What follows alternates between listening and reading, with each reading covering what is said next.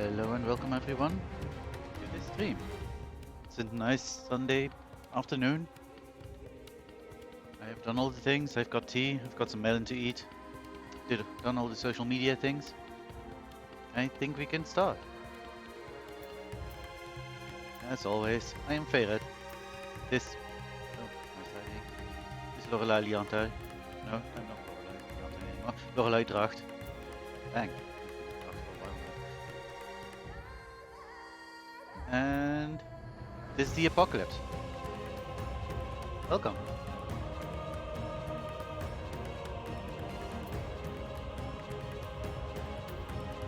Let's talk to Alice, why don't we? Hello, Alice.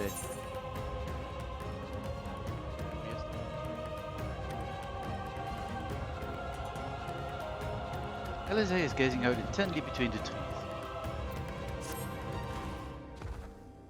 Over there! The view was blocked by the trees, but I'm sure I saw someone being chased by a beast.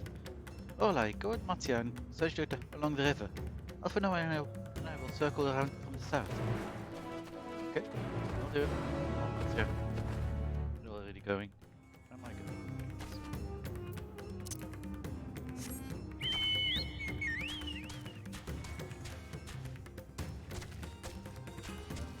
Going on here. Let's get around there maybe.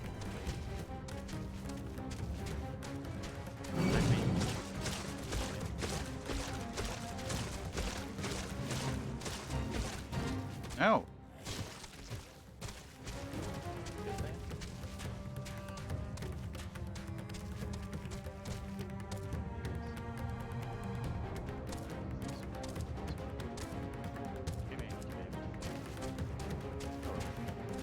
It'll be easy when we get like.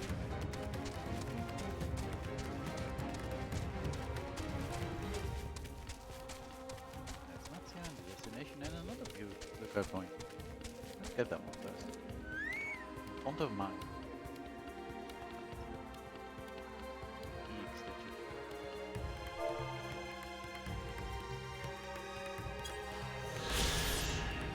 Font of Maya.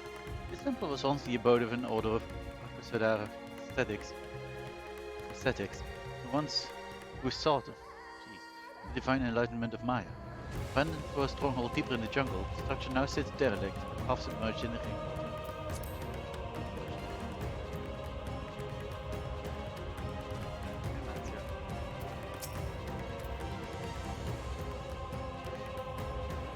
Font of Maya. Maybe they're hiding in the ruins. Maybe.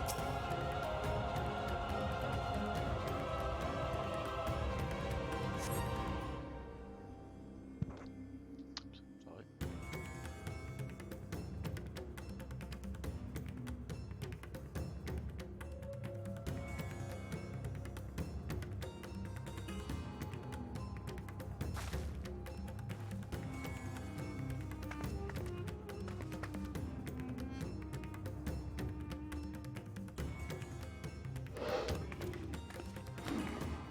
That's her! No, I'm sure of it! Mervan! Don't! Please!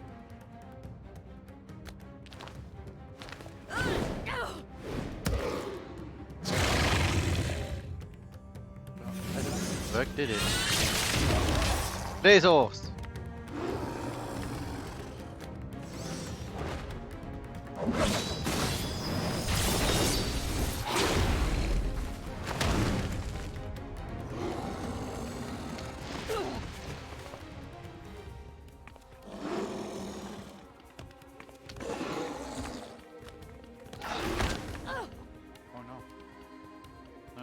No. That's fine, I guess. No! God have mercy!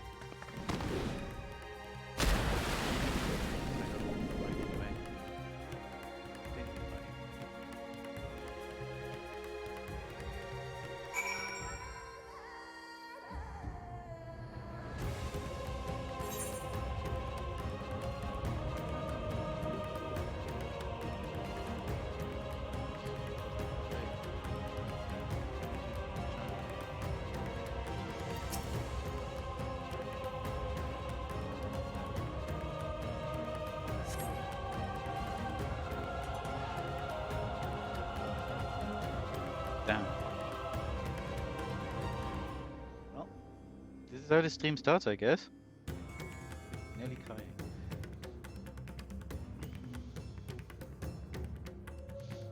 Evan's lifeless body floats before you, better than broken. The death no doubt came swiftly. Her infant daughter, however, is nowhere to be seen.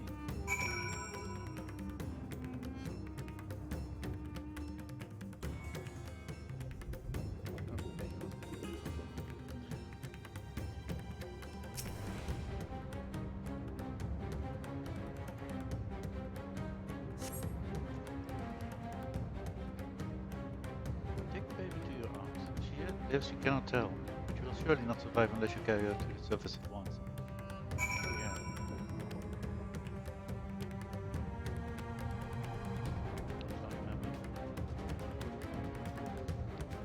Too late.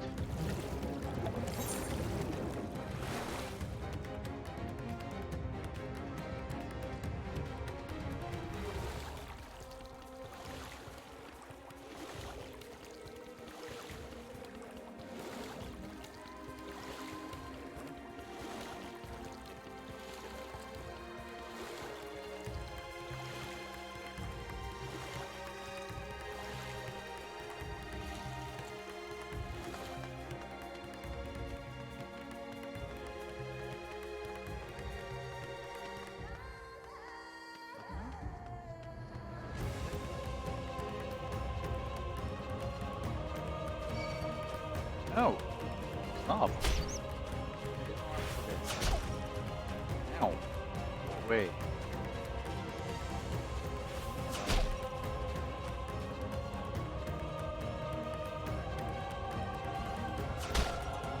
Still following me.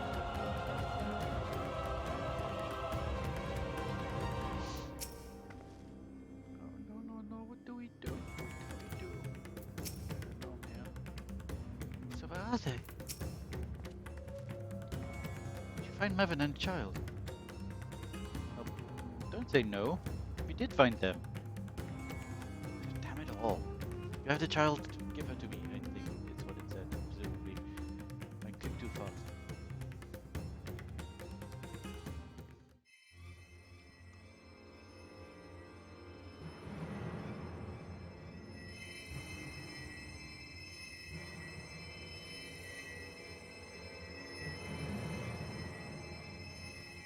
She's so cold, Alphino. The child is alert, and I see no wounds, and yet she grows weaker. My spells can do no more. What she needs is a change of clothes and a warm bed. We must hurry back.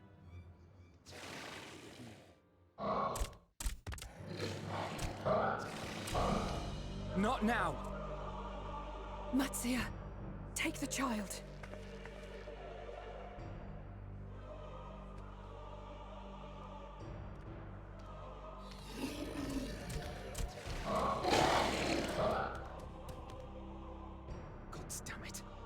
It appears we've made enough noise to be heard for miles around.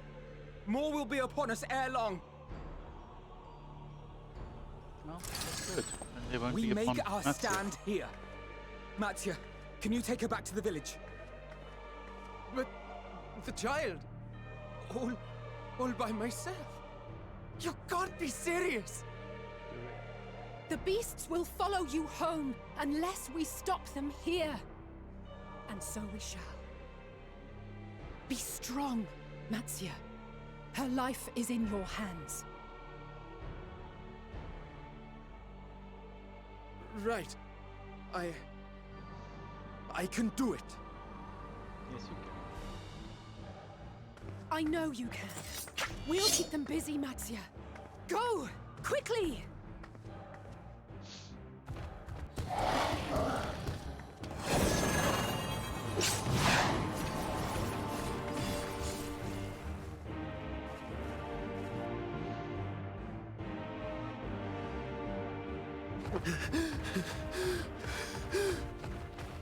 Steady. You know the way.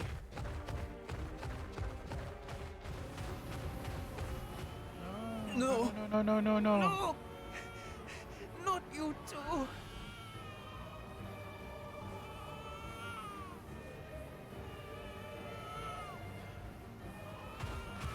Don't be afraid.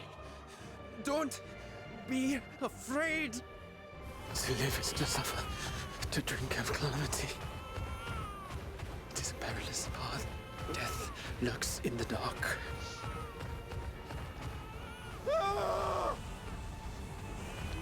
No! I'm not afraid! I'm not afraid! Ah! Do not avert your eyes. See your life for what it is.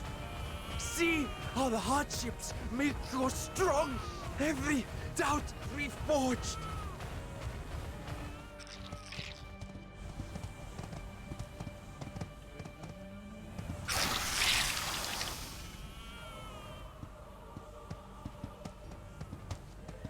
Every agony.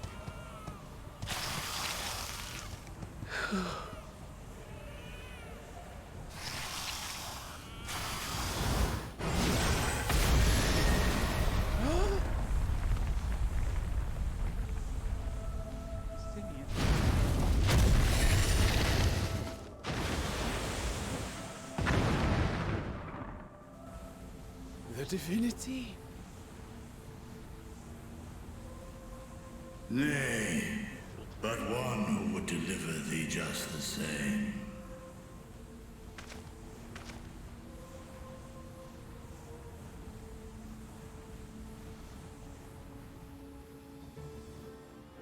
Please. You must save the child. She is all that remains of Mevan and Grasef.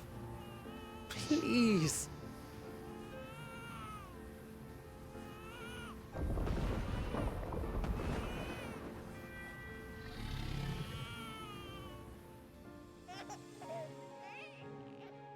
Well, well. Seems the babe's taken a liking to you.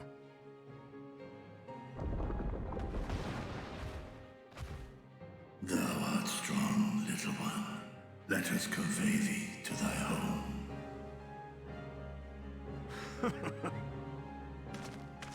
I spied our friends as we flew in.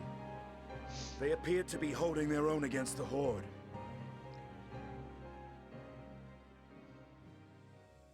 I suppose we're going to be holding our own against.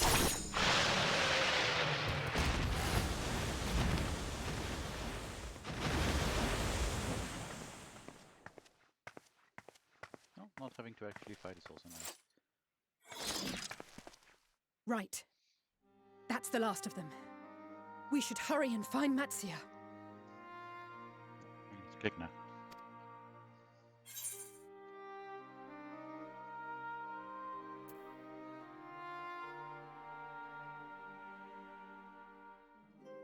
I have a feeling he'll be fine. Really? How can you be so sure? A fine battle it must have been. Shame I missed it. Estinian, it was you who came to Matia's aid. I was only along for the ride. Vritra was the one who saw the boy was in need. The two are headed back to the village. Where the worm will honor Ahiwan's wishes and finally reveal himself to his people. Perhaps so. Will you go and join them? There's something I need to do first. Mervyn gave her life so that her child might live. She deserves better than to be left to drift alone. Oh yeah. She deserves to be laid to rest beside her husband at least. Will you help me? Absolutely.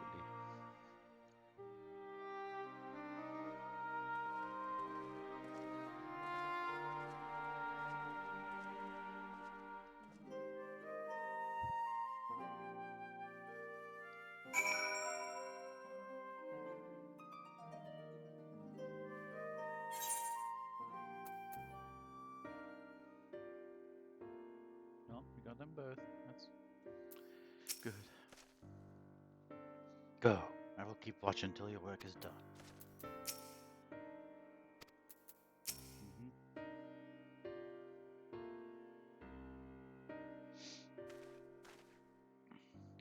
done what we can. It is for the villagers of Palakistan to perform the funeral rites. If nothing else, Mavan and Kursav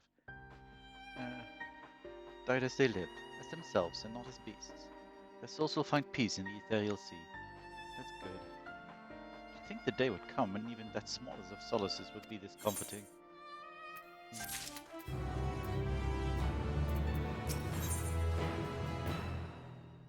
Justinian stands in silence, a grim expression on his face. You are ready then? In that case, let's head to Palakistan. Without Vrtras awaiting us.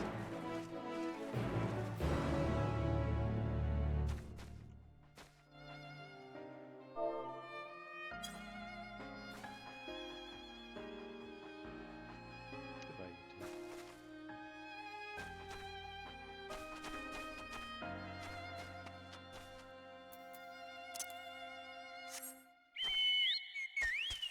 I'm sorry you couldn't do more.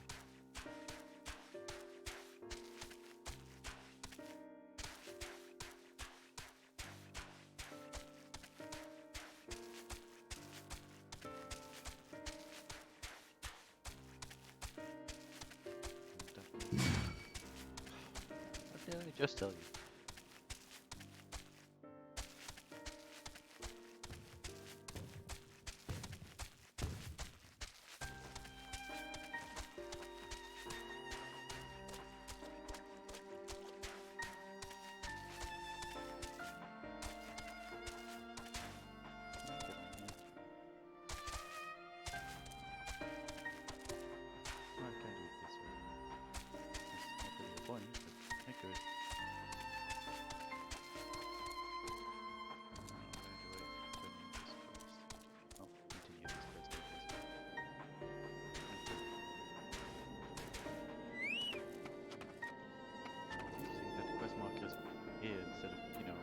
Face where he probably talks from.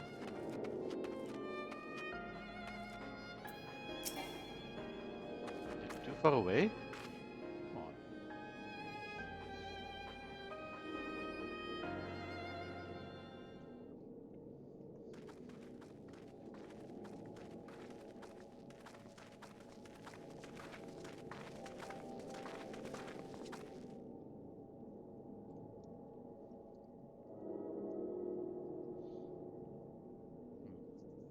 Rest easy, for all is well here. Young Masya returned with the babe safe in his arms. Owing to a warm bed, the girl hath already begun to regain her strength. Less joyously received was word of the mother and father's fate, as well as that of their transformed neighbors. How many children of Thavner must we lose to this calamity? Mothers and fathers, brothers and sisters, sons and daughters, every death another void that can never be filled. We who survive them must carry the weight of their memory, as we strive to regain a semblance of what we have lost. Karasaf and Mavan's baby's child, Daphne as well. I thank you for returning her to us safe.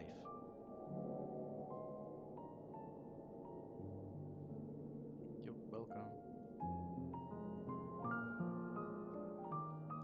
Oh, most grateful and merciful worm, I have not the words to express my gratitude.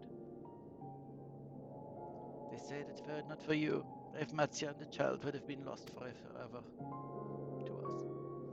Long had I heard rumors that a mighty dragon had forged a pact of friendship with the satrap, but I never would expect such a kind and gentle soul. Truth in part, but not in whole.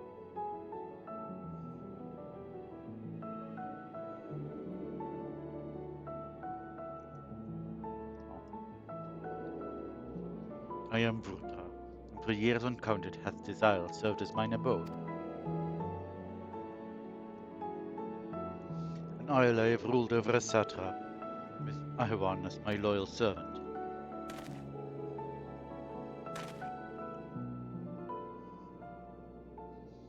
Are my ears to be believed? You were the satrap all along?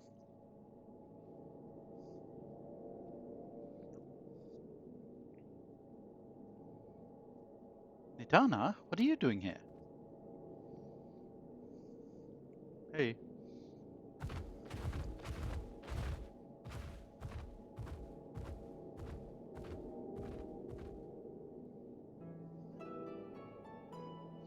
We heard from the Radiant that you had gone to help the people of Palakastan in a time of need.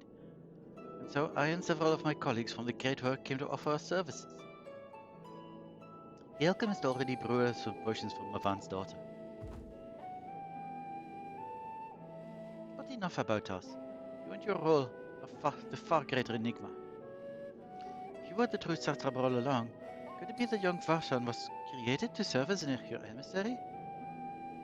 Thou dost suspect the boy was but a simulacrum? A rumor circulated for many years around the High Crucible that our most skilled alchemists were once commissioned by the Satrap's family in secret to fashion a mammoth indistinguishable from a living boy.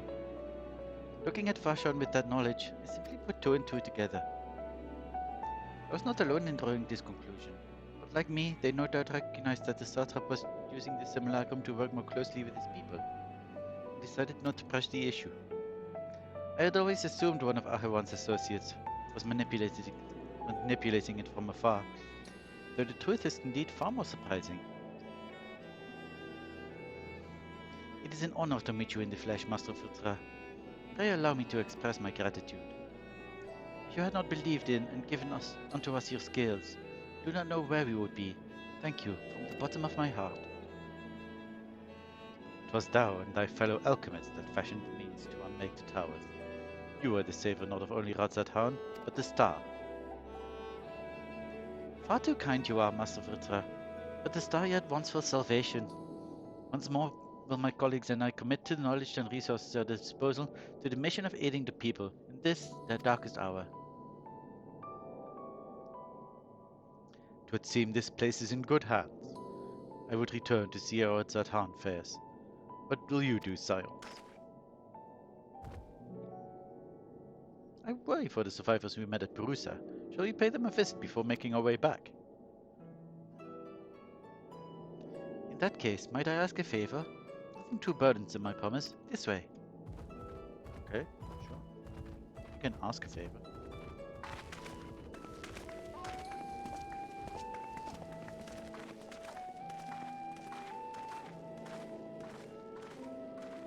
You do like to fade out on ether crystals when they're available.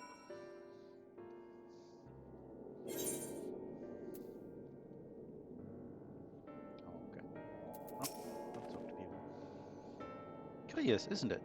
Burning sky is so ominous, yet crackling flames here are somehow calming. What a lovely aroma. Wonder what sort of spices those are.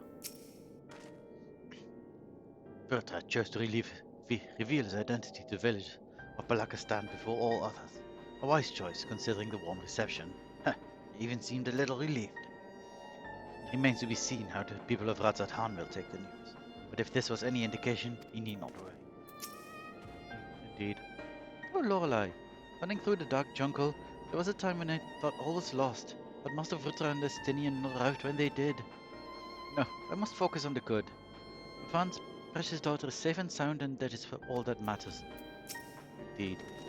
Well, I would have liked they were safe and sound, but you know. Need to simmer just a little bit longer, I say. In the meantime, I was hoping I might ask you a few questions. Red Sky, these terrible beasts, what in the name of the sisters is happening here in Thavnir? Well, we're not entirely sure, but the final days might be upon us. Oh my, that's rather a lot to take in. It would seem the situation is even more grave than we suspected. Thank you, friend. My colleagues and I will use your knowledge to see if it can further our own research. And with that, here we are. A pot of piping hot chai. Brewed from my own secret recipe of spices and tea leaves, together with hearty helpings of rich milk and purest sugar. I've made enough for everyone in the village. Might I trouble you to deliver a few cups? The drink has medicinal properties then? Not in the least. The ingredients are quite ordinary. It's so very tasty though. It has a way of lifting the spirits, which is the thing we totally need right now. The spicy aroma and distinctive sweetness of chai is a simple, everyday pleasure on our island. Sometimes the best medicine is the simplest.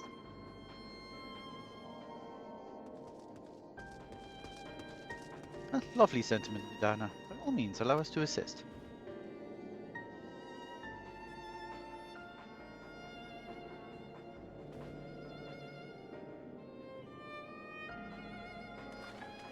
So we shall. While you lot distribute hot beverages, I'll do a sweep for beasts there. Far less arduous task, no doubt. Justinian, we don't need your cough right now. When you've finished, look for me at the Wakeful Tirana.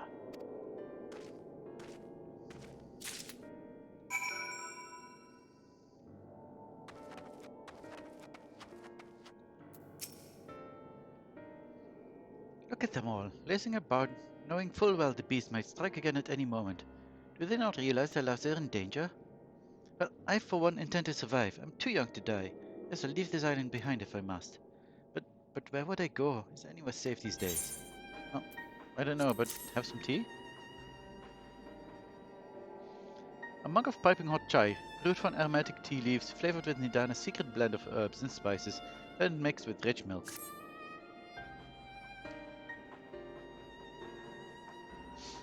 Cup of chai. Can't you see I have more important things to worry about? No, you're right. It is precisely in times like these that we must strive to remain calm and steady. I do believe I'll visit the Elder and see what needs to be done. If there's any way I can aid my village and my friends, I will do it. That's good.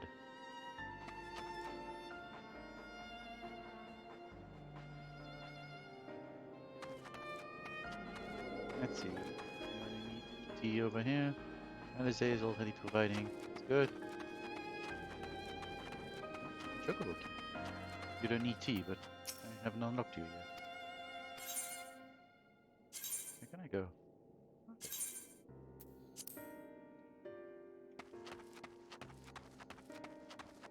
Anyone in here? There's not even anyone in here.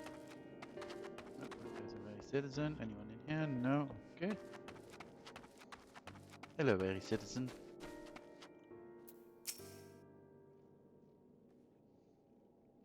Wait, I know you. You were the one who saved us from those beasts back at the temple. Were it not for you, well, let's not even think about that. Times like this, we mustn't dwell on what might have been, but look to the future. What future awaits us? How can Razat Han hope to recover from this? Most of my friends are gone, and I don't know where to turn. Have some tea.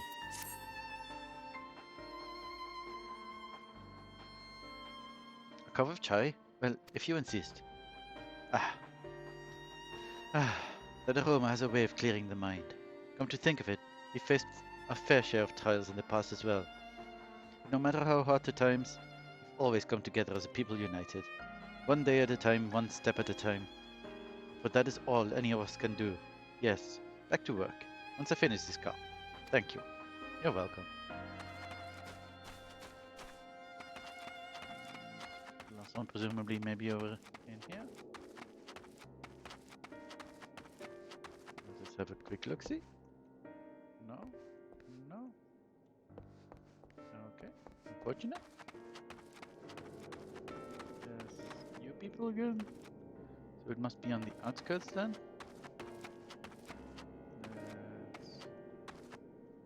Let's go there.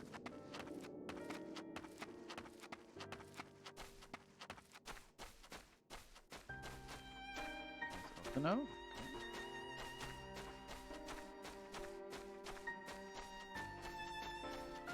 Oh, there you are.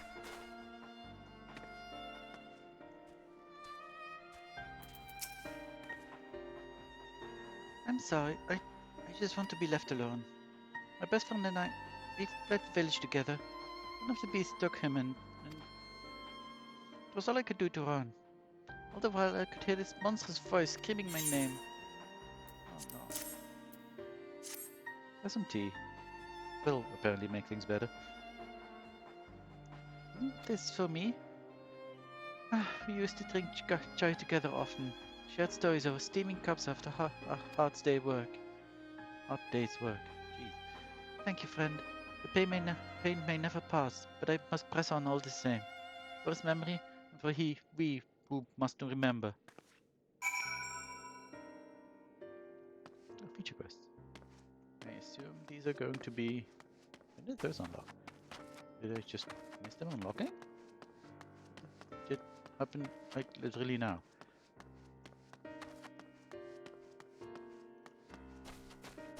Also, Oh, it must have happened literally now. I swear you weren't there. But that's an ether quest and lentil code. Interesting. Again, I will do those off stream. I don't need to fly. Yet. This probably indicates that we will be leaving Davnir. That's also an ether quest, yes. Very well then.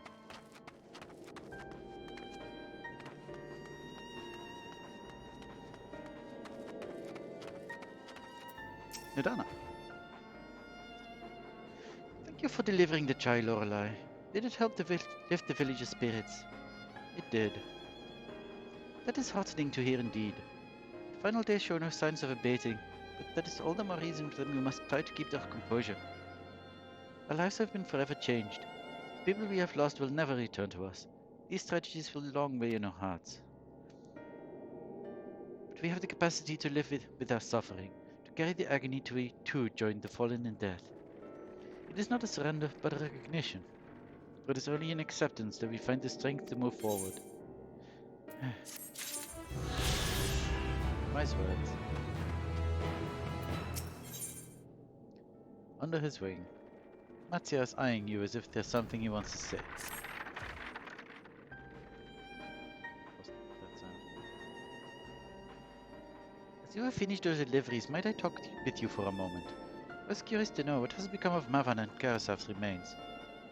Well, they're lying over there, waiting for you people. Oh, thank you, friend. Surely they will be able to rest peacefully by each other's side. I and the people of... Jeez, bright light. I and the people of Palakistan will perform the rites as soon as we are able. As for the child, it will not be easy for her growing up without her parents, but I promise to do what I can. When she is able to eat solid food, the fish I will catch will help nourish her. Good for you.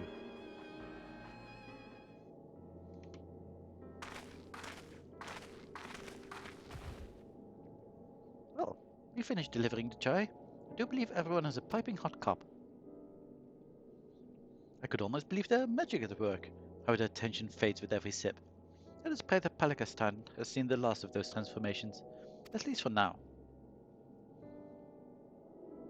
They're still at risk, as every village in Tavnir, like as not.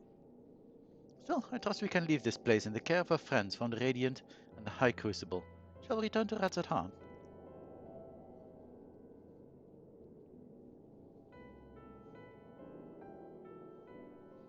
By all means, do not let us keep you further. There are still many who have need of your wisdom and strength to deliver them from this terrible calamity. And I will do what I can as well. I will bring rations and supplies from Makiali. We have plenty to spare. Yo. Welcome, welcome.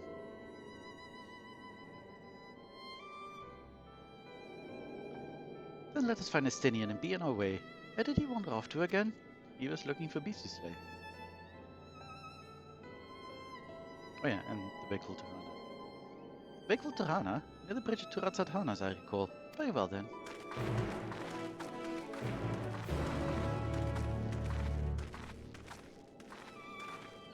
Bye bye. Quests. Oh, another feature quest. What's in effect?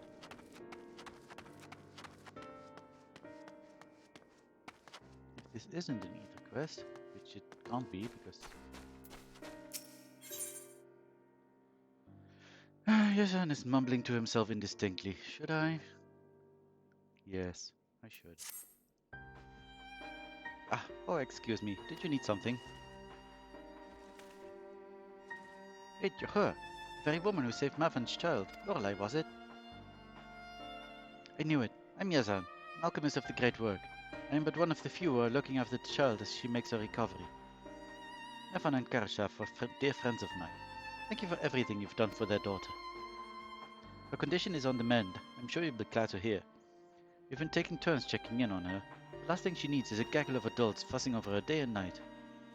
That being said, when she is healed fully, there's the question of who will be in charge of her care. For the love I bore her parents, I would gladly take her in as my own, but that would mean raising her away from her home. Moreover, I am yet to be wed, and my duties consume so much of my time I can scarce focus on my own care, let alone that of a growing child. I doubt my ability to give her the love she deserves. Love equal to that her parents gave her. She deserves better than that, so I've considered finding someone more suitable. It's the least I can do, and truth be told, perhaps the best option. Even so, although I was born here, much of my life was spent at the great work. I'm afraid I haven't the foggiest idea who to ask, even if I had the time to do so. You, however, seem to be well loved among the people here. You know, I did just save them, the people that remain and stuff, so they would probably like me, pretty much, yes. Could you ask around in my stead? It would be a much more effective use of my time to prepare medicine for the wounded and sick. Yeah, okay, I can do that. I apologize for imposing such an enormous task upon you, but I would trust no one else with it. When you've finished, come to my hut to the south of this settlement. We can discuss any potential parental candidates. Okay. Let's talk to them.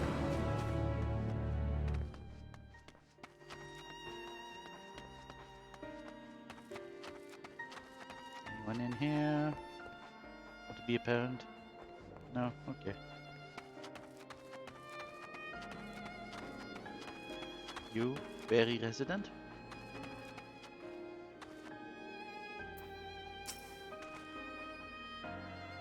The child, eh? Don't dote over her quite like Yazan, but I understand alchemy isn't a merciful trade for a parent. Still, there's no one else that comes to mind when I consider the question. I'd volunteered to take her in myself, but with the chaos of recent events, it's difficult enough to see that me and mine are fed and clothed. I know I'm not the only one facing such hardship either. Cherry resident. That's moderately rare now, I assume. Who do I think is the most suited to care for the child? Yazan is the obvious choice. Dependable, loyal, and dutiful. Every quality you would desire in a parent. I know he does become so absorbed in his research, but that devotion has made him a peerless alchemist. What better is there to look after someone so sickly as her? Well, Yazan, I suppose you're going to be a parent. Have a normal quest. So... here? Oh, that's Yazan himself. Oh, there you are. Radiant Host Captain, who is probably also too busy being Radiant Host Captain. Oh no, that's... never mind.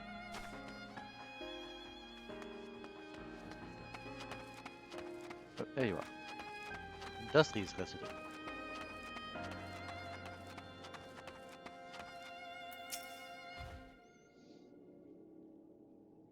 If you ask me, Pasrine is the most motherly among us. She has a child of her own not too long ago, so I reckon there's no one better to be a wet nurse. That being said, times have been troubled for us all. It might be unseemly to ask her to take on such a burden unless she is willing. Well, we can't know unless we ask if she is willing, so, you know.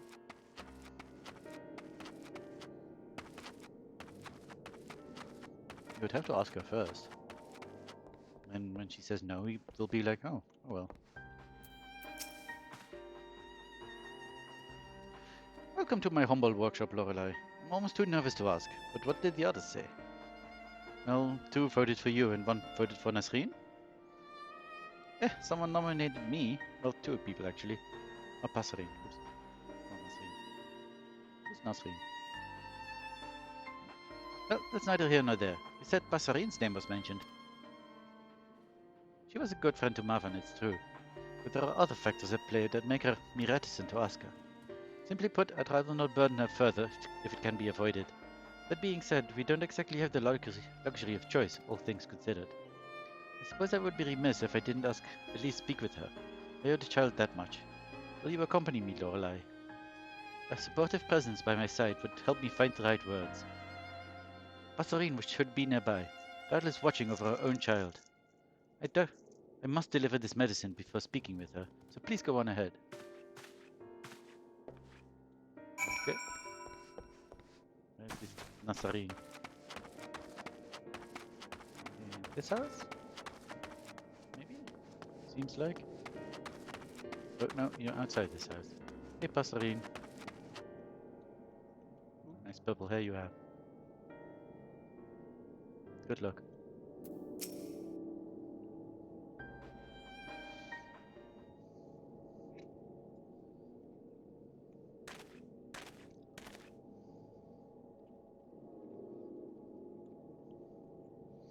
Yes, Anne, it's so good to see you. And who is this with you?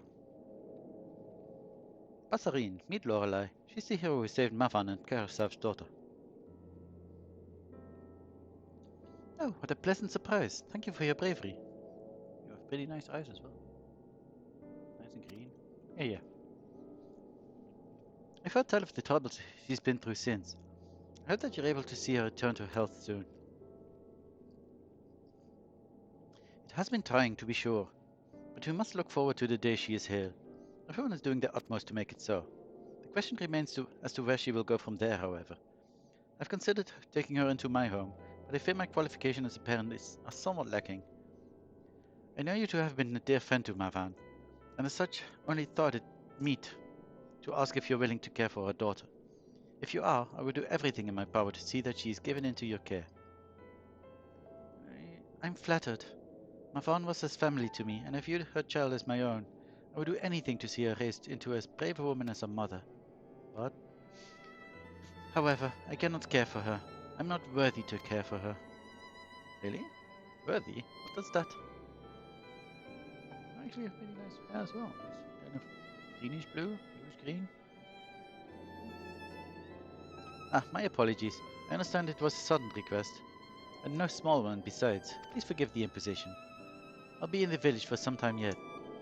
Should she require treatment for you and yours, please seek me out. I will. Thank you, Yizan. I'll speak with you further, Lorelei. Let us return to my dwelling. Okay.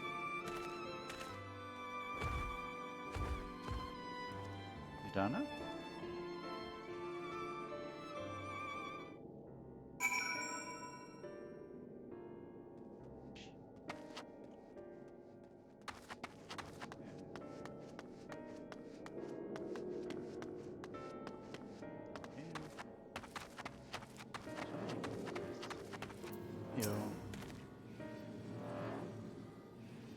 I wasn't too forceful, was I?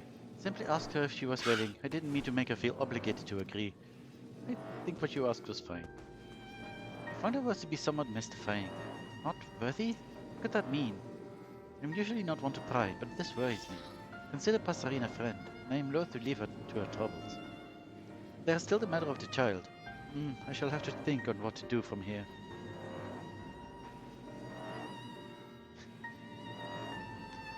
I may need your help again soon, Lorelei. I hope you are willing. Actually, a lot of quests aren't just killing the monsters of the week. There's just a lot of walking around, talking to people, finding out stuff, getting story, helping children, doing lots of other things besides killing things. Killing things is certainly a part of quests, but maybe like half of what quests are about or something? If even that.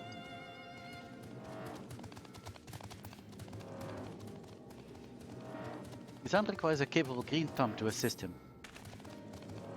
Well then, if you're willing, I have a task that requires immediate attention. It's simple but essential, namely the gathering of herbs. Gathering herbs? The child is in a vulnerable state, and I would fortify her against further sickness. I mean, yes, sometimes that, yes. Chore Simulator 2000 indeed. There are also more wounded in this village than I had anticipated. My stores have begun running low. It would be best to replenish them while time affords us an opportunity. Can I count on you to help me? Yeah, sure. Splendid. I require several of the reddish soma herbs, which grow among the shrubbery to the northeast.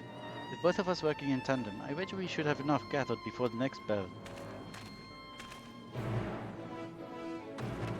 So much herbs. Going the wrong way. Oh, let's leave the village this way. Go this way. Nope, that's not. ride my chocobo.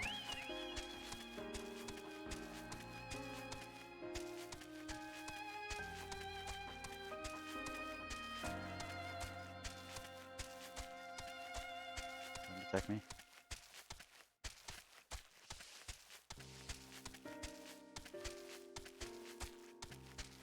A strawberry.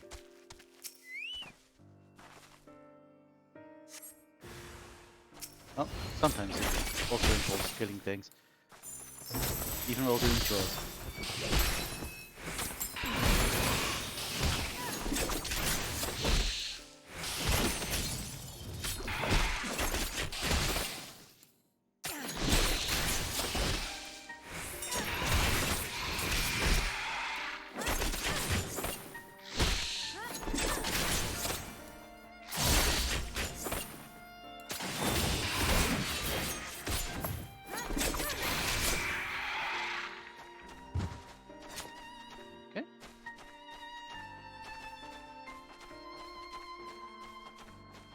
Strawberry? More enemies? No. These appear to be the herbs you seek, but only their stems remain. Another enterprising alchemist might have already been here. Interesting. Where's another shrubbery? There's another glowy mark.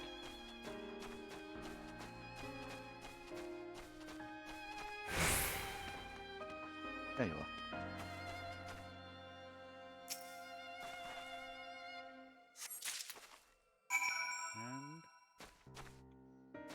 And I presumably have herbs. Don't attack me.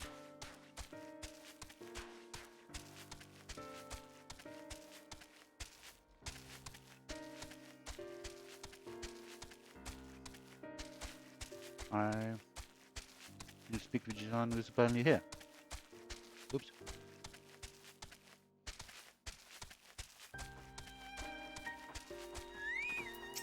Hello. I saw the creatures emerge from the brush, but you felt them before I had a chance to be frightened. I'm glad you survived unscathed. If that had been me... Ugh. Any road, did you manage to find the Soma? I found some. A pale red herb which is said to have powerful medicinal properties.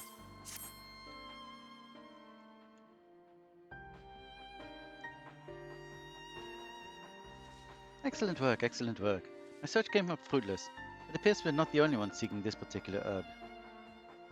Yeah, came to the same conclusion. It shouldn't come as a surprise, I suppose. This area is well known for the medicinal plants which grow here. My supplies run low once more, thus I should ask the villagers if they have any to spare. For now, I believe we found all we can. Let us return to Balakastan. Let us. No, stop. Just want to click, not drag.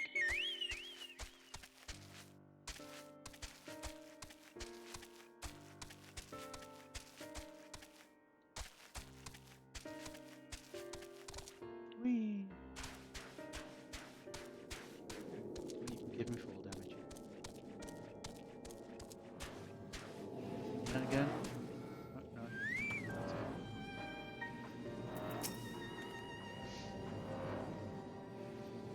As I suspected, we weren't the only ones searching the jungle.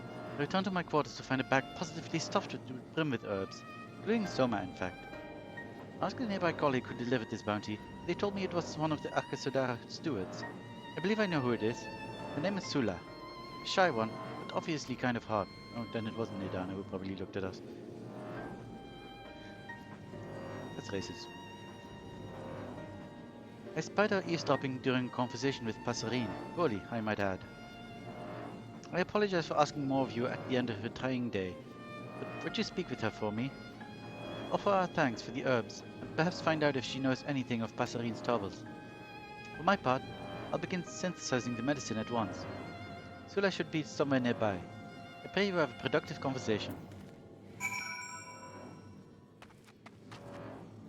That's Sula. Hello. Who's making the sound?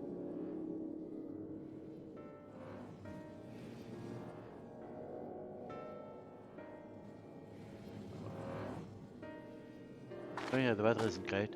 Oh, there you are. Just flying. Okay, thank you. Have a good one too.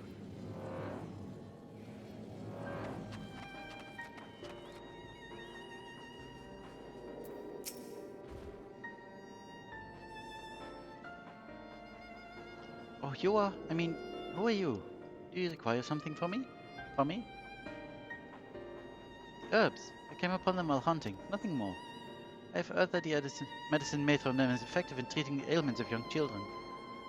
It seemed only meet that I should do my part, as it were. Hmm. What do you know of Passerine's troubles? Oh, that. Well, very well. I believe I can shed some light on the root of Passerine's distress. That is what you wish to hear, yes?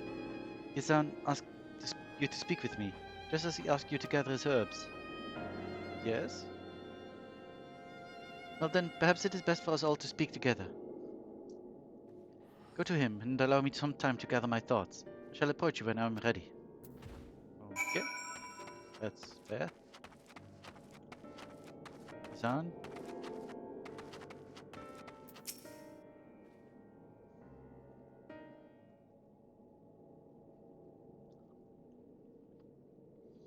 You're just in time.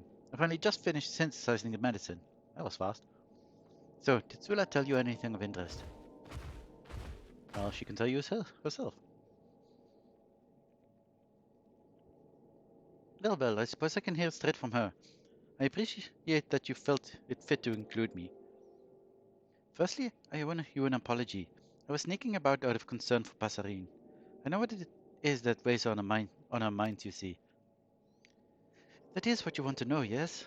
The story is troubling to hear, and even more troubling to relate. Before I tell it, you must promise me that you will be her strength in the days to come. Of course, anything to help a friend.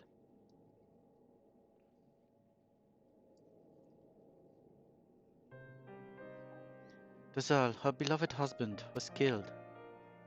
When the veil of chaos descended upon the world, he fled into the jungle and transformed into one of those terrible beasts.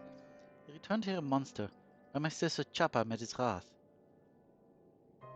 Neither of them survived the ensuing struggle. Oh, jeez. I was there as well. Despite his monstrous form, I knew it was Dazal. I froze in terror, while Chapa stood undaunted. She fought alone for my cowardice. It was my fault she died. I knew this, and yet... I laid the blame on Passarine's shoulders. I lashed out at her, cursing her for her husband's cowardice. We both should have comforted the other in mourning. I turned my back on her. I left her to bear the burden of one but two deaths. It is only natural that she would be hesitant to look after another, given that.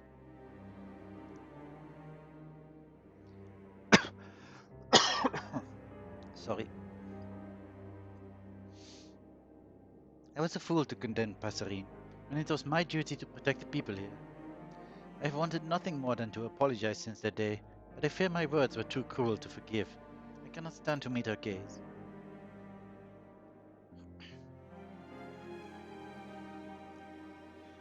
It was a difficult time for everyone. We often lose ourselves in moments of crisis. So long as we find our way back, we are worthy of forgiveness. Chapa would agree, I'm sure. She wouldn't blame you for what happened, nor would she want you to blame yourself. Passarine doubtless feels the same.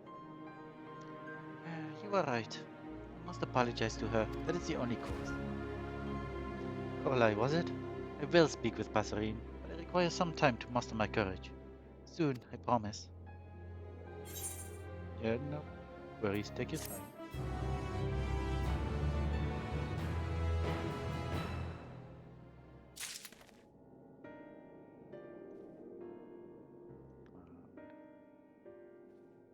Oh, there you are.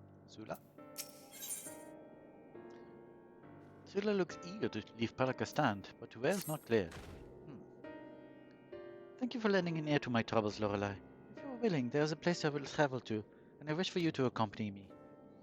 Administering to my duties may help calm my nerves. To that end, I mean to inspect the temples for sign of disrepair. After we have finished, I hope to find the courage to once again look Passarine in the eyes. With all the monsters about, most of my attention of late has been focused on finding and protecting those who have fled. With the arrival of the Radiant Host, however, there's finally time to attend to this long-neglected duty. I too must ask that you go with Sula. Knowing that their holy places are being cared for may set these people's hearts at ease. Even an ounce of comfort is precious in these trying times. Much appreciated. Would that I could join you, but I'm afraid an alchemist's tools are of little use against fangs and claws. That doesn't mean I'll stand idly by, however. I'll remain here and continue making medicine for the children. My hands may be clumsy with sword and shield, but there are a few more adroit with mortar and pestle.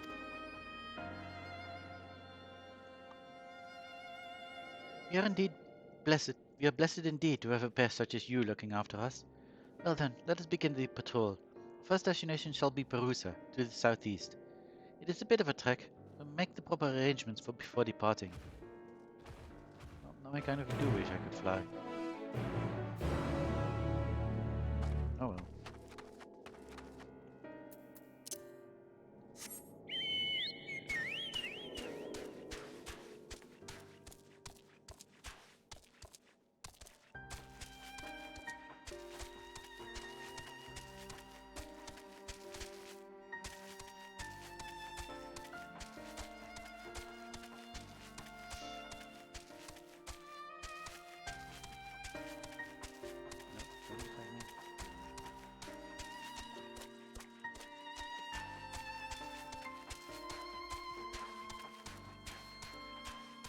Do it.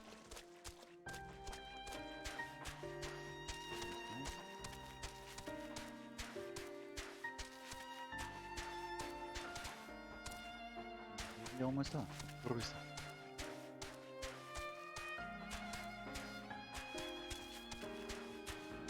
B. Up. That's Sula. That is Sula. Hey Sula.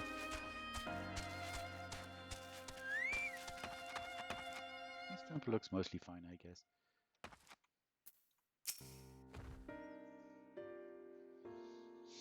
It has been some time since I've set foot in these hallowed grounds. In times bygone, there were even more such places in this region, but many were moved to Vanaspati. One of the divinities worshipped here were these words passed down, that we might sound off our departed with its wisdom.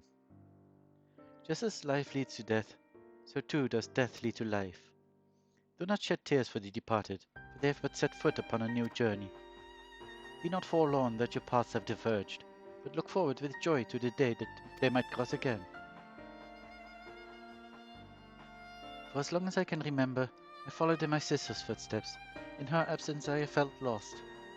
Whenever I think to forge a new path of my own making, my legs become heavy and my heart becomes anxious. I mean, your sister would want that, but you know, I'm going to say that sometimes standing still offers a new perspective, because it does.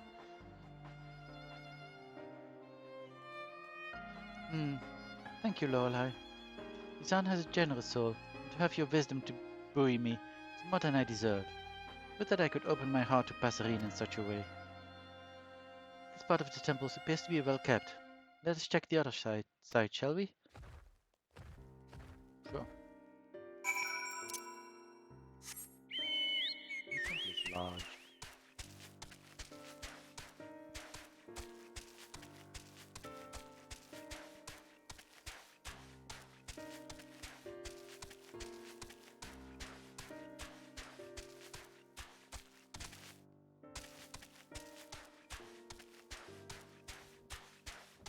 Do it.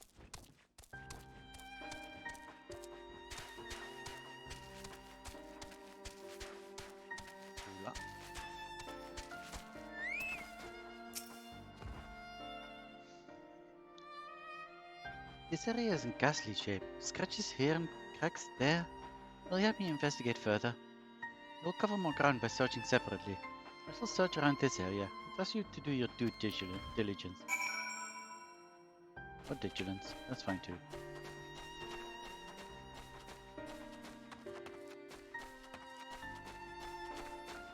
Would you like me wrong, then?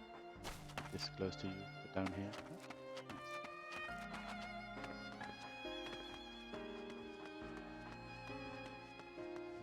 There's a sparkly area.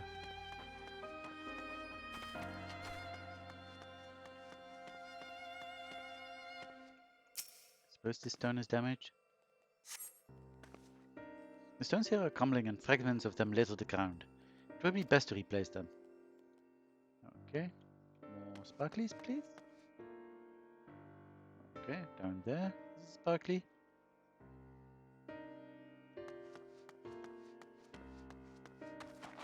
Don't do it.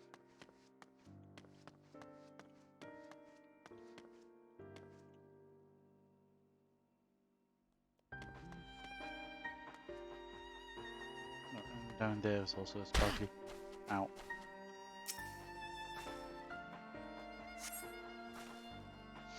The stones of the foundation appear to be unstable. However, filling the areas where the grout has fallen away should remedy that. Okay. Then I'm something of a mason. No! Suppose I didn't ask you not to attack me.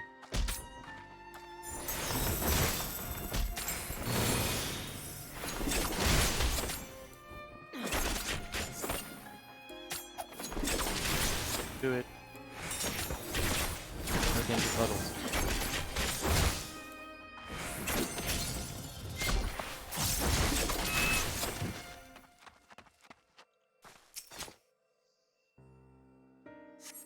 Okay. Stones here are cracked and require repair. Fair enough. I'm stuck. Sula. Done masonry checkups.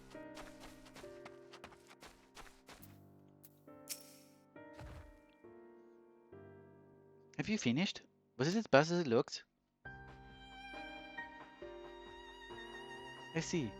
It may have been the site of a battle or some other horrible conflict. I must do what I can to see it repaired, but this temple may be remote. The devout do come here on occasion to offer their prayers. Thank you for helping me today. This has helped me forget the crises that plagued us and reminded me of simpler times. We would look after the roads and protect the pilgrims on their journeys. I ever looked forward to setting out on patrol with my sister by my side, but I must find a way to manage without her, to set foot upon my own path. My first step must be to apologize to Passerine, even if she may refuse it. No more distractions. That being said, if you were by my side, it may be all the easier for me to find the right words. I'll be there.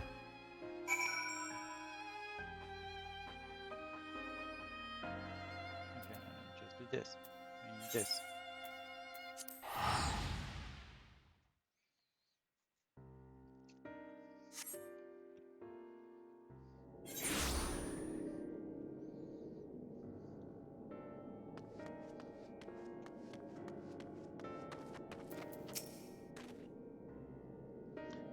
Oh, hello, Lorelei.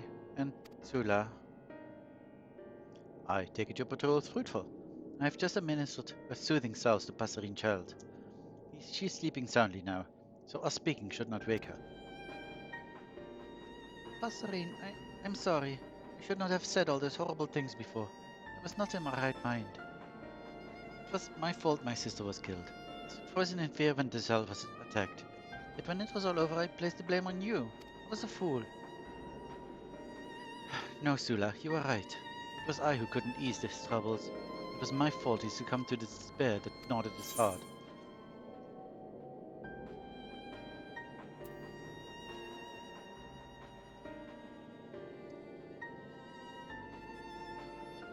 We've all lost something during this tragedy, though no one's fault but fate. It could have prevented it actually, since it was dealing with emotions and stuff, but I'm not going to say that. I mean, none of these options do say that, so...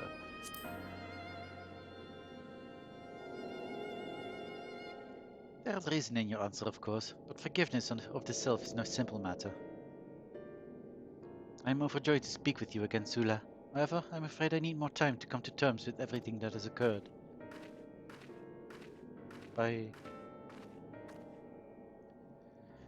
Would that I knew how much Passerine was suffering. I could have been there to comfort her. Perhaps there is something I can do now. Something to set her upon the right path. I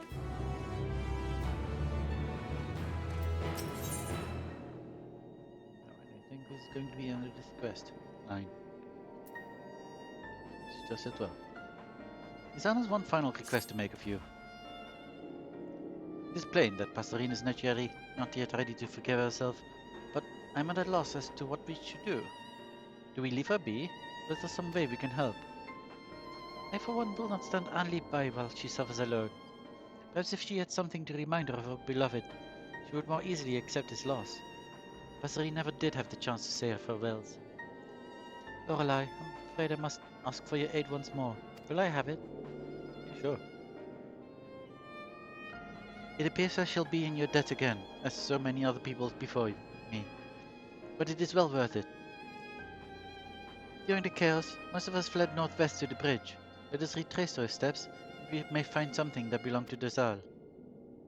Pick up anything that catches your eye, and we can share what we have found once we reach the bridge.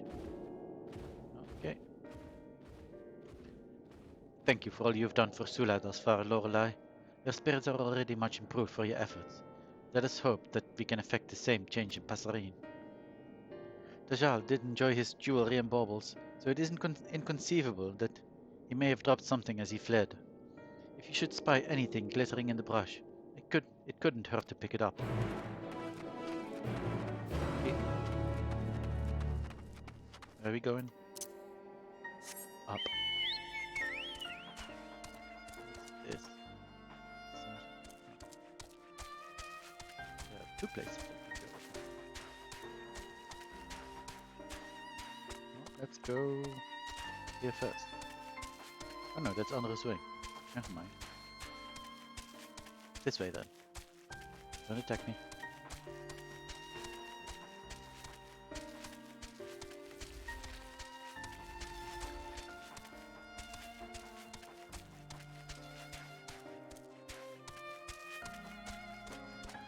Don't attack me. Sula. And the glittering object.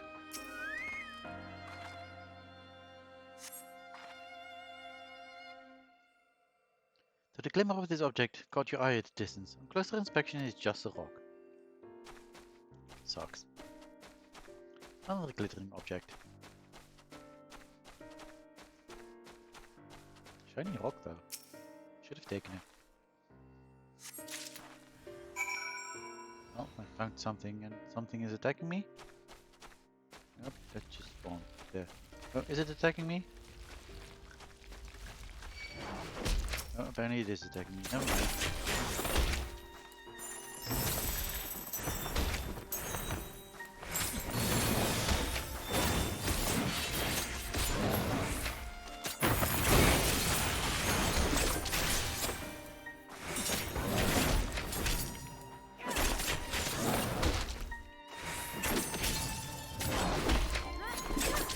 Because this isn't really mobile, even though it looks like a mobile.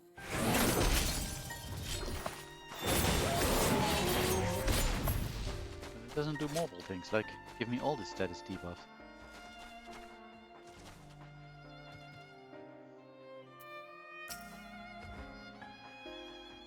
How goes the search? I found this necklace among the underbrush. One of Dazal's favorite, but it seems to be missing the jewel that made it shine so brilliantly. Well, do I have something for you, apparently? Ah, what's that in your hand? Why, this is it! The very jewel I spoke of. You make an excellent teen, eh?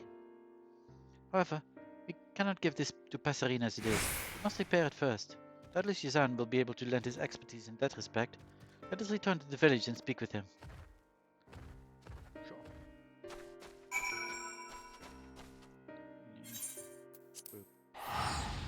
So much quicker.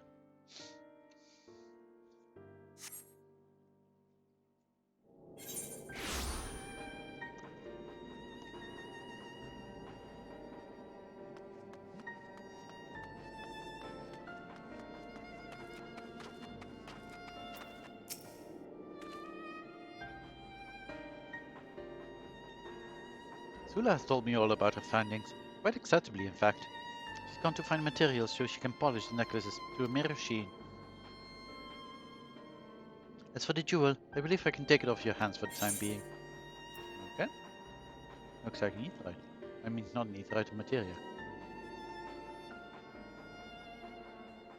A jewel with subtle gold decorations. It appears it was once set in something, like a necklace.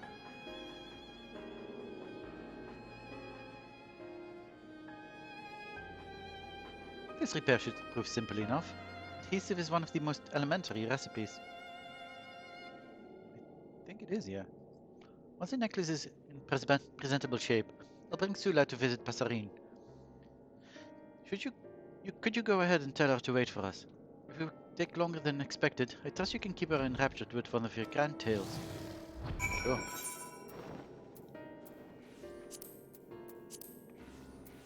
Yeah, glue is like super easy.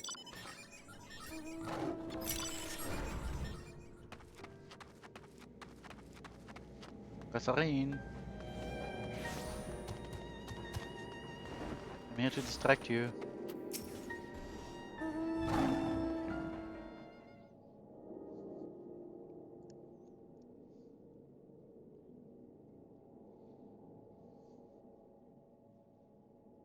Hmm?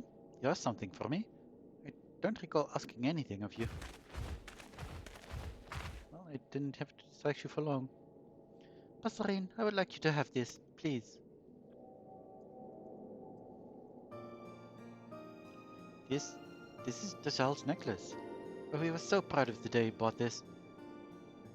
How in the world did you find it?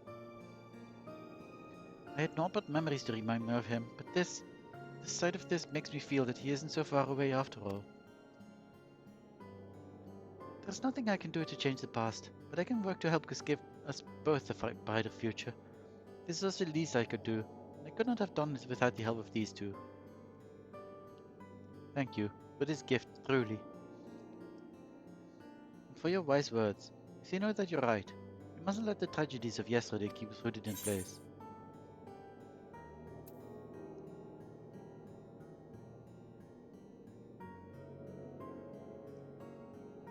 I mean, I can continue the advice I gave before, to stand still for a moment to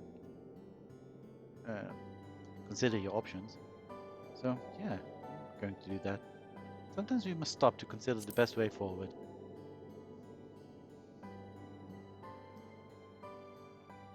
Well said, well said. Might I add that wounds heal more quickly when a salve is applied to them. When we ignore the pain they cause, they rot.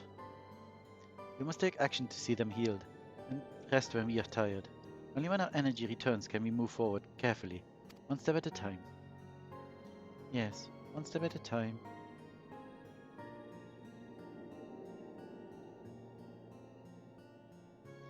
Yuzhan, if it isn't too much trouble, could I help to care for the child? The scars of recent tragedy are yet too fresh for me to take care of her entirely by myself. But even so, that doesn't mean I cannot assist in some small way. I have my own child to look over, of course, but still, if you were to take the child under your wing, I would be happy to assist you whenever you needed me. For the time being, I could be your red nurse. Any medicine she requires would be your responsibility, of course. Together we can see that she emerges from her affliction as hale as any newborn babe. That's a splendid idea, I must admit. I could hardly think of a better arrangement myself. I shall hunt, and bring food for the child that she may grow to be strong like her father and mother. That is what Chopper would do. One step at a time, I shall make her proud. Good for you all. This will be the best cared for child ever. The emptiness I feel at Dazal's loss will take some time to fill, but I believe in time I will heal. You would want me to heal. Allow me to thank you once again for all you've done. We owe you more than we can repay. Now, I would like to see the child for myself. Bye. I'm not one for the subtleties of conversation, but I'd say that went as well as could be expected, wouldn't you? Now, come back to my workshop. There's something I would like to give you.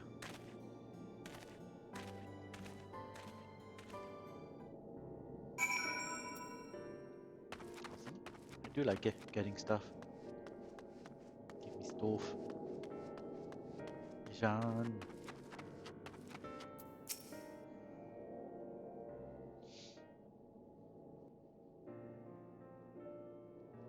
Truth be told, I had already resolved to raise a child myself, but the prospect of having a helping hand is comforting indeed. I suppose the true work starts from here, eh? I'm glad to finally have good news to share with Karshav and Mifan. I've been so occupied with treating the sick and injured that I've little time to think of the departed. My friends really are gone, but I can still honor their memories.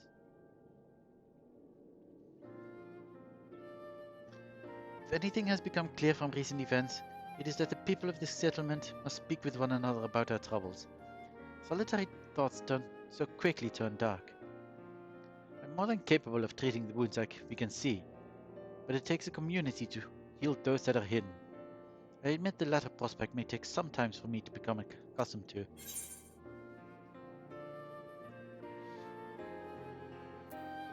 You'll find a way, as an alchemist, a friend, and a father.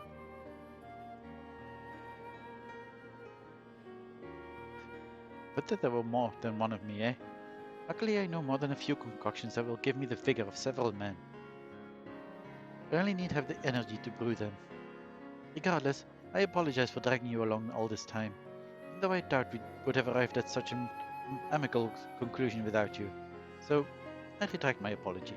Good for you. Although our parents are no longer with us, I must do my utmost to raise their child in a way that would meet with their approval. I owe my friends that much. Does a child have a name? Surely they've already named their child. What is this? Wine dark soup. Oh, okay. Creamy variety of beet soup.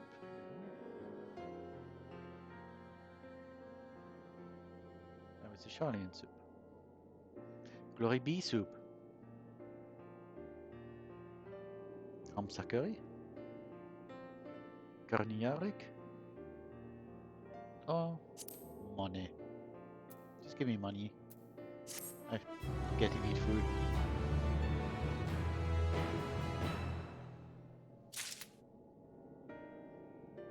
And that is this feature quest chain. I will do these. Because, oh, it is not the end of this feature quest chain. Oops.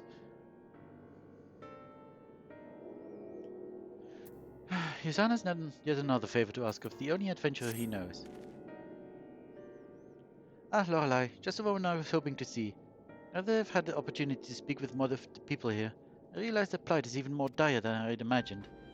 The recent crisis has caused the flow of supplies to grind to a halt, and the people can scarcely meet their daily needs. This would be the case even without the influx of refugees. One way we might alleviate this is to requisition a shipment. Jeez, this slide every time. To requisition a shipment from Yaldimad, but the process takes precious time. I fear that many would starve before we see a single sack of grain. All this is exacerbated by the lack of able-bodied fighters. The wounded are many, and there are few who have the strength and skill to guard us from the beasts lurking in the forest. The Radiant Host would give their lives to protect us, and have. Every day more of them are injured. The river alone is only worth so much in the face of overwhelming numbers. And while I am much appreciative of your help so far, I am not so naive as to think that you will remain here indefinitely. Had we another of your skills to aid us, we might at least stand a chance to weather the worst of the storm. However, my time at the Great Work was spent largely in solitude, and the people of the village know of little beyond its walls. But you've been to the furthest reaches and back, yes? Do you know of anyone else who might lend a stout arm to these humble folk? Oh, I do, I think.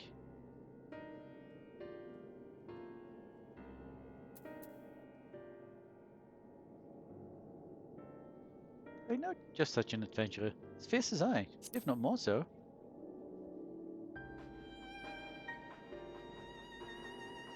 I knew I could count on your white web of storied personages. Ogle and Kankana, I say. You say? Yes! So, this feature quest probably only happens if you do the other feature quest chain? I assume, otherwise you wouldn't be able to know them completely. That's so cool. I love this. This has happened before, obviously, but I still love this. That one feature quest chain, leads into another feature quest chain. They just combine into other stuff, and it's just cool to have past things come back. So nice. I believe we may be able to kill two birds with one stone with that pair. Unfortunately, my hands are full meeting the medicinal needs of the village. Seeing as you're already acquainted with these fellows, could you appeal to them on our behalf? Apologies for once again putting so much on your shoulders, but it is for the good of one and all. Can I count on your assistance? Yeah, I would love to speak with them again. They were nice. Thank you, friend. Well then, off to Yardley Madden to meet this Kankana, yes? Eh? Safe travels, and I will pray that you return with good news. I hope so. Where is Yardley Mad?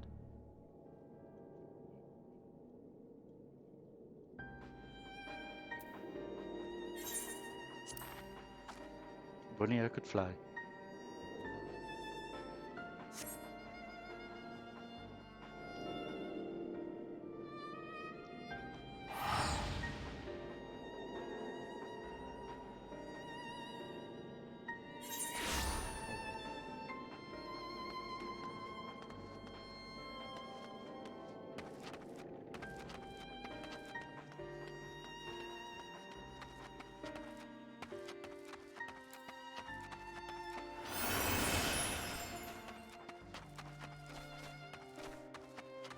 I sometimes remember I can do that.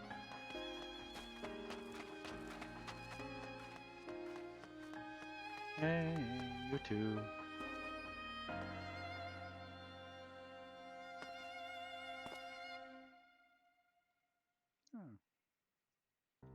To the Luna Envoy Chocobo stuff as well. Neat. I do love that. That's also a pretty nice color of your Chocobo. Well done, wherever you are. Anyway, hello. Well, is it if it isn't Lorelei? I'd wondered when you might walk through my door again. You will be pleased to hear young Rakashir has taken to adventuring like a thief to a coin purse. He is more than capable enough to assist me on my less arduous tasks. Indeed, his future is bright. However, as much as it heartens me to see you, I sense your visit is entirely motivated by curiosity in our affairs, yes? Well, yeah, there's this village and they need a lot of help. I see. I did not know the Palika stand was beset by such troubles, but I suppose I shouldn't be surprised, all things considered. Naturally, I shall do all in my power to help. A few words to the right people, and the merchants will have a shipment of supplies ready in a matter of bells. Inform this Yazan that aid is on the way, and for much less coin than the merchants would usually charge. This chaos has gripped all of Ratzathan, and it is only together that we shall find the strength to release ourselves from it. If you require an adventurer, then look no further. The supplies require brave souls to defend them, correct? Then I offer mine. I will await you at the gates. Wait for me, I'm coming too. Well, off we go.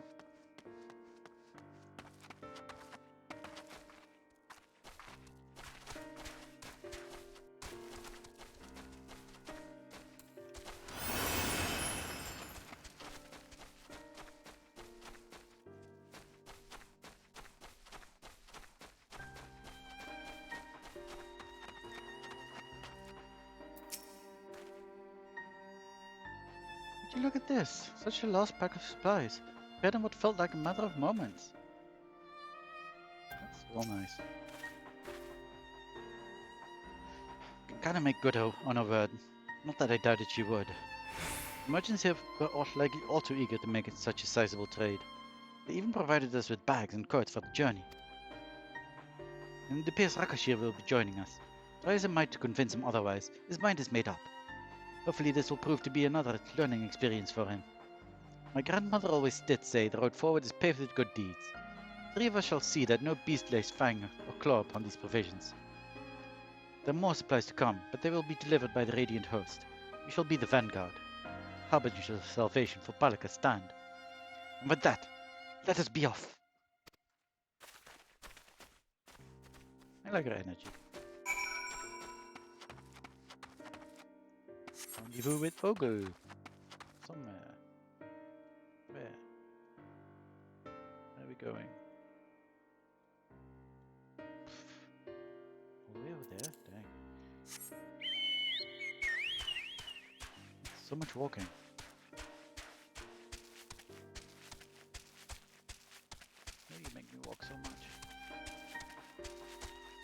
teleport here and then walk. You know, it's also fine, I guess. Some tea. Just to get colder. Unfortunately.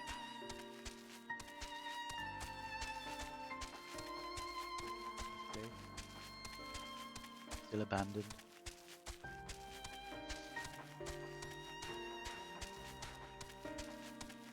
North if we go again. And attack me.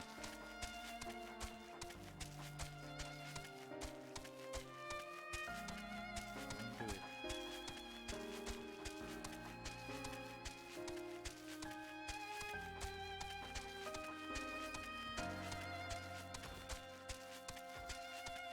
No. Don't you dare. Okay, go through there.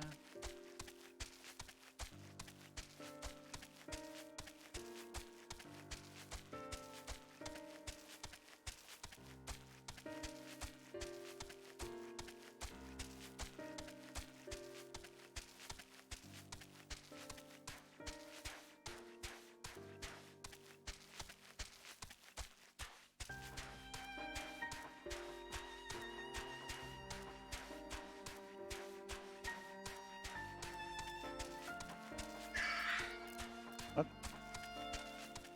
Oh, okay. Oops. Didn't even see you there.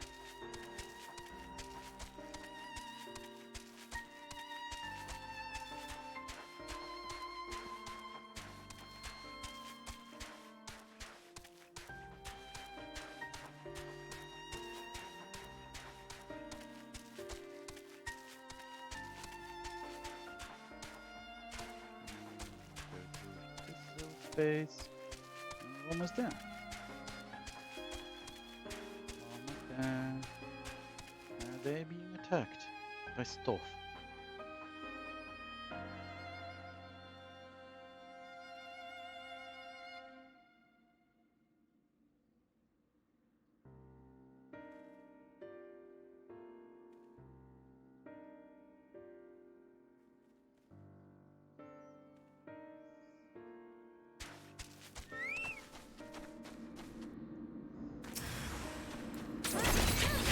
Green Starmite. Like what?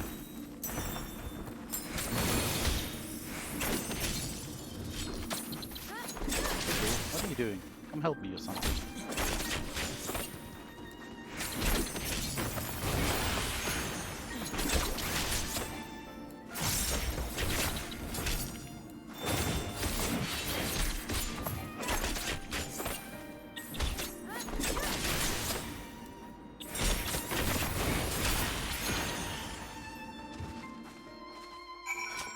Okay.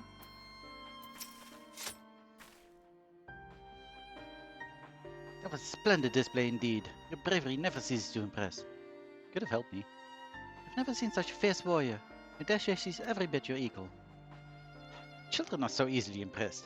Well, Lorelei is indeed a formidable adventurer. The teacher has many great deeds to her name, but more yet to come. Now, the village is not far. Let us march, and I challenge any monster to approach. Then why didn't you deal with this one? Hold on, you forgot the supplies. Oh, oof. Those look rather heavy for you. But good luck.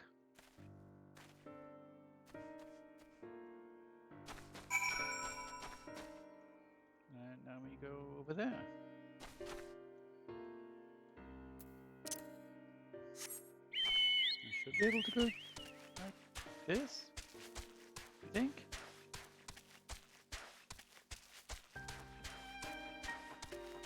Suppose we'll see. Don't attack me.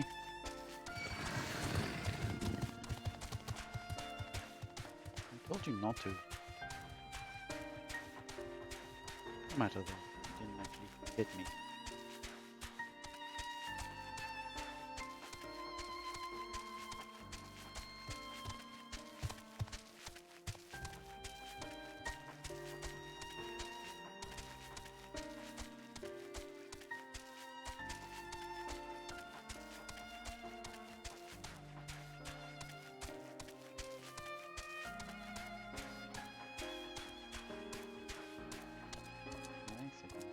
Through here now. Can I just jump off this bridge?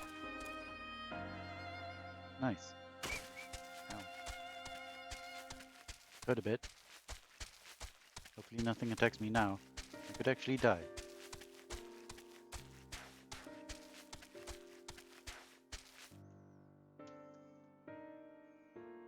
Why are you up?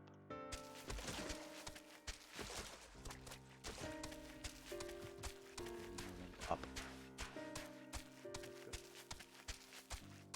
Sula. You apparently defeated the monster. Good for you, Ogle. Greetings, Lorelei. I didn't expect to meet you here, of all places. I was following them. They cut the monster down before it had any chance to pounce. Did you see that, Rakashir? Mark well how quickly that beast succumbed to the flurry of blades. Both are fine. In no small part thanks to this brave Arkasudara. Ah, so this is the adventure that Jisan spoke of. Not since my last hunt with sister have I fought so effortlessly with another. And never have I felt so invigorated, so as to have such a mighty Arkasudara fighting by my side. How do you keep it up? Just watching you has me out of breath. Endurance is the product of long hours of practice, lad. Well then, it seems my hunt is finished. Let us return to Palaka's stand before we draw the attention of something deadlier. Jisan will be eager to speak with you upon your return. Don't keep him waiting for long. Okay. See you there. It's not very far off, so we can just... Oop, I fucked up.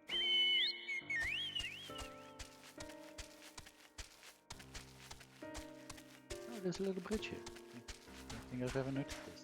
Oh.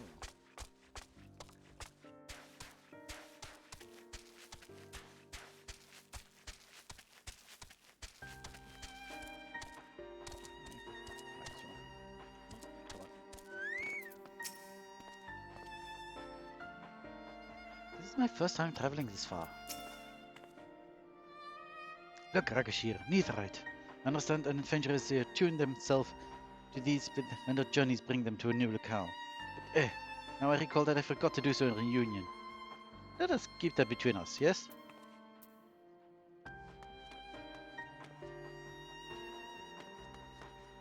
You are going to have such a hard time going back to the steps.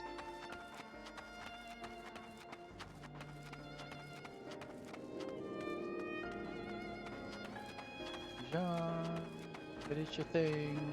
This is quest over now.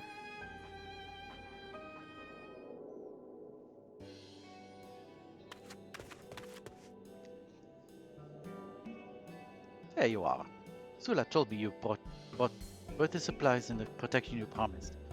She is at present preparing the game she haunted. She has promised to spar with me afterward. I am fast feeling that I have made the right choice in coming here. I am grateful for it, lass.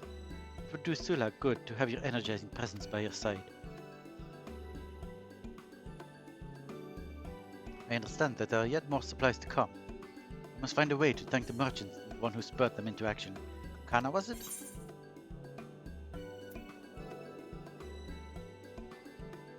She will spare no effort to see Razat Han rebuilt.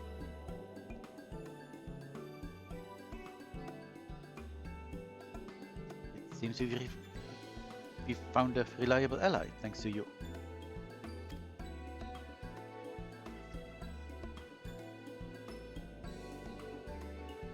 Oh, teacher, don't forget, you should ask about the journal we found. Yes, of course, I was just about to mention it.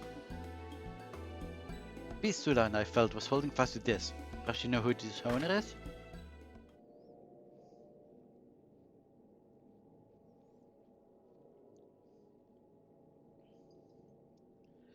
This, by the minutiae. Yes, I do in fact know who penned this journal. They were dear friends of mine. Unfortunately, they didn't survive the tragedy that befell us. I see. I'm sorry for your loss. You get a deeper voice every time. I'm sorry. Thank you. Luckily, the memory lives on in their child. And now this journal. When she comes of age, I'll show this to her. that you might know to come who our parents were. Didn't we already kill the monsters that both... No, they didn't become monsters, what? But how did the monster get the journal? Oh well. Life is but a string of meetings and farewells. It is our memories that sustain us, that give us life. In this way, those whose journey has ended watch over those with the strength to step forward into a new day. Is that what your grandma used to say? Of all the wisdom grandmother passed down, I hold this to be the most precious. Memories are the greatest treasure that we can leave behind. Your grandmother had a way with words. She could have taught even the divinities a thing or two. I dare say you may be right, young Rakashir. I am not half so wise as she was, but a sage advice has been a beacon which has always guided me through.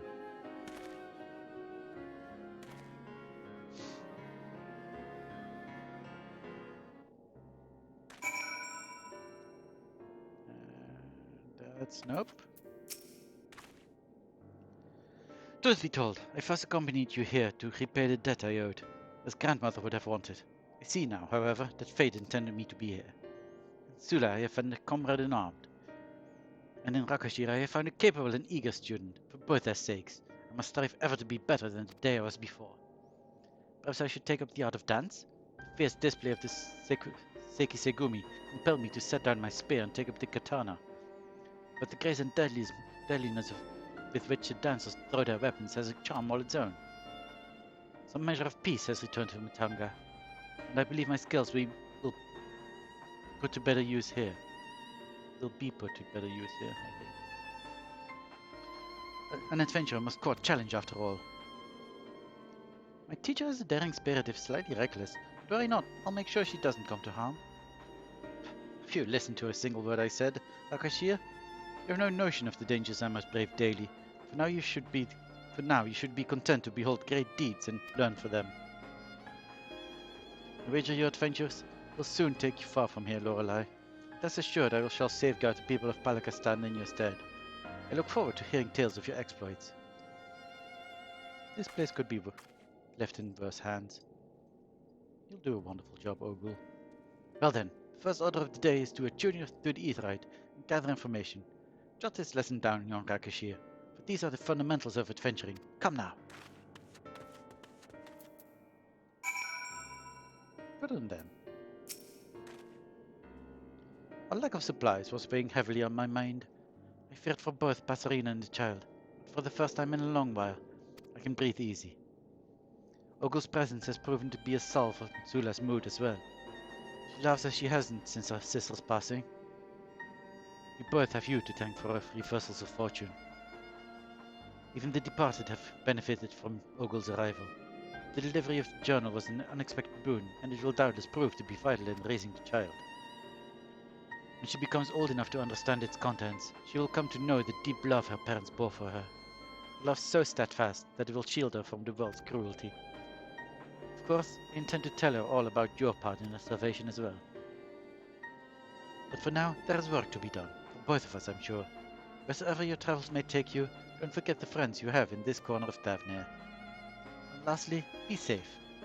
If you die before I can repay the debt I owe you, I'll hunt you through the 7 hells until the ledger is balanced.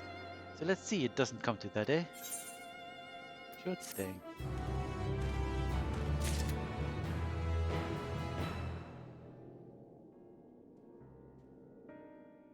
And it would appear this quest chain is now actually done. It was so nice. But now we must go back to Razatan. Or near Razatan, I guess. To speak with Estinian first. Don't fly. 2 feature quests.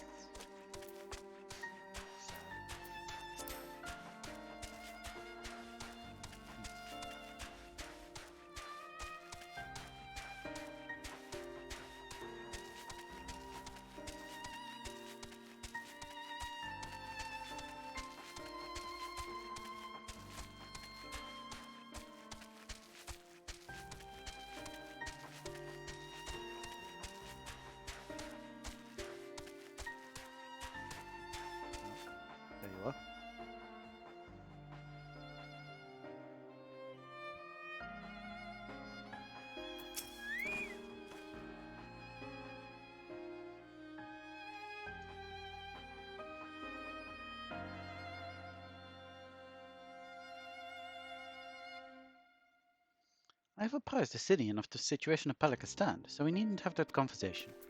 That's good. How do you suppose the others have fared in the capital? I hope things have not been too eventful in our absence. Alphino told me everything. Full glad am I to hear the people are safe. Likewise, you will be pleased to know I found no evidence of lingering beasts in jungle and ruins. It would seem you finished off the last of them.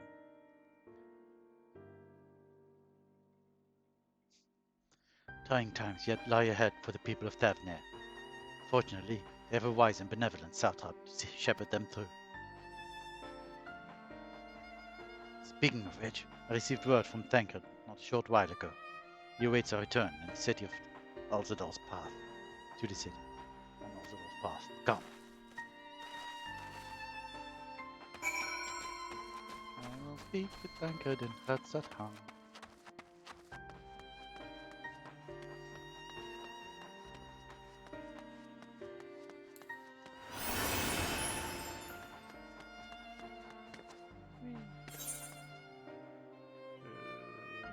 I don't care.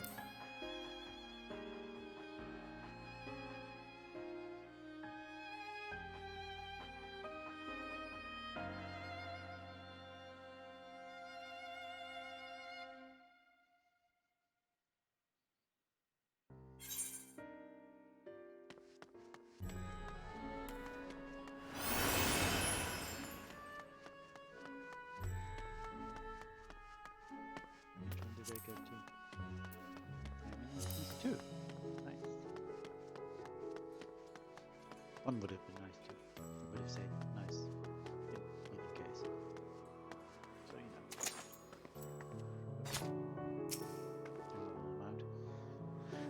The old woman who became a beast said her grandson had gone to Palakistan. I hope he survived.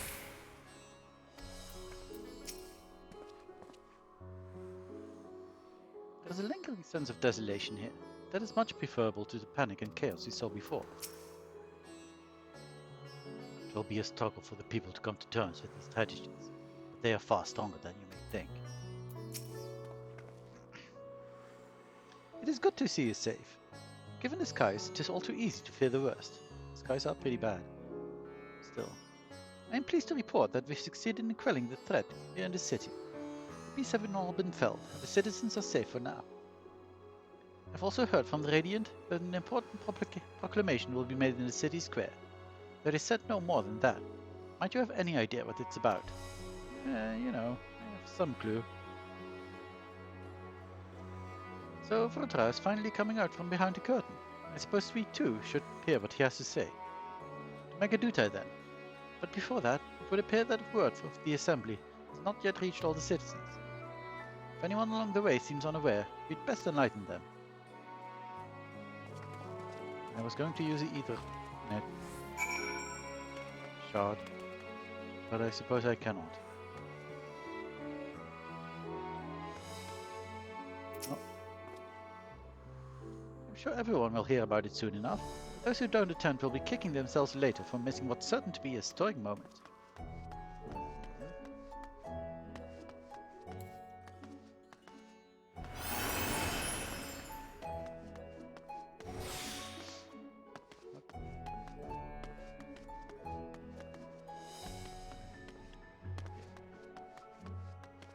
Done this one.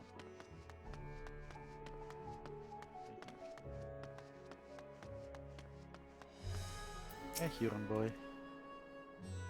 Are the beasts all gone? I've been hiding and I'm too scared to go out and look. Oh, that's a relief. Thought one of those beasts was going to eat me. I wonder if Roshan is. He's the slowest runner. I hope he got away. He could be with the other people from the palace. Maybe I'll see him in the square. Maybe. Seems somewhat likely. A spooked youth.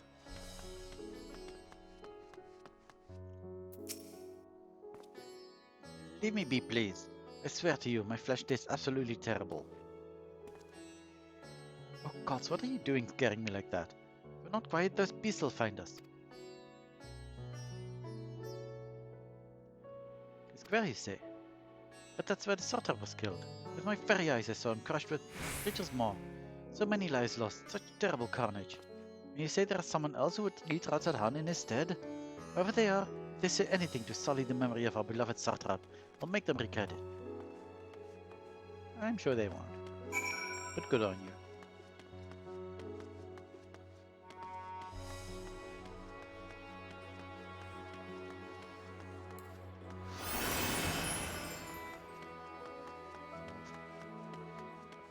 Hello everyone. Almost clicked Z again. Finished rounding up the stragglers? The proclamation will begin shortly. Let's wait here, lest we miss something important. Welcome back, Lorelei. Orphano told me everything. I was pleased to hear that Vritra has chosen to reveal himself at last. The people of Razadhan need a strong vice Satrap more than ever. People are slowly making their way here, but many are still gripped by fear and doubt. Hopefully Vrtra's message of hope will resonate strongly enough with the ones willing to listen, and spread to every corner of Thavnir. I hear you were able to bring the situation at Palikastan under control. I realized loss is tragedy, but you should take pride in doing what you could. When I assumed command during the earlier panic, I did so instinctively and out of necessity. It was not my place to give orders, but I am glad the people heeded them. But now they have need of a true leader, a magnanimous and just Satrap, who can guide them every step of the way. Fortunately, they are blessed with one such soul. If anyone can protect and guide them to this calamity, it is he. Indeed. It would seem that people still have lingering doubts, and I cannot blame them. Yet we know what strength this afforded us with one of the first brood on our side. I have faith that citizenry will come to understand and accept in time. Vermin man working towards a common goal. Isn't it something?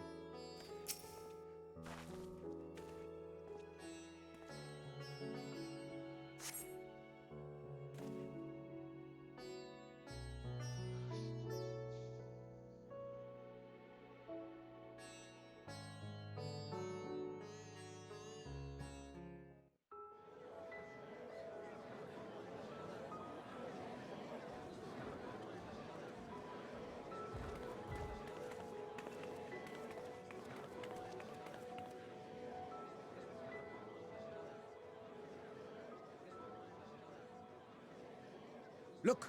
Someone's coming!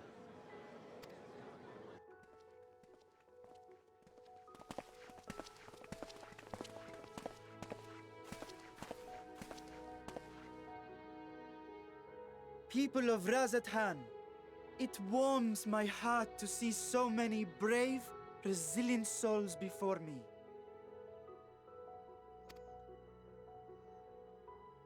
Today, I would share with you a great revelation. But before I do, I must make a humble request. Do not be alarmed, nor avert your eyes. See the one I unveil for who he is, and know that he means you no harm.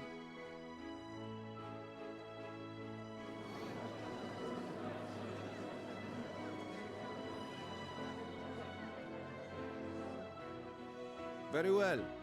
I dare say it can't be worse than the horrors we've already seen.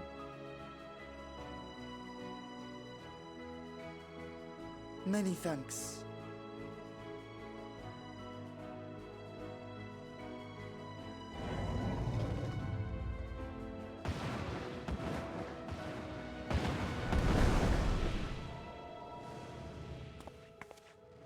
A dragon!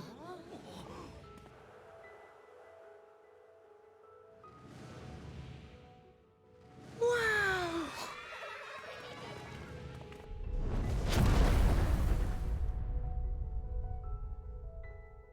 People of Razadhan, I am Vritra, and for years uncounted hath this isle served as mine abode.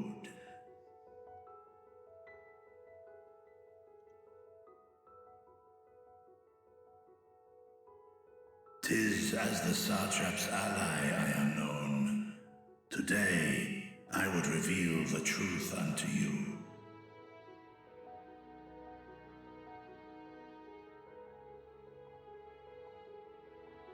Let us hope they accept him.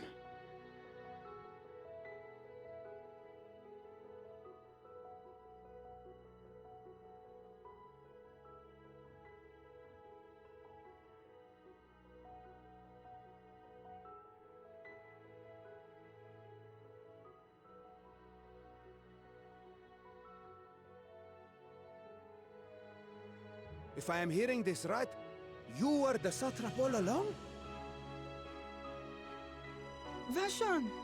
I mean, Master Vitra, does your divine eye really see all? Nay, child.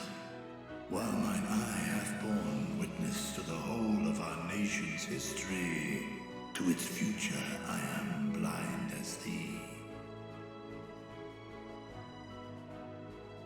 Countrymen, calamity the likes of which we have never known is come to Fae'ret, our home.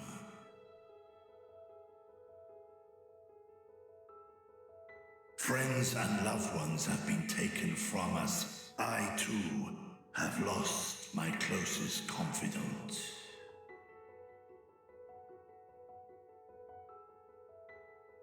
Ahawan loved this land and served it with dignity till his dying breath. A nobler satrap there will never be. For so long, I lacked the courage to face you. I will not easily earn your trust, this I know. And yet, I cannot sit idly by and abandon Radzat to her fate. A font of boundless vibrancy, this jewel of the ocean. Since time immemorial hath she glittered with every color imaginable. To this dragon, slumbering in his dark lair, 'twas a mesmerizing sight, and one that brought no end of joy to my heart. This calamity hath stolen too much from you already, yet so long as you live, the light of Radzat will never be extinguished. I pray you let me watch over it, over you, and lend me your strength, that we might face this trial and those to come as one.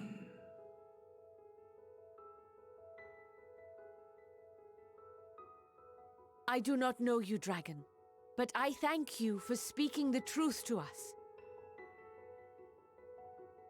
As divinities, both Manusha and Riga once joined together, so too do I believe that hand in hand, we can overcome this ordeal and welcome an era of peace.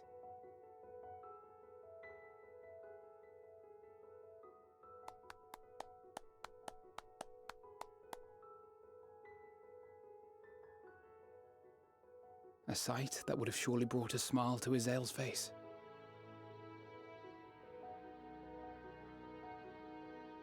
Indeed.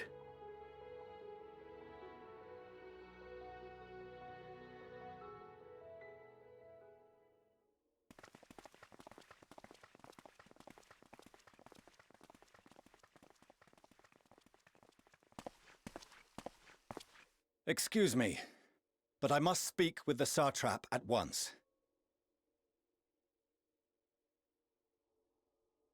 Father.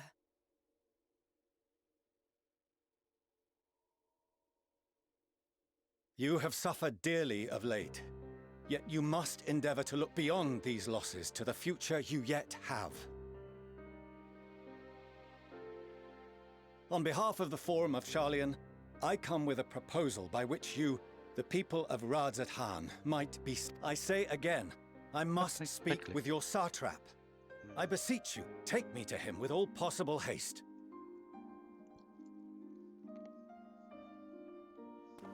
I am satrap here. Speak thy proposal.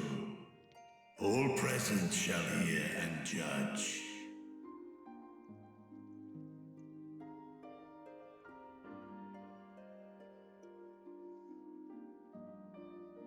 If I have given offense, then I apologize. First, allow me to share with you what knowledge we have of the phenomenon responsible for your woes. The final days.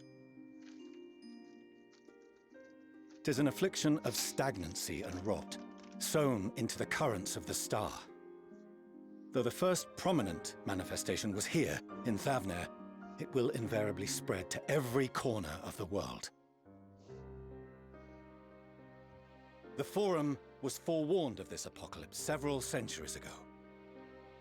Thenceforth, my predecessors sought to prepare for the end times in the only conceivable fashion, by securing a means of escape.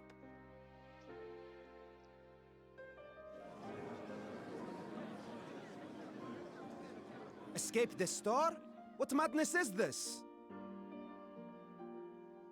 You said it. 'Tis by no means madness. Eh. With the coming of I the guess seventh umbral calamity, the true nature of the Red Moon, Dalamud, was revealed. That it was an artificial construct of ancient Alag.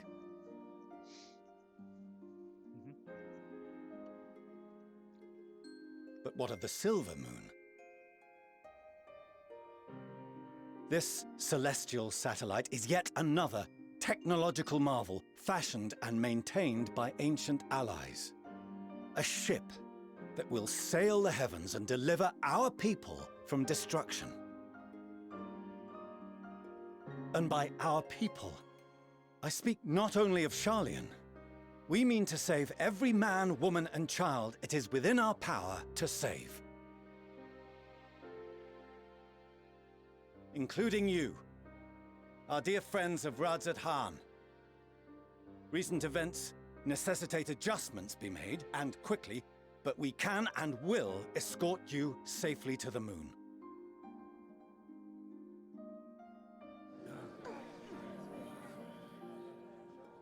Long has thy forum been allies to Thavner. I trust thou dost not extend this offer lightly. Yet I wonder, is this truly the way? Is there a future to be built for us beyond this star our father deemed the last bastion of hope? It is for that very reason I come before you and your people. To answer any and all of your questions. To offer my assurances and allay your fears. Okay. Though, if you wish the best for your people, I advise you to render your decision swiftly.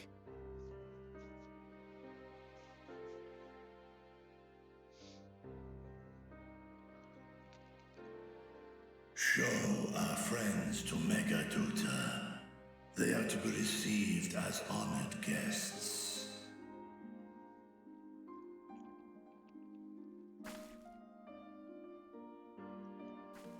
Worry not. Whatever decision is reached, your paths shall be yours to decide.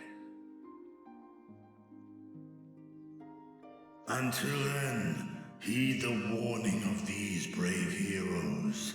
Guard your hearts against fear and despair, for it is within such fertile soil that the seeds of blasphemy find purchase.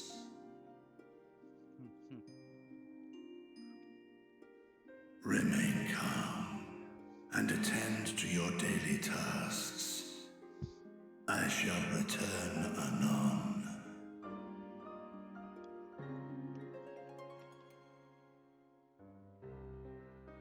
We'll do as you say, Master Vitra. We believe in you. You have very nice eyes. Bye.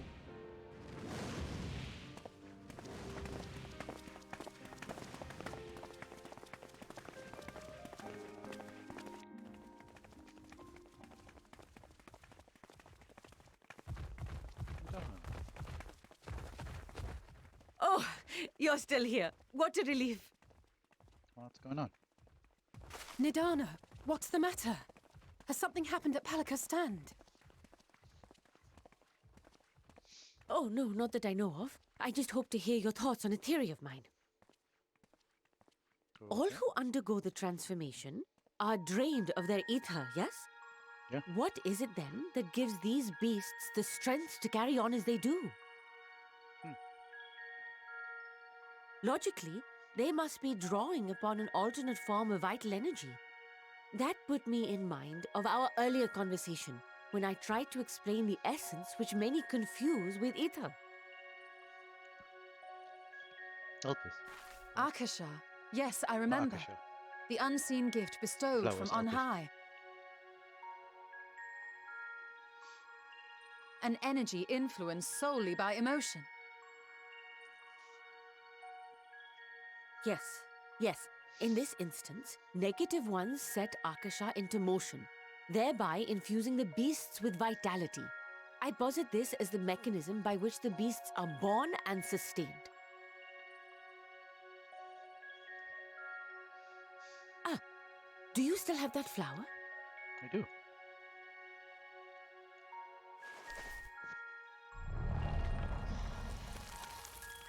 Oh no. I don't, apparently. If we accept that it once shone bright by drawing upon Akasha, influenced by the thoughts of those nearby, then fear, terror, despair, negative emotions so powerful as to suffocate it, permeated the air in this place.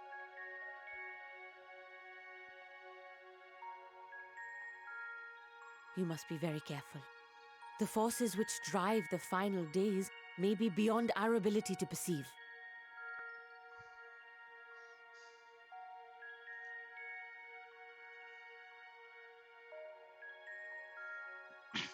Sorry, I didn't mean to scare you like that. At any rate, I will continue my research into Akasha. Do temper your expectations, however. There are sadly few detailed studies upon which I may draw. Formulating a new theory as you have is itself no small feat. I wish you well in your endeavors, and pray you take care. Thank you. You stay safe as well, yes? Till next we meet, and we will meet again.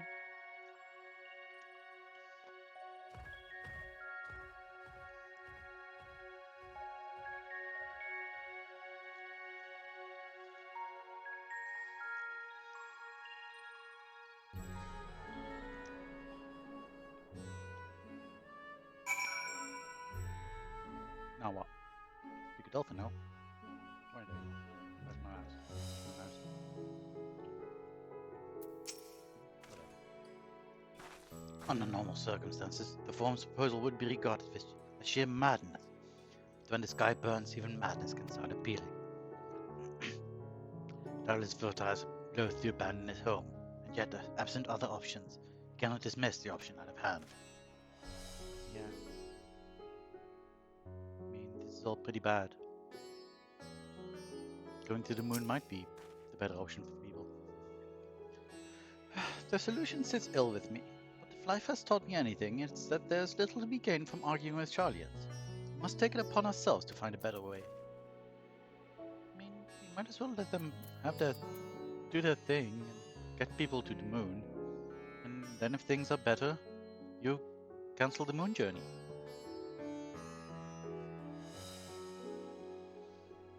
Let them do their thing. That's what I'm saying. Even were Vertra to acquiesce to their proposal, just how do the Charlians intend to transport the nation's entire populace to the moon? I don't know. Soldier of the Radiant there. If I am not mistaken, he accompanied Ahawan to Afana's party. Could it be that he knew Vertra's identity all along? That would make sense. You have no better, safer course of action to offer them than fleeing to the moon. I know this, yet Vultana's people love their home. There must be something we can do.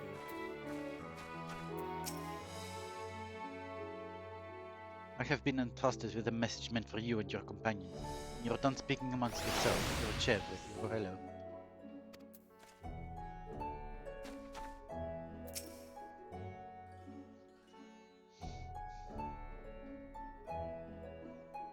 As far as we have come, and after all the horrors we have seen, there is still so much we do not know about the final days. Could it be as Nidana said, that the cause of this phenomenon is beyond our comprehension?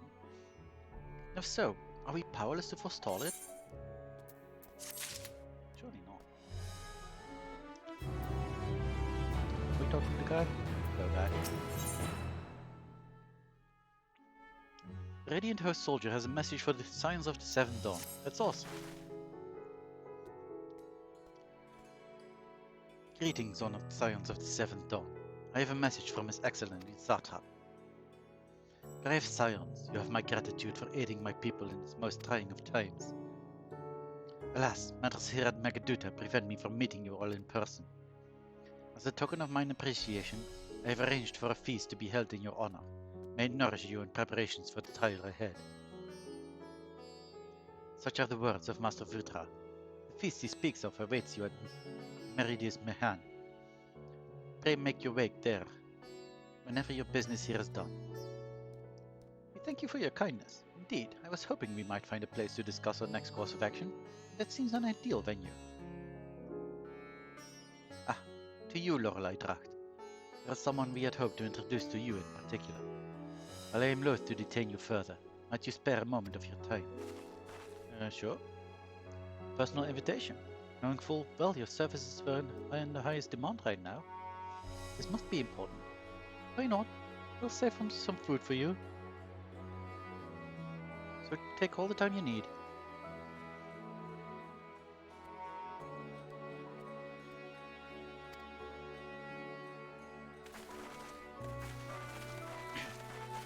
So, who's this person? Thank you, friend. Whenever you are ready, please join me in the Aetheryte Plaza. I shall go on ahead. Sure.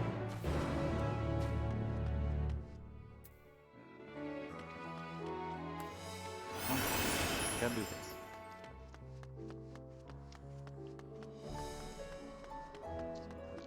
Still untuned because I couldn't.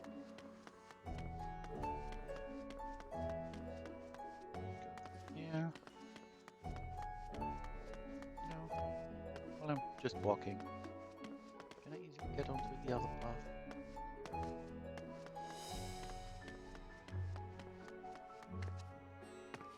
Squeeze through here.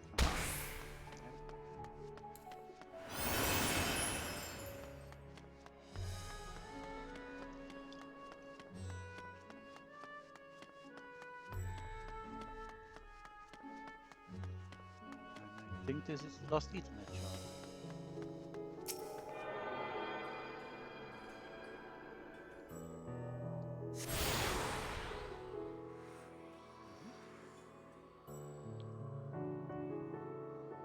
Well, this will be nice.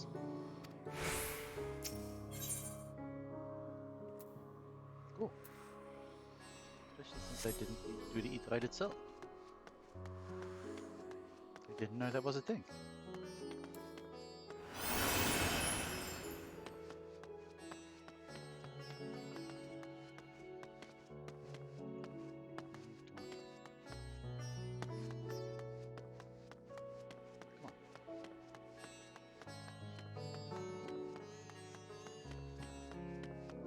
Radiant Host Soldier.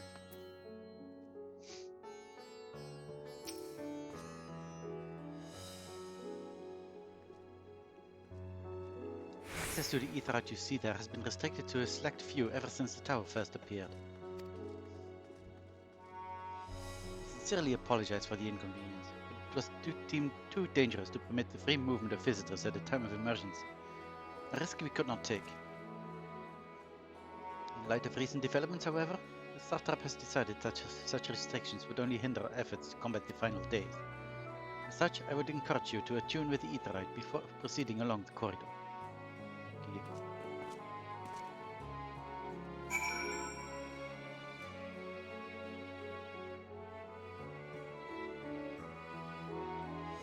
Let's go do so. Finally, we can be attuned to all the things. And finally just teleport here. I tune to the ether. Haha. Which corridor do I... Oh, man. This place that I just went to. No, it is not.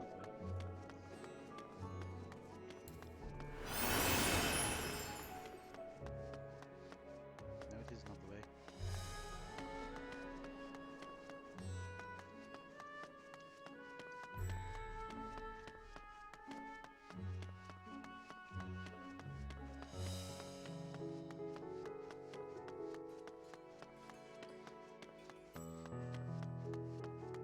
Oh well. Could have used even the charm.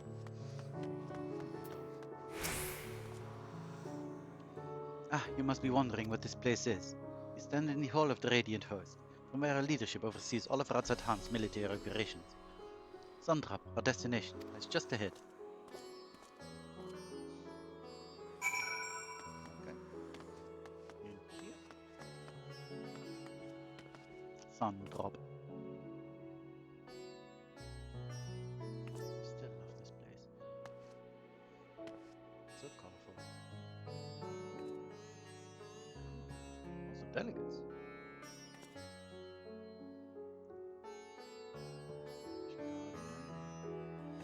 Rosian places. Doma. Not Dalmascan one.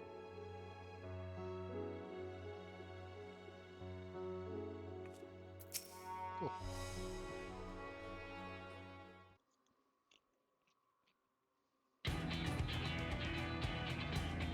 Welcome to Sandra, but without further ado, allow me to introduce you to... Go quickly because I started thing. Aha! So you're the famous Lorelei Draft, eh? You knew the moment you stepped through the door. With the look of one who's walked through hell. Shirabat, please! You're speaking to the Satrap's honored guest and savior to our people. Can you not show a modicum of respect? What disrespect is there? Paying a fellow warrior a compliment. We're friends here. Will be soon enough. Formally then, for the benefit of my countrymen, it is a pleasure to have you with us, O great champion of Eorzea, Scion of the Seventh Dawn, warrior of light, and all-around good egg, I'm sure. Yay, my good egg.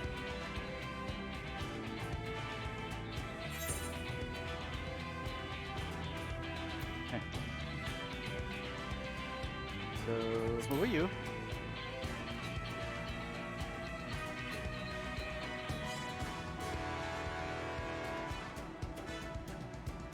A fool with too many scars and knees that ache in the winter. The name's Shirabat. I attend to business here. So what sort of business? How can I put it? Razat Han welcomes delegates from other lands to oversee trade and diplomatic dealings. Then there are military matters to discuss, which is why all these officers are stationed here in Sundra.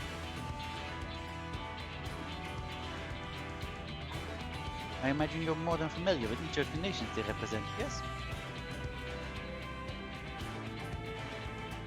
Got representatives from Doma?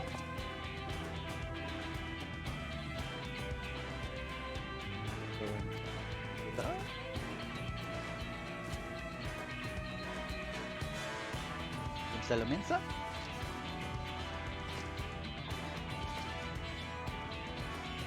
Britannia? Last but never let it be said least, Ishka. They're the eyes, ears and mouths that bridge the distance between Razat Han and the respective homelands.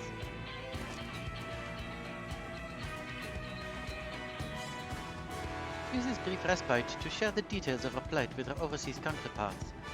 And wouldn't you know it, all of the leaders requested a few words from you specifically. You're a woman in high demand, eh? And so, would you mind regaling us with your own account? Indulge us before you indulge yourself. Sure thing. We love speaking.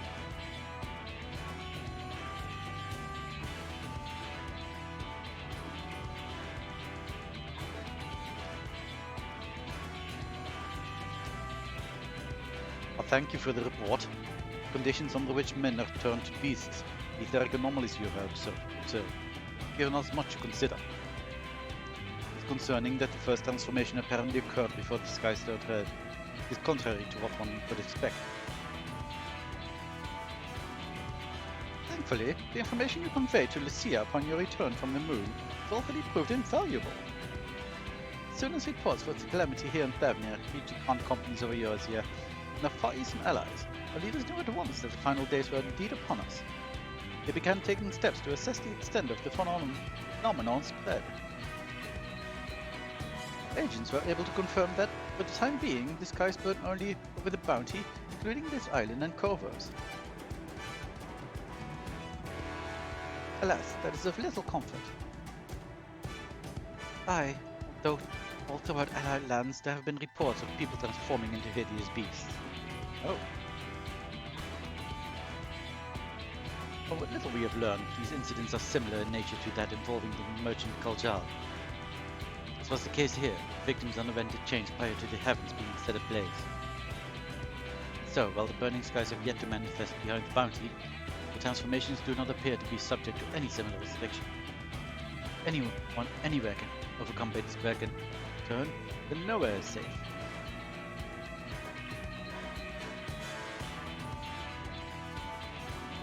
That's about the size of it. Speaking of which, you ought to give these creatures a name, don't you think? I have completely lost your accent there. Here in Ratzathan, we've taken to calling the first change, which tends to be the biggest, blasphemies.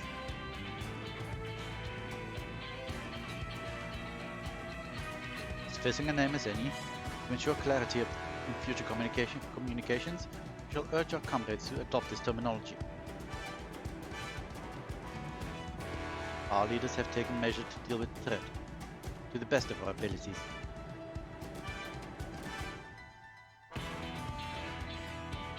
Aye, each nation has assembled their own groups of elite soldiers, to put down these so-called blasphemies and their spawners as and when they appear.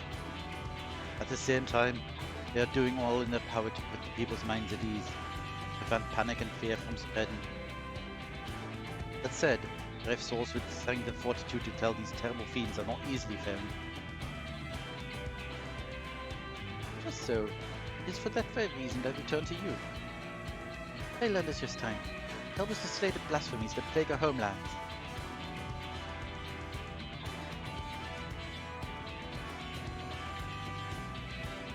Now, you don't have to give your reply before dinner. I should also mention that each blasphemy seems to possess widely different characteristics. What works well against one may serve you poorly against another. So before you go rushing off to save everyone's day, have a word with the delegates. They'll tell you what to expect.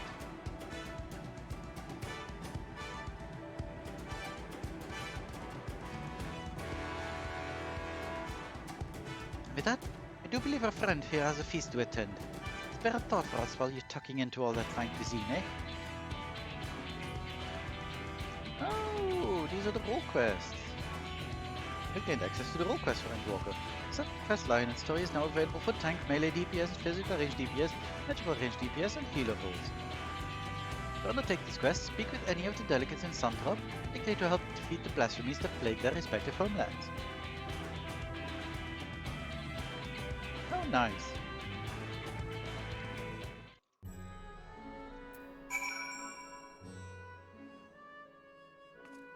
Is this necessary? The Uldan delegate doesn't have anything.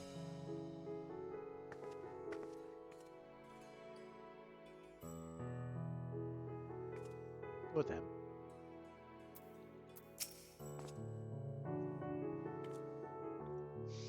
Pray forgive Shar about her rudeness. She can be a bit boisterous at times, but it is simply her nature. It is totally fine, my dude. Anyway, my apologies for keeping you from your hard-earned rest. You will be rejoining your companions, yes? Do you know the way to the Mahane?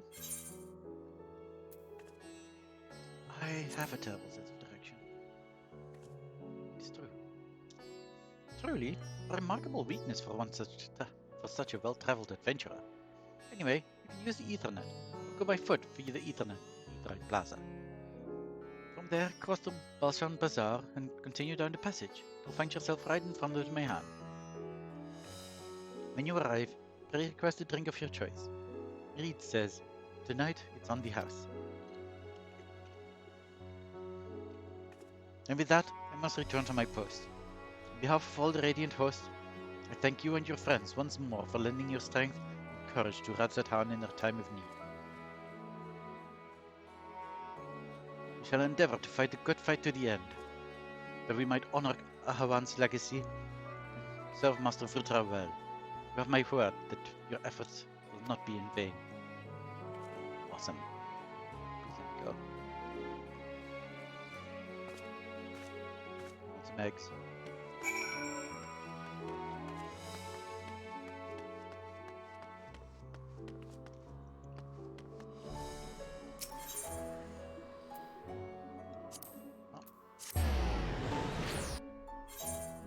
Don't need a sense of direction when your Ethernet child can get you there.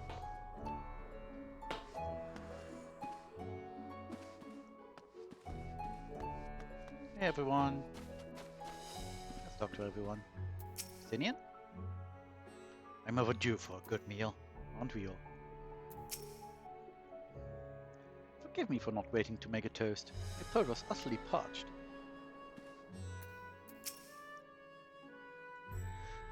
The third here has been quelled, but our job has only just begun.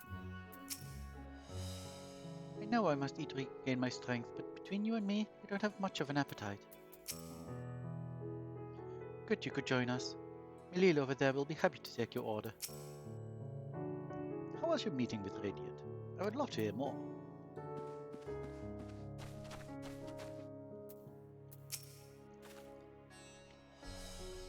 Welcome! When the Satrap asked us to entertain a party of honored guests, I was wondering who it might be.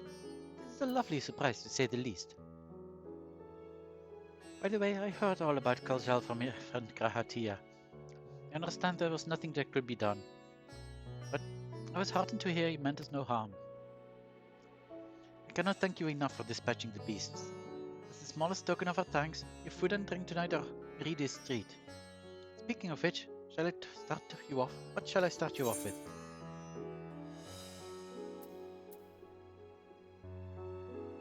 I've heard good things about your chai. I don't need water.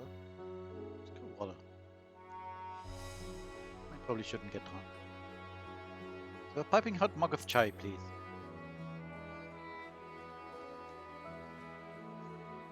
As you wish. Pray join your friends, and I will bring you your drink. I will join my friends. Hey, Stola. Here's my friend. Welcome back. Whatever did Radiant want with you, pray tell? Someone is sprinting over there. Our allies have sent the military delegates? That's news to me. Mind sharing the details?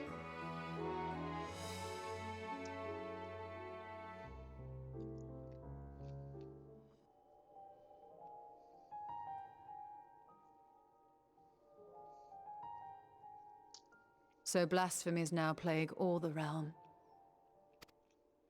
Yeah, It will also- only get worse if what Father said is true. As it did in Amarot. If that's our model, then shouldn't we expect the effects to grow more severe as it feeds off its own spread? As if people transforming into those monstrosities wasn't bad enough. If the flora and fauna, if the land itself turned against us. No one would survive.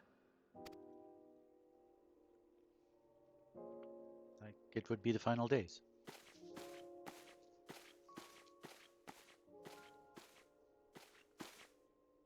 Here's your order, friend. Thank you.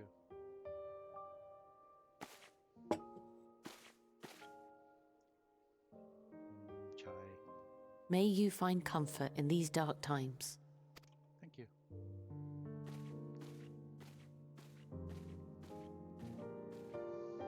Where do we go from here? I do like that some of these little choices affect very little things, like actually getting chai.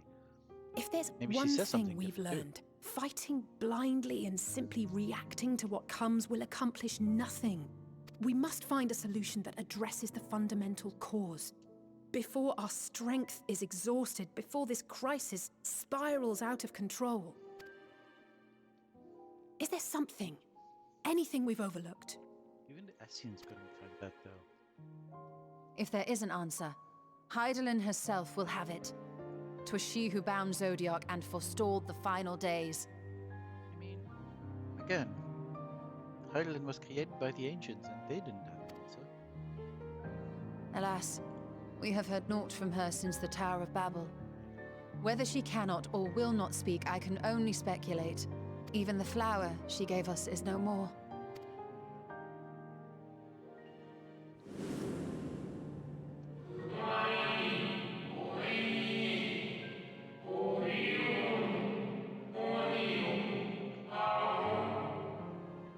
In our time, we called it Elpies. You would do well to remember the name.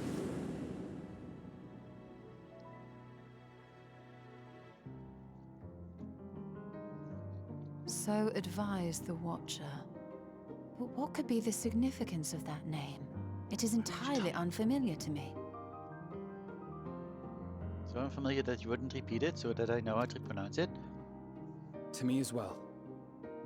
It meant something to the ancients, though. In our time. Most surely. Yet I do not recall a single mention of it in the records of Anida. Another dead end. And quite literally. It's not as if there are any ancients living we could go and ask. Not alive as such, but not quite dead.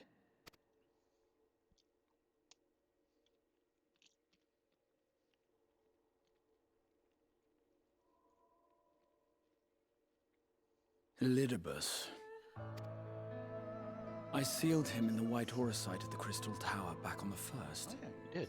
Contained within that reservoir of ether that maintains it, ether that is returned little by little to the sea. Naught may remain of his soul. However, if part of it lingers, we might be able to speak with him there. Figured we would send me to Amalot.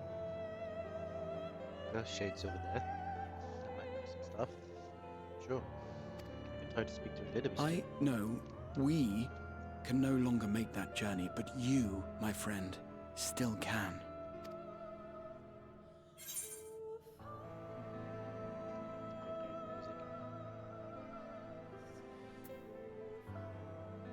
It would be an opportunity to look in on the others as well.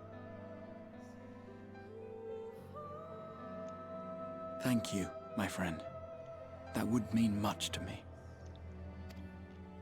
If nothing else, should we learn the First is safe, we'll have that much more reason to keep fighting the good fight. That said, the odds are not in our favor, to say the least. Which is why we're fortunate to have Urianger up there on the moon, working hard to make all the necessary preparations for our departure, should it come to it. And why we have nothing to lose by staying the course till the last instant. Indeed. Indeed. To the last, let us all do what we can. I will consult with Yes. Master Matoya and see if she knows of a way to reach Hydaelyn from the ethereal sea. And I will visit the nation's leaders and attempt to ascertain how far the final days have progressed elsewhere. Keep me abreast of your findings. I can seek out and slay the worst of the immediate threats, if only to slow the spread. Unease, terror, despair. Try as we might to suppress them, these emotions will return to harry us time and time again. But when they do, remember this. Your friends and loved ones are out there somewhere, sharing in your struggle. You are not alone.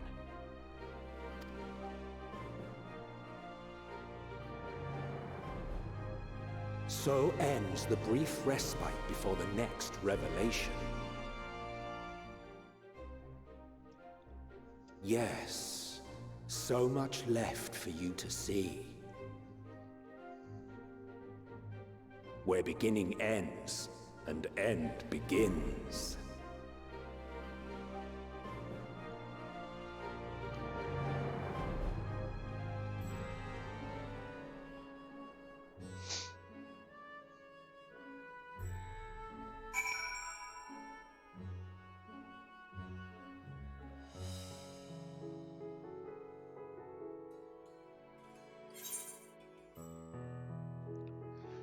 Okay.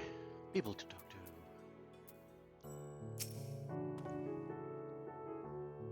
nothing like a feast to lift the spirits. I trust you enjoyed yourself as well. I like that chai. If the Forum truly has been spurred to action by Hydalin's prophecy, then is it not odd that the anti-tower was entrusted to Master Matoya, who bears them no love? No doubt she has a reason for this, and I would know what it is.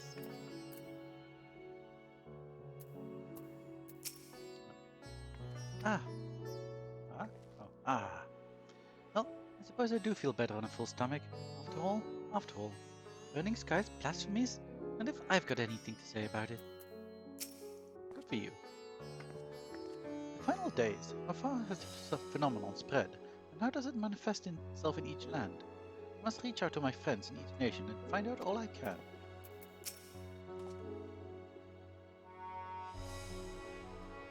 Beasts and blasphemies may be running amok in nearby lands outside the influence of Radzadhan and the lines. If so, I may need to go hunting. No, I already talked to you. Now then, is there anything we've forgotten to mention? Are your arms and armor in good order? I think so. I hope so.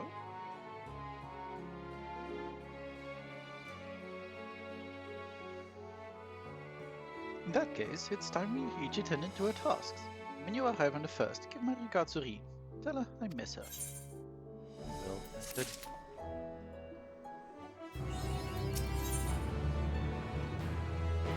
On the 86 quests. Whoop whoop.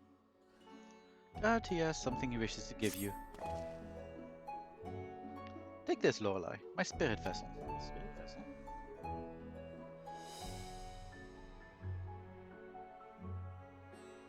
Empty now, of course, but it should allow you to operate the tower systems in the umbilicus. Oh yeah, of course.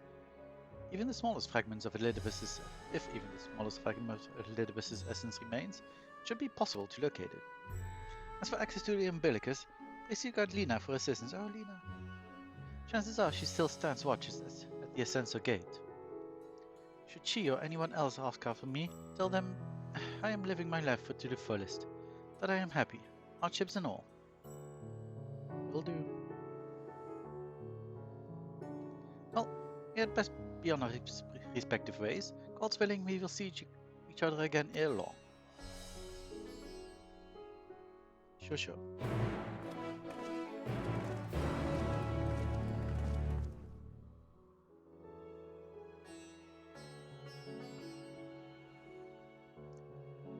And I suppose we're going to the first. To the Casterium. Which is less expensive to go to than, say, Charlian.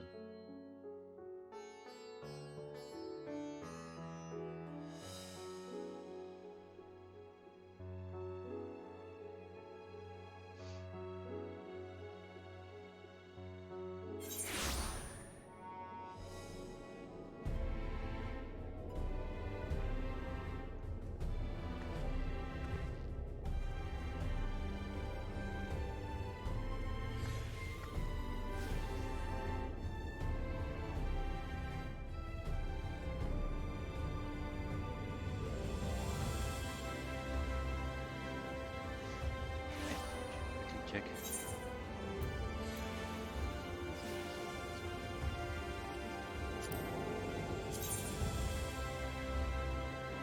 Definitely very clean. That's the thing. Oh well.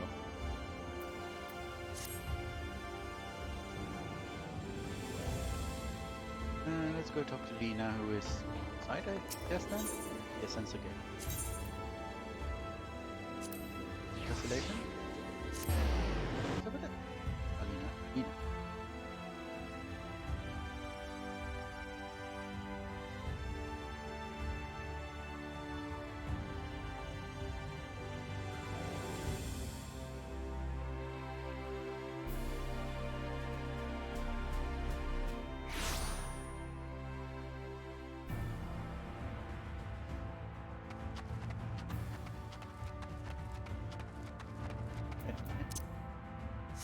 In a place.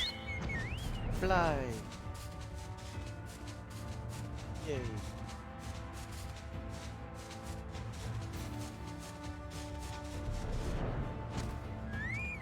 do your voice again, which I absolutely cannot. Second time. That's your voice, which would be nice.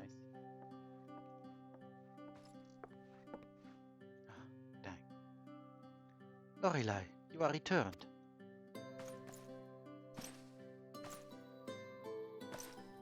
Yep, I'm here. Have you been well? You and the others? No shortage of troubles, but we're well enough.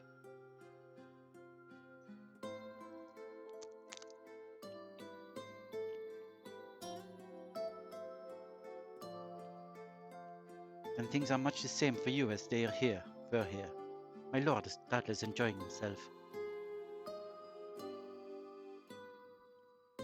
He is actually. He said this to you. These exact words. Oh, to know that he is happy. It fills my heart with joy. Thank you, Lorelei, for taking care of him. The next you see him, please tell him not to overexert himself. Futile request though it is. Will do. And tell him that all is well here. The peace you gifted us continues, and we work hard to build our new lives for ourselves. In the course of this, we occasionally bicker, but we've never been more optimistic for the morrow. If I had to mention one dilemma, it would be the question of our governance. Even as we speak, debate rages over how we should run the city in the Exarch's absence. Most are of a mind that the Settlement Council should continue to oversee the general running of the Crystarium, while representatives are elected to determine policy and handle diplomacy.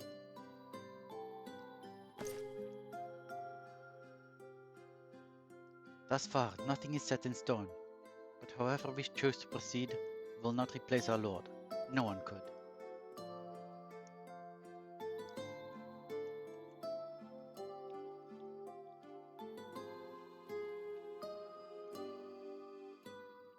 Have we recently observed any unusual phenomena? No, I cannot say there have been. Curious that you should ask me this question, though.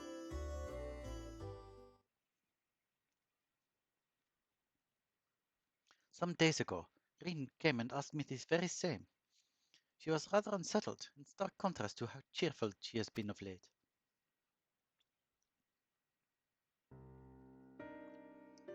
Green has been dedicating herself to the restoration of the empty, you see. Though it will take many long years, the gold seems to have given her a newfound sense of purpose and fulfillment. So when I saw her in a state of such worry, I couldn't help but feel worried in turn, especially since she wouldn't tell me what troubled her. I dare say she would be more willing to confide in you. May I ask you to broach the subject with her? Of course, I will do so. You wish to enter the umbilicus?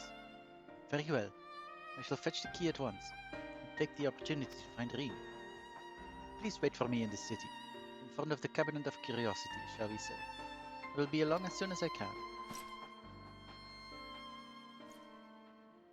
Thank you, Lena. You're still pretty.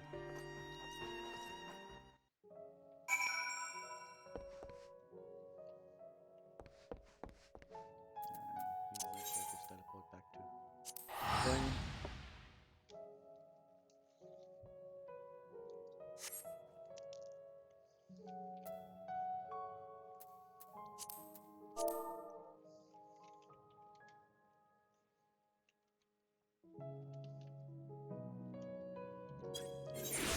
Quickly go turn on the lights.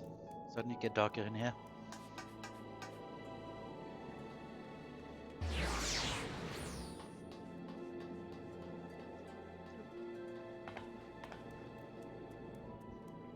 Lights have been turned on.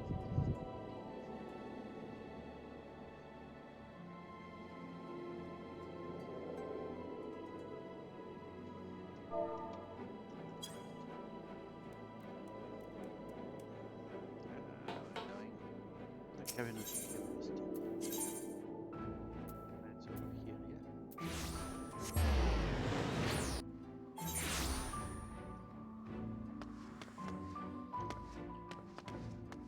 Destination.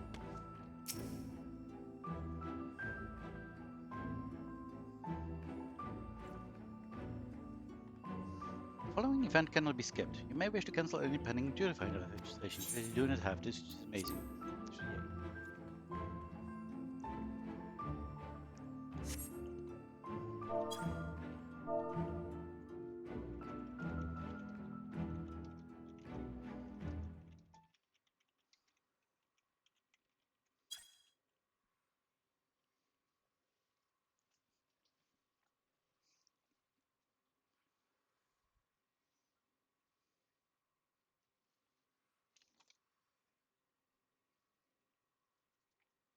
Do my old eyes deceive? Is that truly Lorelei? Who are you? Who are you? Oh, it's you! Ha, it is! Glad am I to see you. Hail and well, my friend. What a wonderful surprise it is to have you back with us, and at this most opportune time. In case you hadn't heard, we are planning to produce a tome chronicling events from the Flood to the Knight's return. For this project, we intend to draw upon records kept by the world's peoples. Historical and contemporary first-hand accounts will be the centerpiece of the tome, but yours would be the fun to count them all. I've been asked to contribute chapter on soul, a subject that is key to understanding much of your endeavors. In the course of developing the spirit vessel, I have gained valuable insights into travel beyond the rift.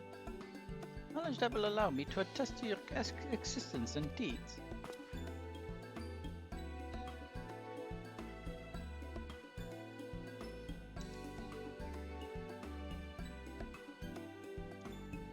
There's no end to the question I was asking you. If you could indulge me just one for now. In your quest to restore the Knight, you faced many a formidable foe. Among them, who offered you the greatest struggle?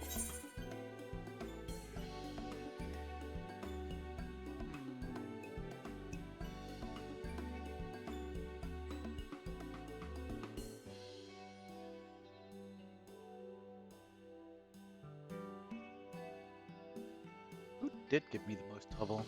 I mean, we did Hades pretty easily because other players were there.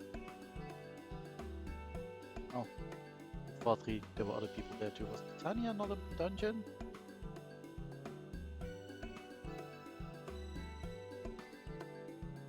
I don't think we had much trouble with 4-3 either. You know what? This may come as a surprise, but truly, I never would have guessed. Even then, if I could, I suppose I wouldn't have to ask. It is a tremendously eye-opening answer, and we will see that your account of this battle features prominently in the tome.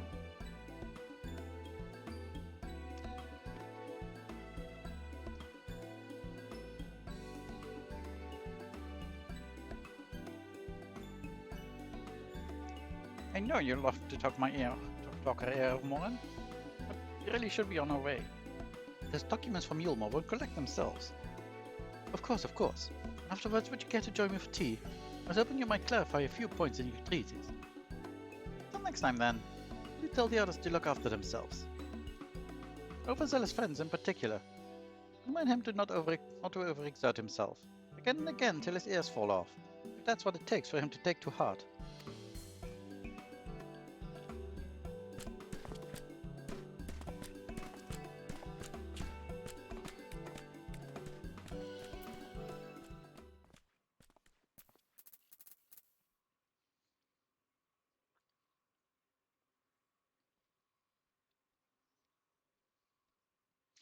Is that a warrior of darkness?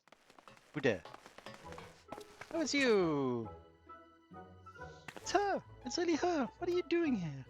If you're going into battle, I can give you some medicine. I made it myself. Best not, Riki. You'd only give her a stomachache. I've come to see Morn to get his advice. One of the guard finally agreed to teach us how to fight. But first we need to choose a fighting style. Well, I know that I want to be a mage. Arkil isn't sure.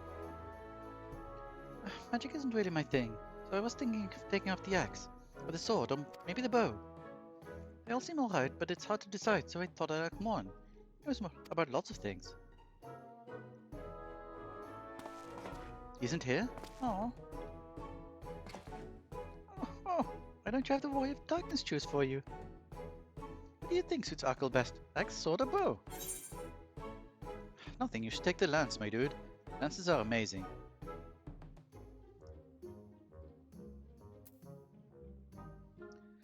But I suppose of these classes I like the paladin best, so also the answer is best. For protecting your friends, the sword.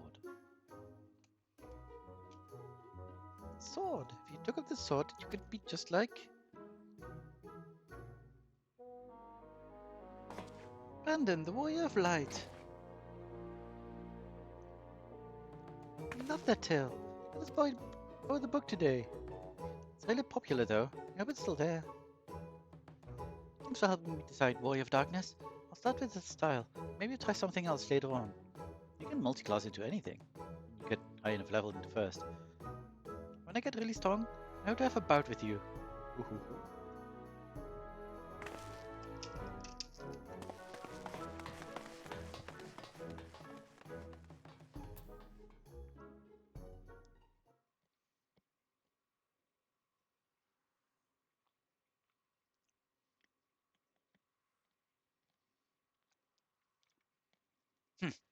Such fun she's been having basking in the adoration of musty old bookworms and wide-eyed younglings. But does she spare a thought for me? Of course not. Were you?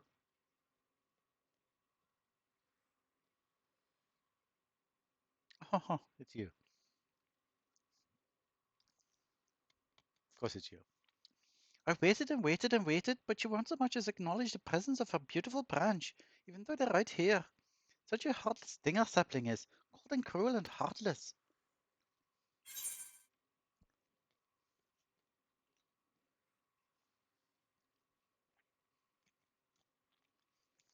Oh, faithful Fae'ul, lovely as of branches. I've missed you.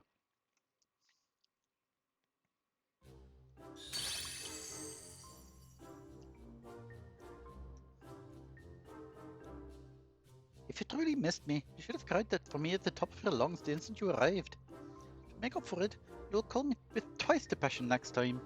Though for there to be a next time, with some few struggles to overcome.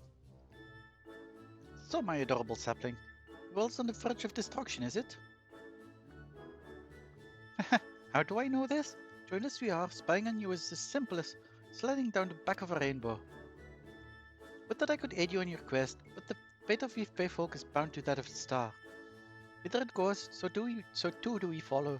Such is our way. The most I could do for you is spare you the pain, by gifting you the sweetest of eternal dreams. But if escape's not to your liking, then you must struggle with your fellow mortals.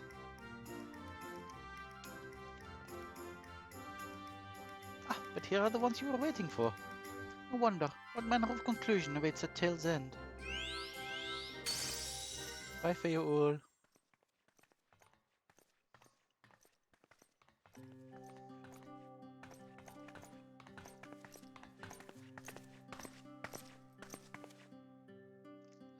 My apologies for the delay. Orlai, it's so wonderful to see you again. You doubtless have much catching up to do, so I shall leave you to it. I've taken the liberty of unlocking the umbilicus. You may enter at your leisure. Thank you. Love you.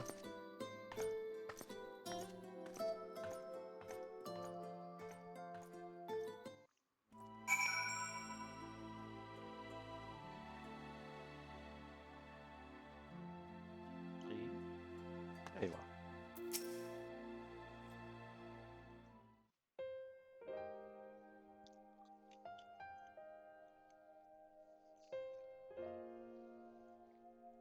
I'm relieved to hear that everyone is well.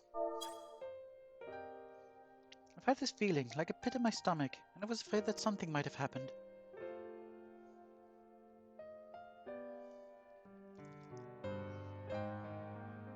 Maybe I'm overthinking things, but it's just that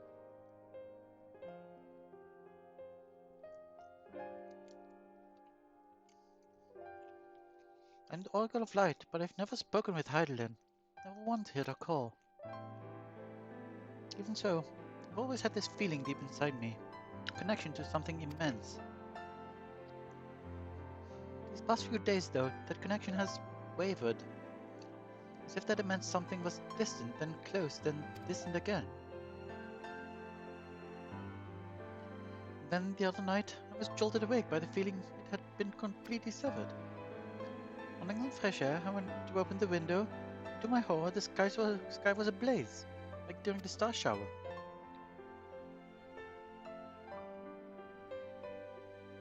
But then I blinked and everything was normal. The next day, no one said a thing. No one else had seen what I had seen.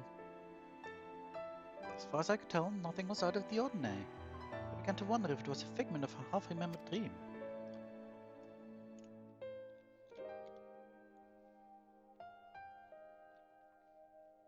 Lorelei? What are you not telling me?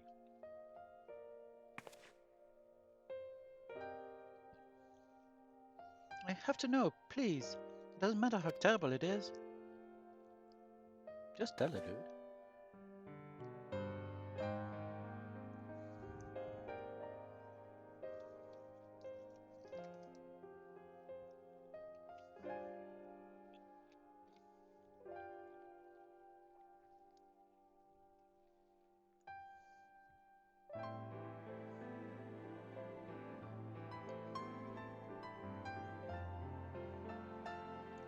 It wasn't my imagination then. The doom we witnessed in Amarot has come again.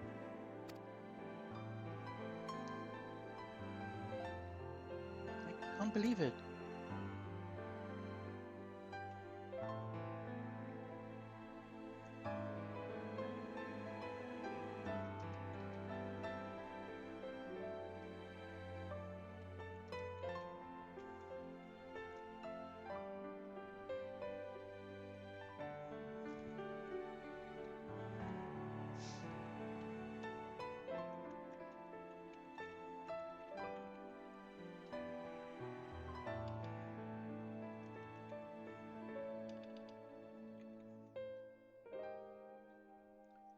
Like I told you before, all is well here in the First. So don't worry about us, please. Look only to the threat before you.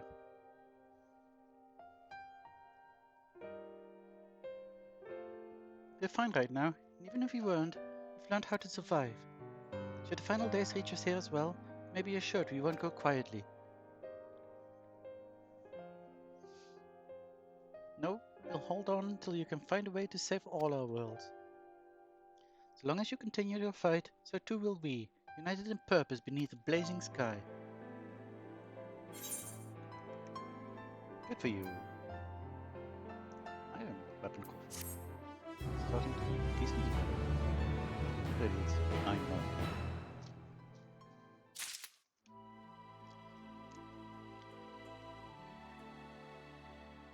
Give me quest. Give me quest. Thank you. Green wears a look of steely resolve. You headed to the Umbilicus to consult with Elidibus, right? What is consulting of my own and speak with Lena? Is that how we might best prepare for the final days? So it's farewell for now, but we'll see each other again, I'm certain of it. Hello.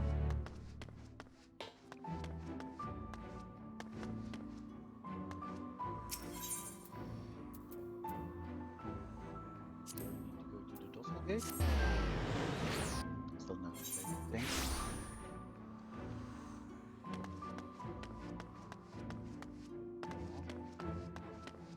There's no crystal exarch to have business with. Sadness. Ah, Mrs. Lorelei, welcome back. The captain has told me all. Give the word and I will show you to the ocular. Thank you. Please do.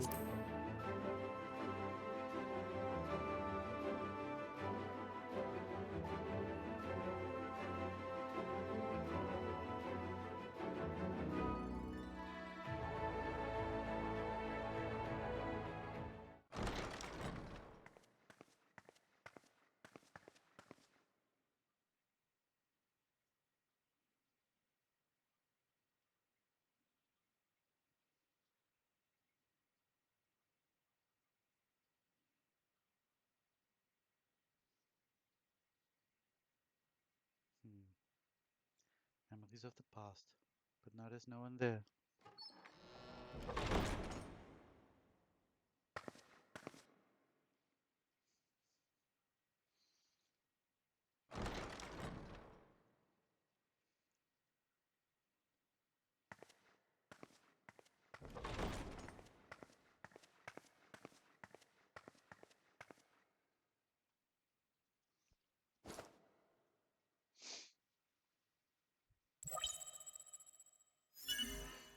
Biometric authentication complete.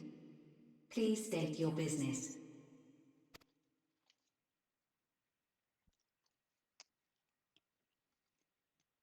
Acknowledged. Reinitializing Circus Tower systems. Searching for Elidibus entity.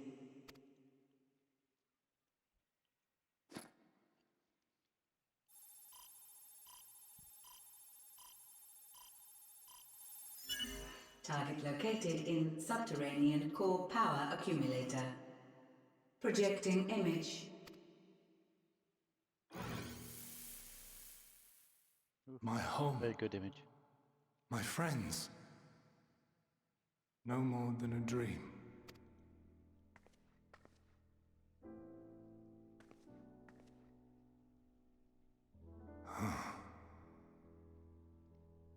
You. Why have you awakened me? I no longer sense those places beyond, or Lord Zodiac. You must explain all.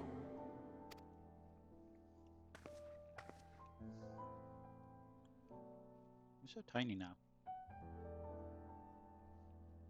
Look at you. Cute.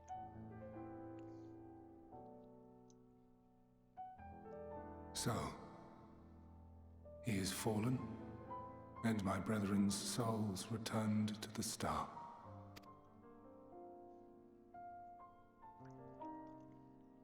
The doom we sacrificed so much to prevent is come again. Old burdens now yours to bear. But if this is Fandaniel's design, then I, as Elidibus, have a duty to fulfill. Your unsolicited act has restored to me some few memories of the convocation. Such knowledge as I have, I will share.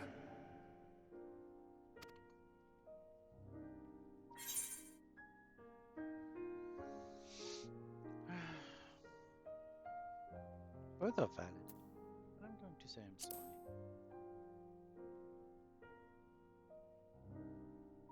Why apologize for receiving a favor of the defeated? If it sits ill, consider it payment for freeing Lord Zodiac from servitude. Where to begin? Ah, the end. Your understanding of what caused the final days is consistent with our own. The decay first took root where the currents were weakest.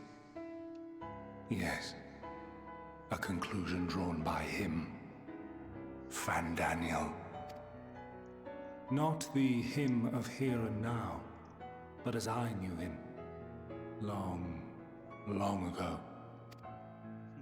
Having shed light upon the phenomenon, he dedicated himself to devising a countermeasure.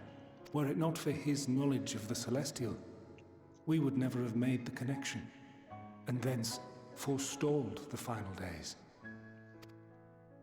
And though he inherited that noble soul, how different this last incarnation, so consumed by self-loathing and hate. Yeah, very unfortunate. Emmett could have chosen a better person for the job. Elpis. Yes. The name is familiar to me. Okay, so it is Elpis. Okay. Yet I know it not as a flower, but a place. A testing facility for determining which of our creations were fit to be released into the world. Many worked there, and before joining the convocation and assuming the title of Fandaniel, he was their chief. He was Hermes.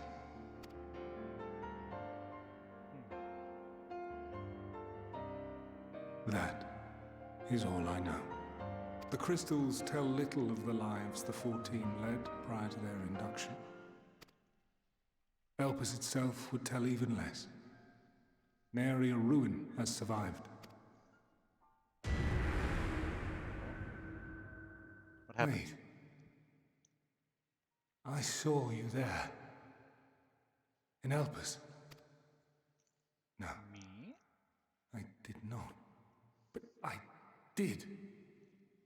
I did. A lingering trace of impossibility. And a truth that fills my heart.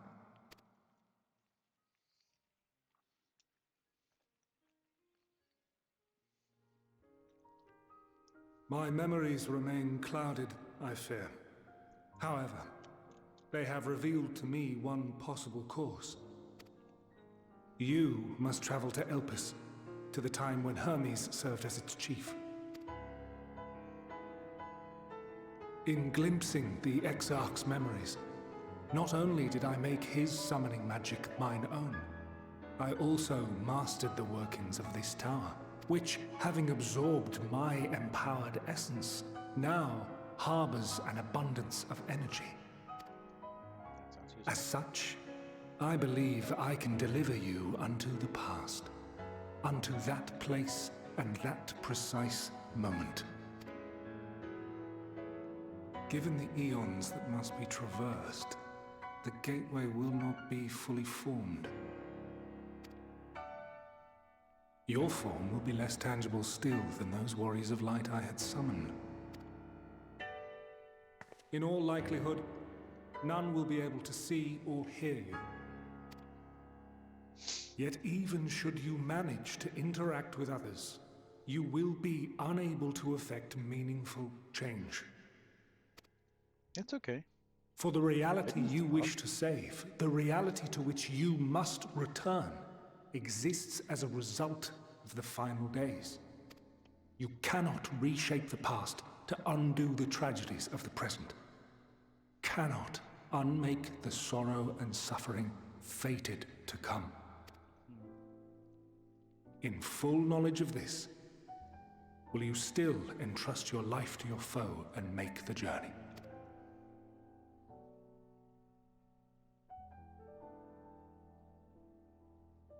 I would. Very well. I shall cast you unto the river of time. Let this be my final act. Okay. You must input the commands. I no longer have the authority. First, you must reconfigure the systems, that the tower's ether may be channeled for the magic. Okay, I don't know how long this cutscene is still going to last while being voiced, but I'm going to put it on automatic and start making my dinner because it's already 7 and I should eat soon.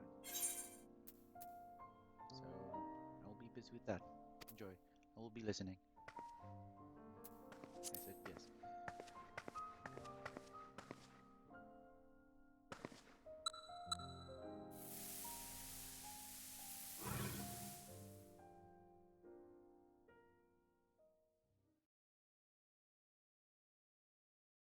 The preparations are complete. The gateway will soon open. Return at once to the ocular.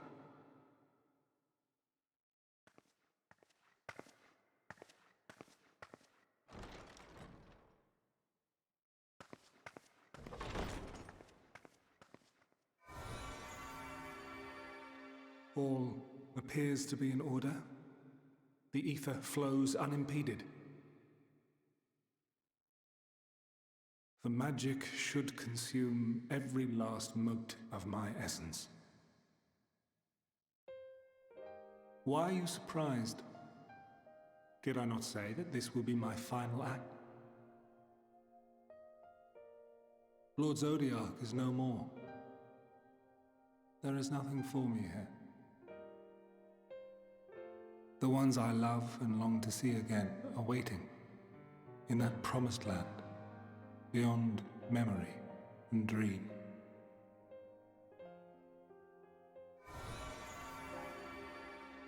Now go, warrior of light. Go, and do not look back.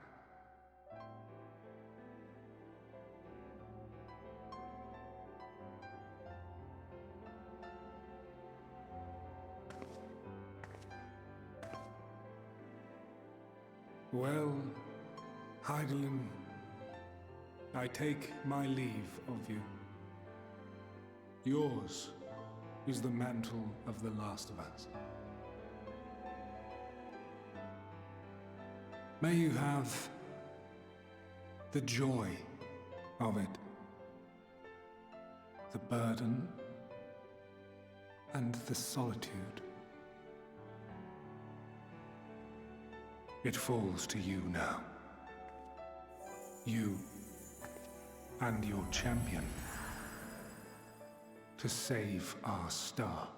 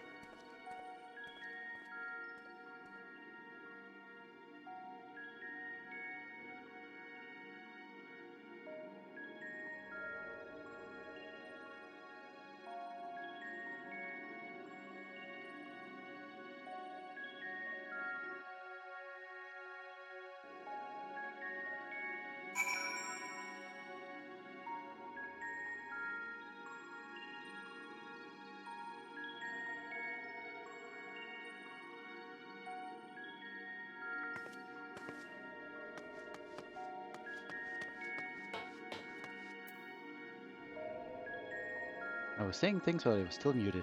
Oops. Come on. You're still too far away. Hello. The man stands dutifully by the Etherite-like device. A guide for this facility in all likelihood. You attempt to get the man's attention, but if he sees or hears you, he gives absolutely no indication. As Elizabeth warned, it appears your form is intangible. A conversing woman. Maybe we can hear their conversation. That would be nice. This is the right place, yes? Propylion? Judging by the woman's word, this facility is called Propylion. That makes sense.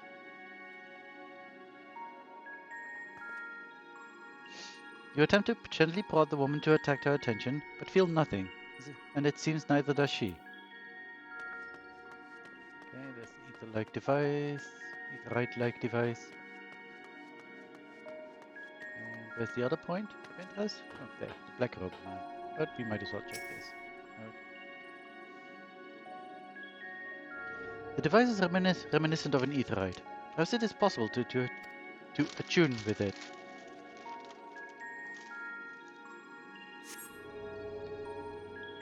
I am there. Hello, welcome to the stream. Despite attempting to channel and focus your energies, you fail to attune with the device. You can only assume it operates differently. It is Elpis, apparently.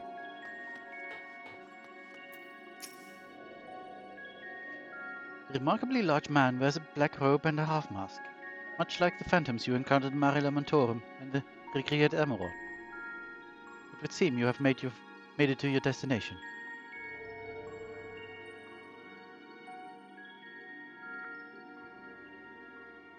You gesticulate wildly and shout all manner of greetings and obscenities, but the man does not so much as glance in your general direction. Examine the door. It is such a big door. Even for these people, I mean, they're large, but still, it's still at least double their size. These people like to build things big, I guess. Even for them. You suspect this door leads outside, but how to open it? Do your telekinesis.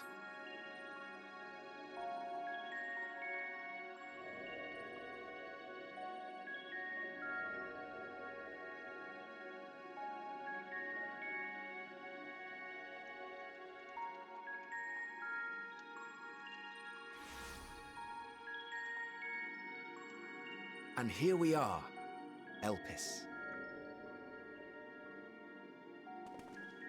Well, well, how rare to receive you in person. To what do we owe the honor?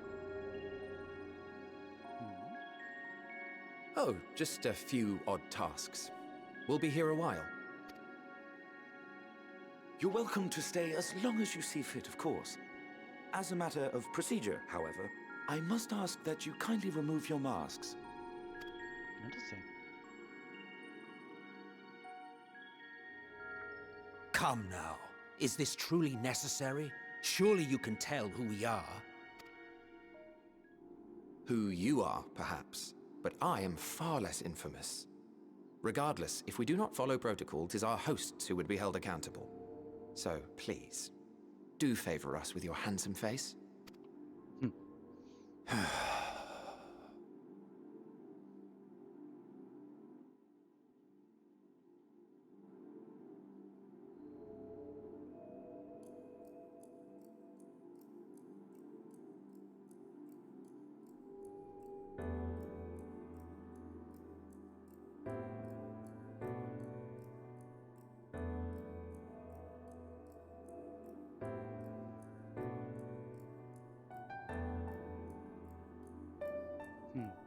Interesting. Satisfied? I thank you for your cooperation. You are free to go about your business. Thank you.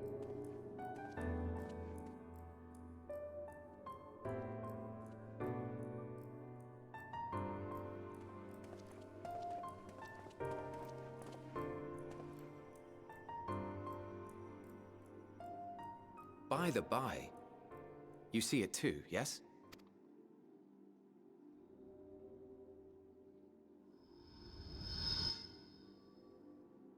I haven't the foggiest what you're talking about.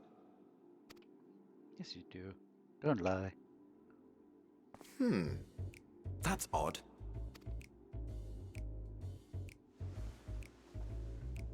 It's right here. A bit thin in the ether, but there's no mistaking it. The color of its soul is almost identical to Azem's. Do you suppose she created it? Rather unusual for a familiar to have a soul, though.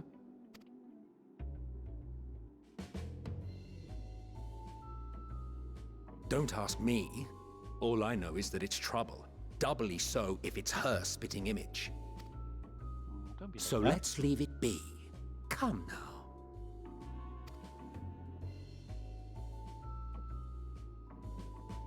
Hey man, we were good buddies. It's trying to say something, but it's literally too intangible to form words. Why don't you give it some ether? Spare a snifter of your bounteous reserves. Who do you take me for? Why, a dear friend, of course. One who wouldn't let acts of kindness Such as my accompanying him on errands to far-flung outposts? Go unrewarded?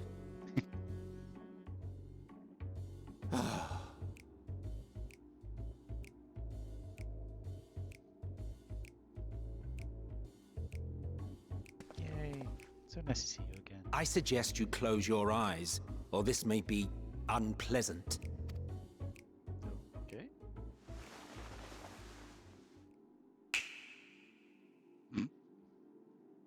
The snap.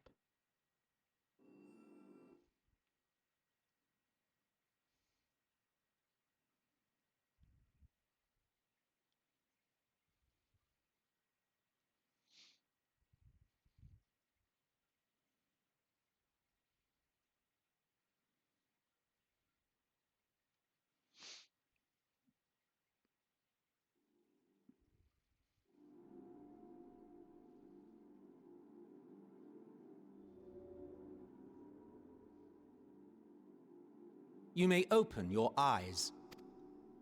Thank you. Ooh, look at me. Being all opaque.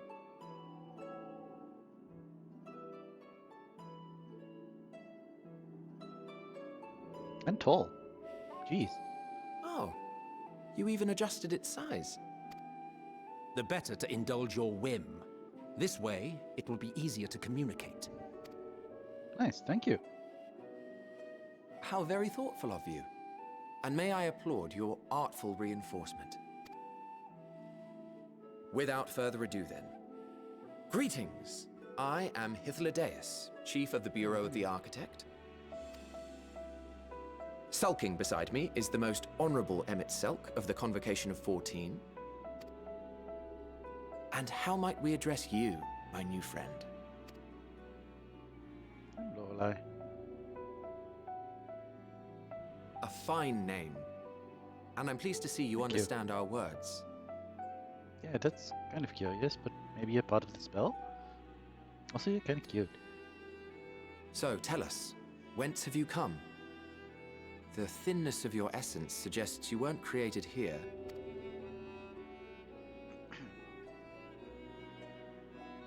You do not know? Or cannot say? Allow me to ask a different question then. What brings you here?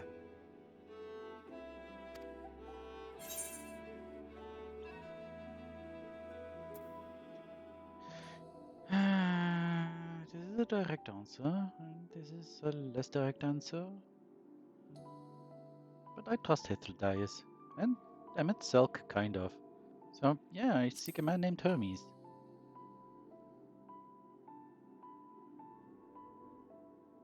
Well now, the same as us. Oh, cool. Perhaps Azim wished to come too, but had to settle for a familiar.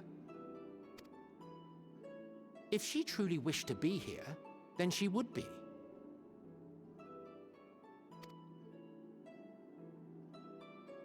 Right you are.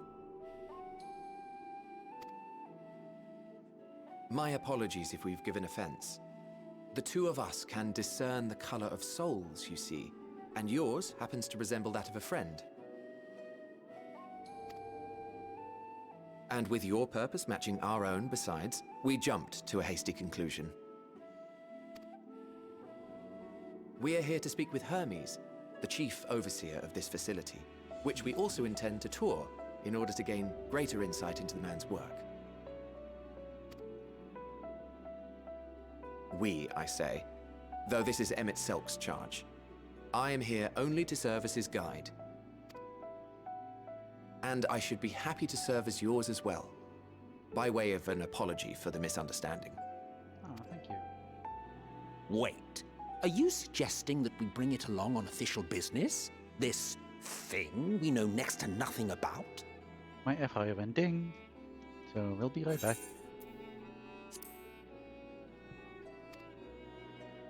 If you harbor suspicions, better to keep it close than leave it to its own devices. Wouldn't you agree?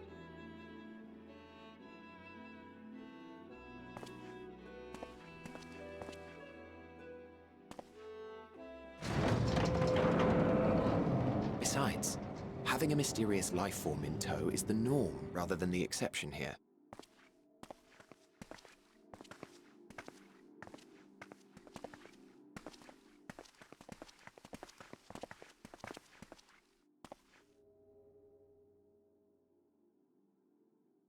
Welcome, my friends, to the testing ground of creation at Heaven's Edge, Elpis.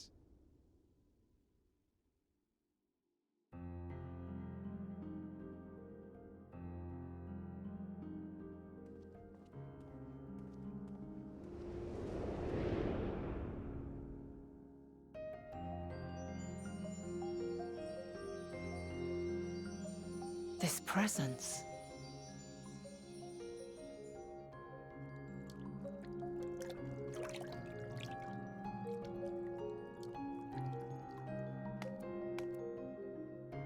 Hermes! Visitors! We have visitors!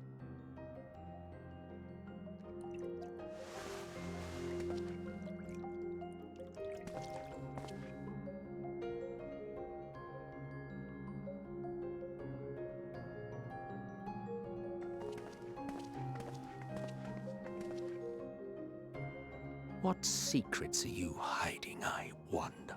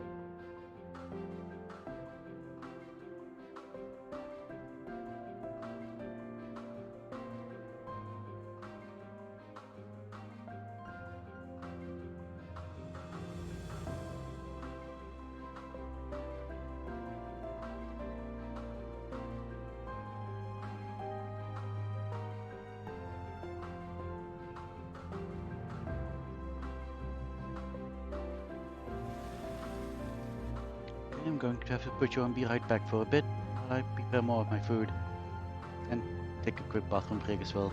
So, be right back.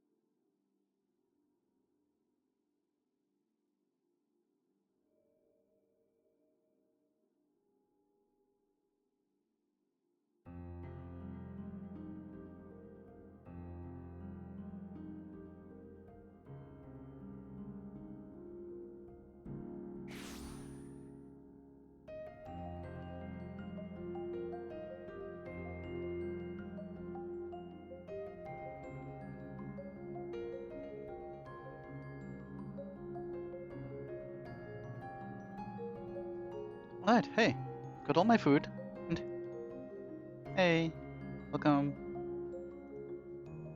Lovely to see you. Let's give you a dote.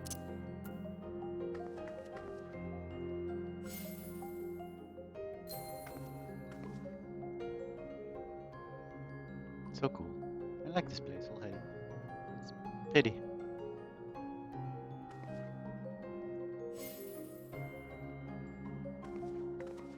Oh, this is level 90 map zone? And your favorite Endwalker zone.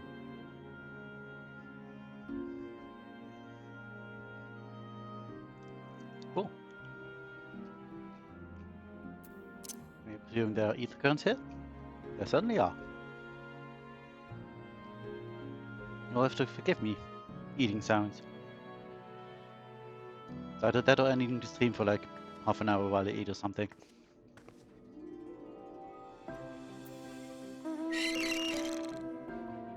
Oh, it's your crab. How does your crab fly?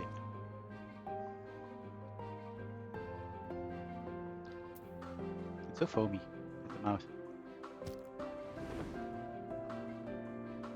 Huh. Fascinating. Just kind of floats. Ooh, it has a little tail too. Oh, that's cute. It's more like a... what's it? What kind of like swims through the air? That's neat. Where did you go? Oh, there you are. I'm sorry for the whipping around of the screen there. That probably wasn't great for people to see. What are they called? The things with the little tails, like the ancient things that are still alive today. Damn. Not trilobites, that's the other things. The things with the blue blood. The crab-like. Oh, yeah, horseshoe crabs. Oh, they are crabs. Fair enough.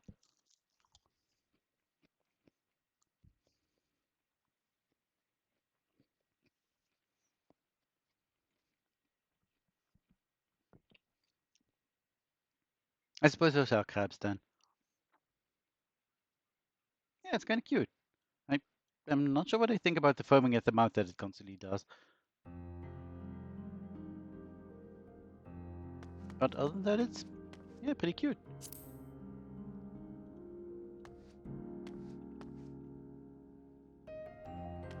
So very foamy.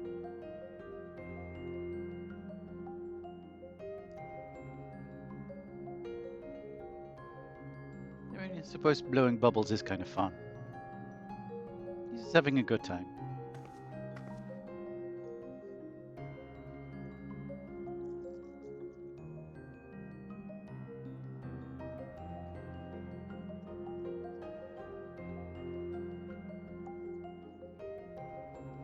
Nom nom. Little eyes on little eye stalks. Yeah, he cute. You're also cute.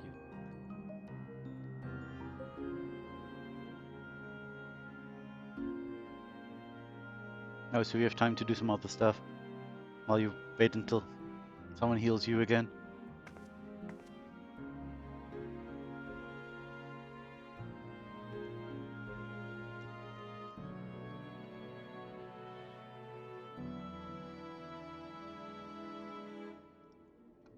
I mean, I will eat while also doing content, so otherwise I would have paused the stream, but you know, I'll just keep going. It's simple food that I'm eating, like fries and some salad. I can do that while doing other things. As long as you don't mind the sounds. But I should get on with doing content and talking to these people. So nice to see Emmett Selk again, and Hithodice. I like them both. And this place is still, again, very pretty. Like, that's a little purplish and stuff, and this is a very nice blue. Wow.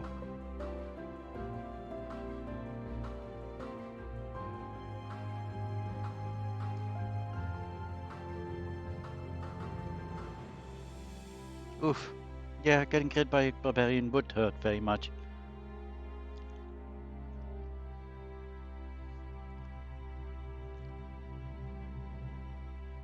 We had a barbarian level 1 party yesterday, and he crit once, and oof.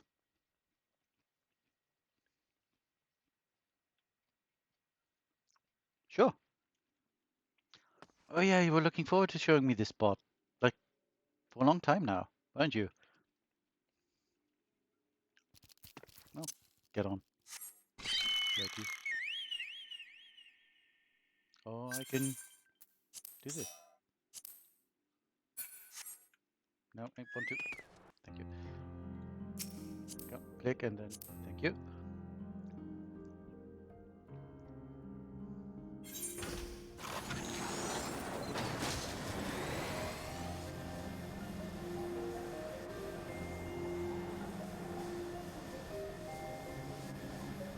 I still like this actually. Purple tree, not pink tree. Kind of purplish.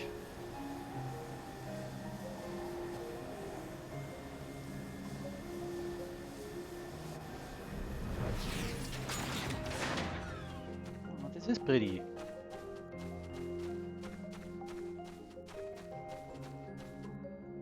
Okay, careful so I don't actually fall off. Wow.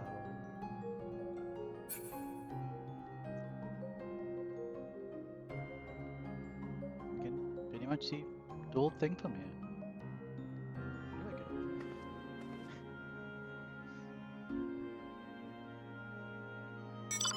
Best view. And it does have a nice pink tree as well.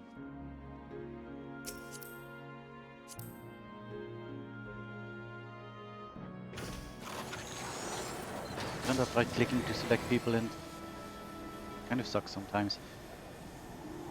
But also it's nice in other situations, so I think I will keep it off.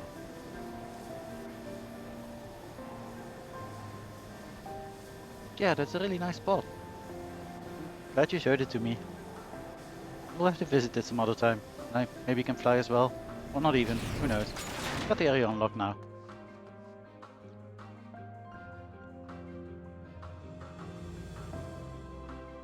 Thank you.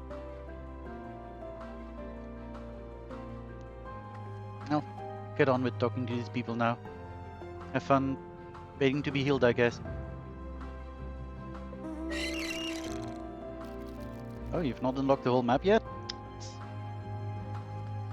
That looks like it might also have a nice view. Well, have fun.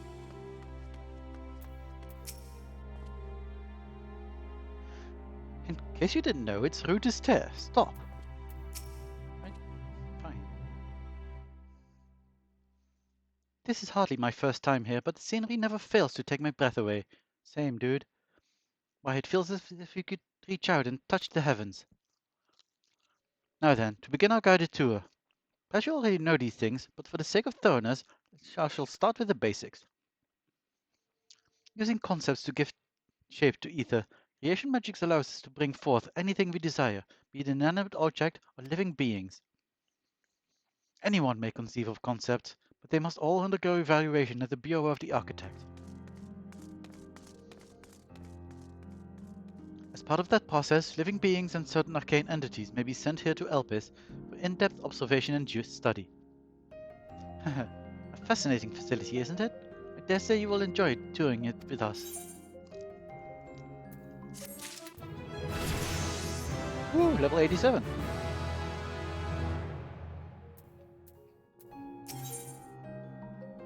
Ooh, a gift. The dice is looking you up and down. Now then, our friend Hermes. Aside from overseeing the facility, he also conducts his own research. Chances are he will be at the main observation hub, so let us seek him out there first. Attired as you are, however, you stand out a little too much. Our dear Emmett Silk wishes to keep a low profile for his errand, so... Do you know how to make a robe? The basic concept will do. No? In that case, Emmett Silk. No. Your whim, your responsibility. You're getting not another thimble of ether out of me. The way he scrimps sometimes, I think he wasn't a nigh bottomless fond of magic. Very well, I shall make the robe, but perhaps you can assist. Come, let us search for the requisite material.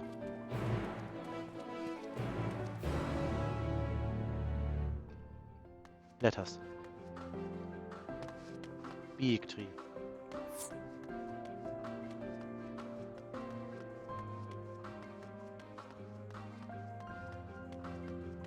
The enemies? Of course there would be enemies.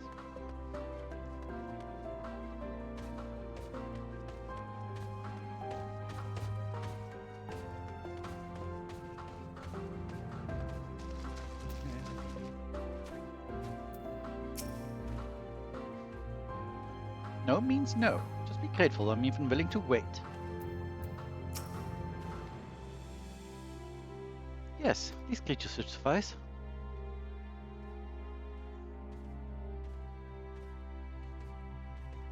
An etheric hope. I want you to use it to capture, shall we say, 2 Petalodai. There are 3 species here, I believe. Any 2 different kinds should serve. Now, I should mention that the strength of the robe is tied, no pun intended, to the strength of its user. As your ether is still thin compared to ours, you'll need to weaken the Petalodai first. Good luck. Okay. Here's a blue one. Purple. And there's a red. I'm going for the blue and purple. Because those are the prettiest colors of the 3. This is a very nice blue, in fact.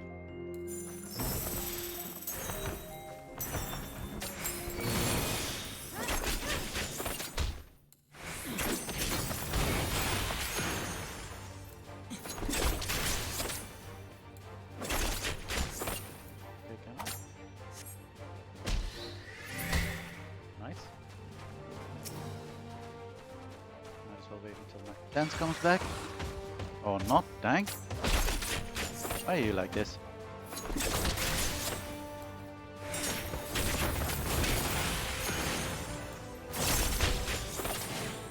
Hey, don't.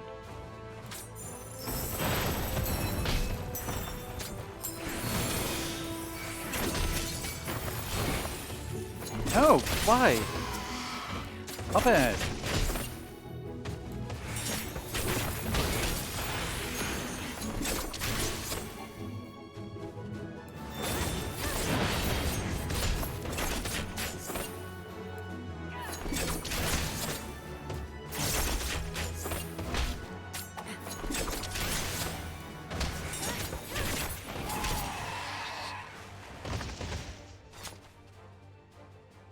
Okay. Anthine Petalodai. Wait until I'm fully healed. Eat some food. Not going away.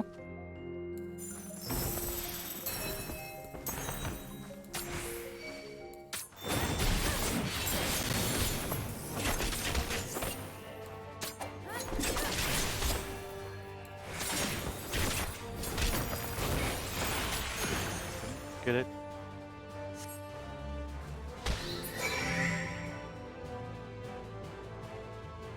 Good. Should be enough.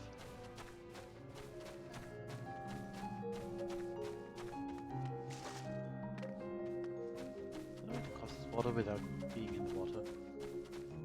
No? Okay.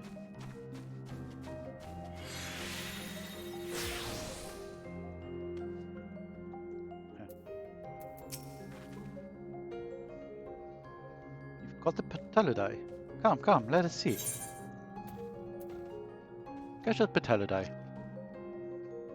Duly weakened and carefully bound, this Petalodai is destined to become clothing.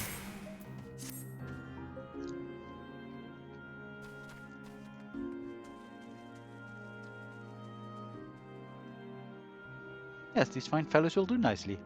And now for a spot-free version.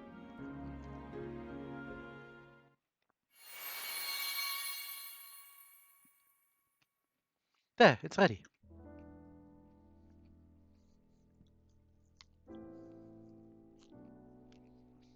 It's nothing fancy, but then we're trying not to stand out. Well, on for size.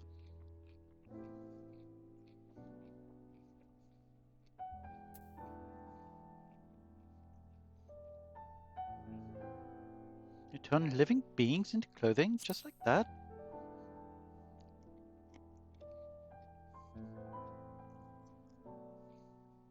Well, not just like that. You need to refer them to the constituent ether first. As you wonder why I ask for 2 species, it is due to the difference in their etheric balance. Blending them allows us to produce garb with superior something. Dang it. Well and good to disguise and educate it, but I won't fool anyone who can see worth a damn. Fair point, but at the very least it should spare you unwanted attention from casual observers.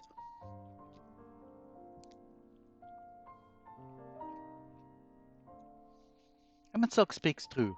Even dressed like us, your unusual nature will be plain to those who think to look. Should someone question your presence, don't make up excuses, but just try to explain what you actually are. No, best to simply say that you're a familiar. The question is whose? Ah, of course, SM's. If you say you belong to her, people will give you the benefit of the doubt for any and all outlandish behavior. So, question: is this even a he when you play a male character?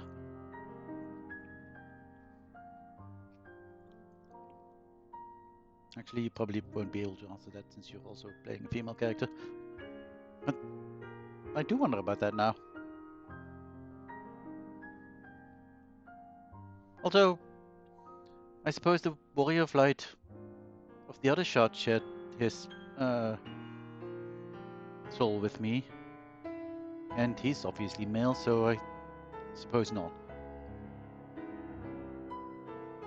Nah, probably not. Anyway, if you say you belong to her, people will give you the benefit of the doubt. Okay, I already said that.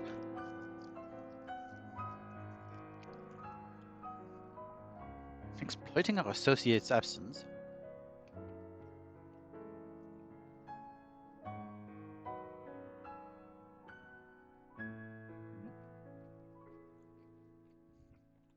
For lack of her presence, absolutely. Were she here, she'd have been the first to propose the idea, and you'd know it.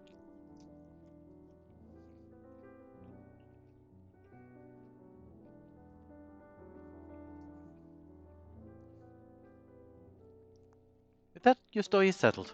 Let us continue with our errand. Ooh. Sophist stuff.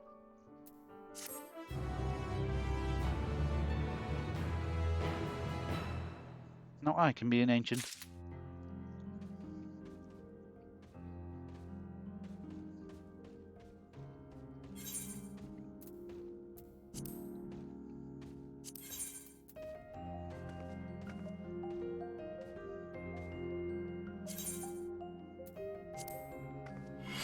Let's do it.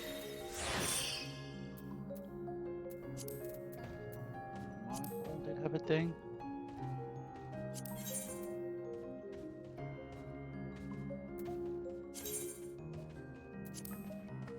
You won't even be able to see these things, but sure. And my footsies.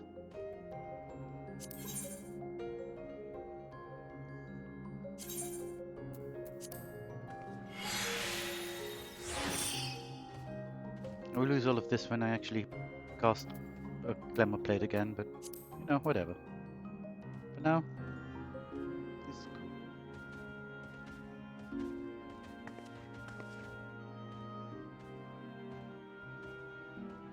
I'm wearing your stuff. Why am I not wearing glasses, by the way? That's part of my...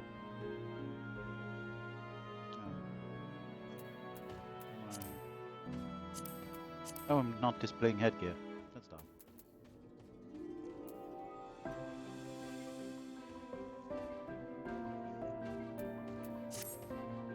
Okay, anyway. Might also as well display my weapons. Done that off RP yesterday. Even my headgear too? Anyway, hey, Mithridates. Let's move on. Mithridates is ready to continue on if you are. If you're ready, let us continue along the path to Anagnorisis. Why did I click that? Someone there should be able to point us in the direction of Hermes.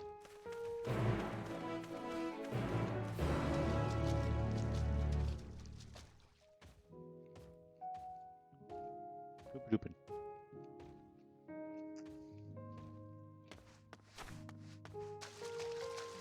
Oh, something for later concern.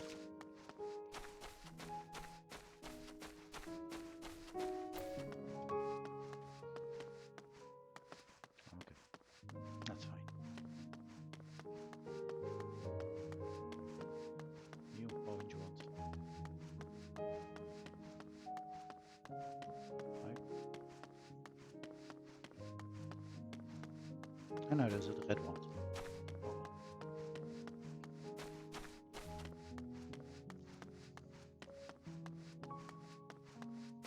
Oh, I'm forgetting to eat the cones.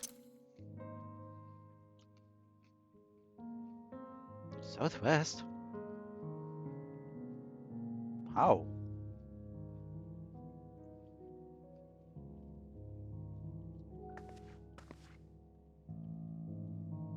Oh, there's probably something like over here. That's fair. Well, won't be getting that anytime soon then.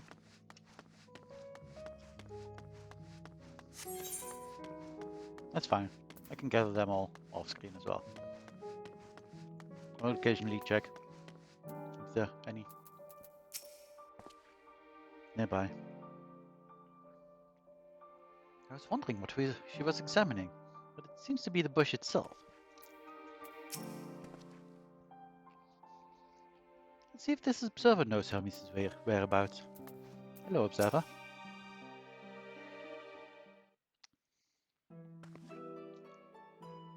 Yes, can I help you? We wish to speak to Chief Hermes. Do you know where we might find him?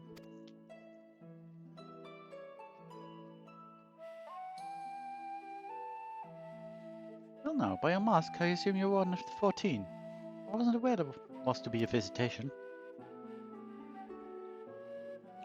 Between you and us, it's something of a surprise. Your discretion in the matter would be appreciated. I see. My lips are sealed. The Chief should be out conducting observations as usual. His focus of late has been aquatic creatures, so I expect you will find him at one of the pools here. The pools, you say? Many thanks, and apologies for disrupting your work.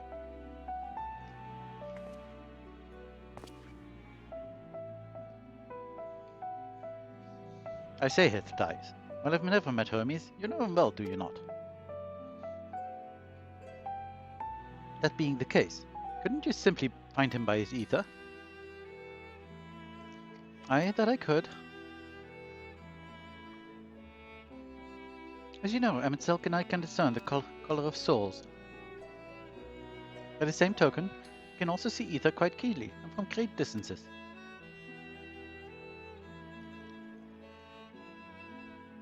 With a skill I could readily locate Hermes, but I felt that would be a waste of an opportunity. We're here to perform an assessment after all. Searching the ordinary way, we stand to gain insight into Elpis and the man in charge of it. What the heck? This is much for your own enjoyment, like as not. But point taken. If you're going to accompany us, make yourself useful and help us look for Hermes. According to his profile, he has short, dark hair. Okay. I have pretty short, dark hair. So you know, it's because we're an Elpis that we don't have cowls up. Special exemption due to the need to be aware of dangerous creatures. Elsewhere, we do not exhibit our individuality. It is unseemly. This is all common sense, but I would not assume you possess any. It's a rare treat indeed, to be able to search for someone by their appearance, and I thank you for humoring me. Come, let's find our man.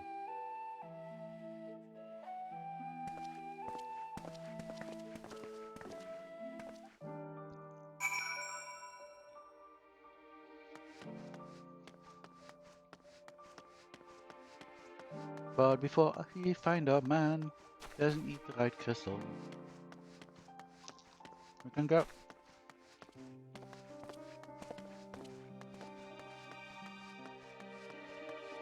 Vámonos. 3 days. Very creek this place.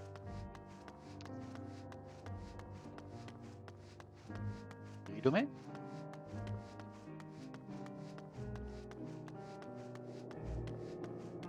Amnon? He died. I can just go to Elpis. Is there a castle nearby? To the north. 126 yards. I see a lookout point. Let's have a quick check. Also, hey, gemstone trader. Don't ask me why, but my latest creation would eat anything but bicolored gemstones. Don't you need to get my hands on more of them, and fast? Well, apparently I can't do this yet. Sorry.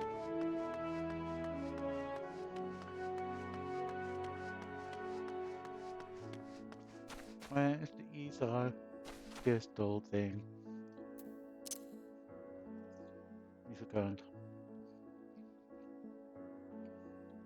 Well, this might actually be inconvenient. Never mind then. Goodbye.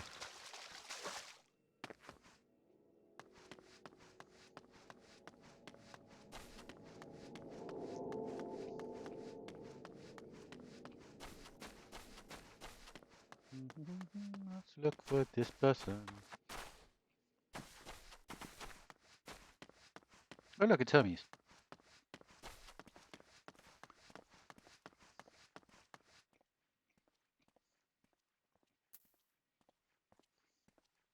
Axolotls!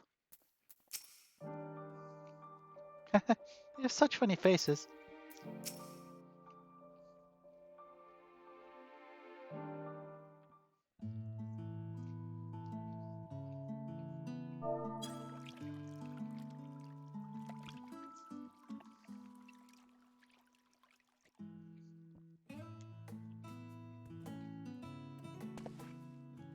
Ah, you are...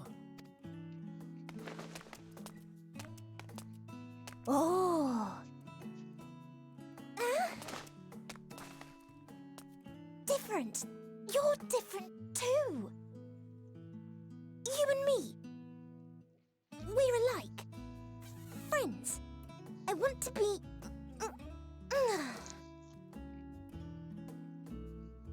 Wait. Please. Wait.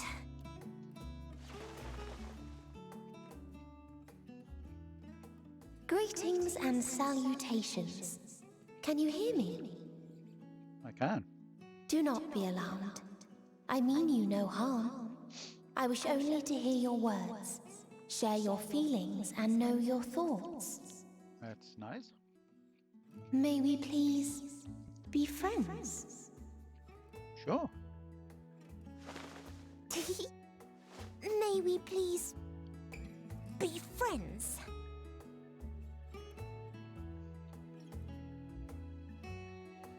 Ah, I see you found him.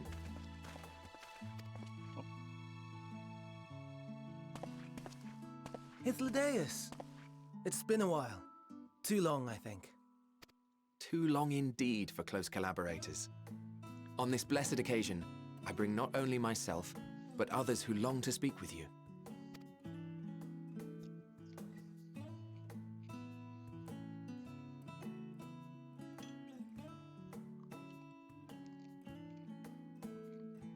You were of the convocation? Emmet Selk at your service. Do I have the honor of addressing Hermes, Chief Overseer of Elpis? You do. You have traveled far for it.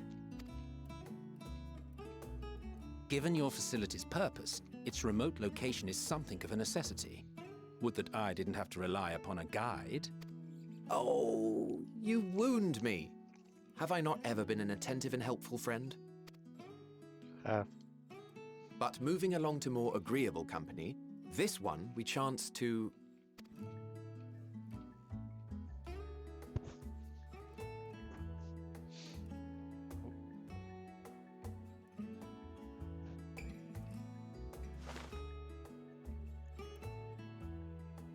Well, you certainly have her attention. Is she one of yours, Hermes?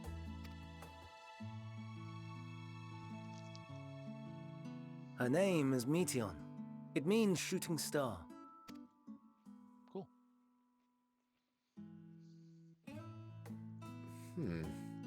If I may make an observation, her ether is terribly thin.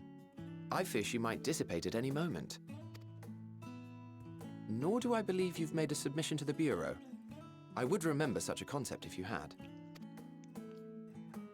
I haven't, as you say. I judged it too early. She's a pet project of mine, still undergoing preliminary testing. But rest assured that I will attend in person ere long. Very well. Being an authority on flying life forms, I appreciate that you are exacting in your work. I shall look forward to your submission. If we have finished with the perfunctory chit-chat, I would discuss official matters. By my coming, I trust you already anticipate the subject. I have an inkling, yes. Please wait to the main building yonder. I shall join you as soon as I've returned these creatures to their homes. What's wrong, Hermes? An amystoma is missing.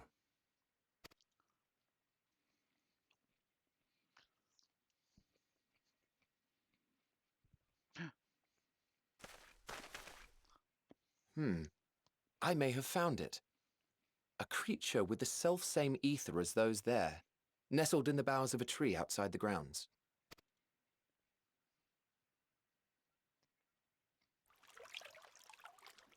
You're saying they can climb, with their sorry excuses for limbs?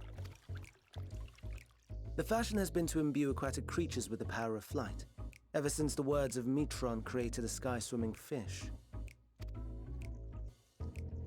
The ambistomas too can fly, if only slightly, and they could conceivably climb a tree. Whether they can come down safely, however... Excuse me.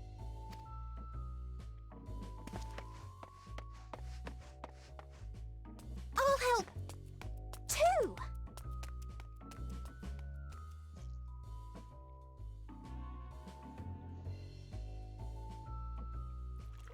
And what are we supposed to do with this lot? May I suggest we split up? If you would be so good as to assist Hermes, Emmett Selk and I shall keep an eye on these adorable creations in the meantime. Sure.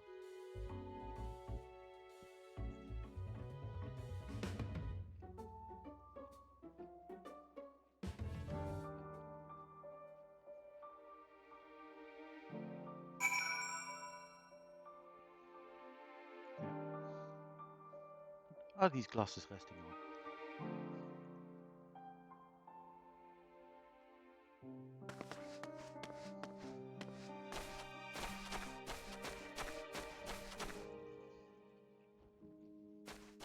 Kilometers notas. I discover a new location. Northwest. That's probably still that one. Don't attack me. Where the Velp is.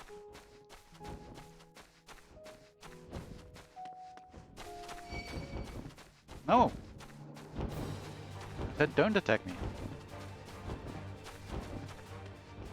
I specifically requested.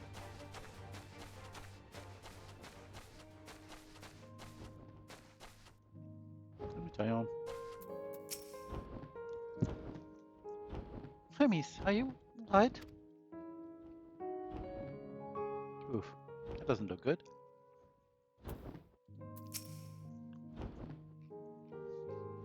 Since Hermes and Mateon have found their quarry, could you know in these ages an ambistoma?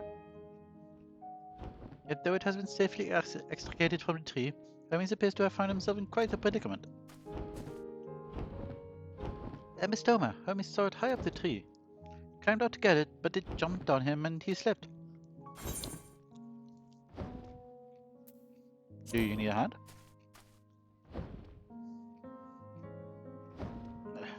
No, I'm fine. I feel a little embarrassed.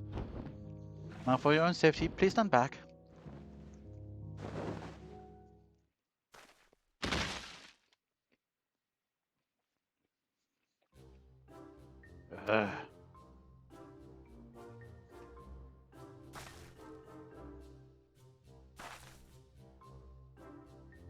Hermes, you alright?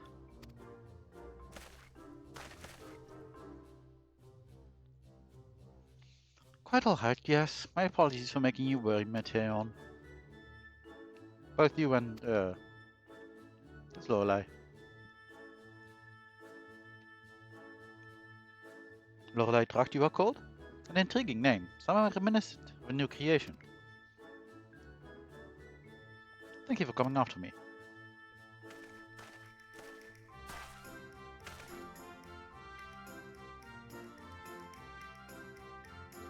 As for you, little one, you must be more careful. Cute.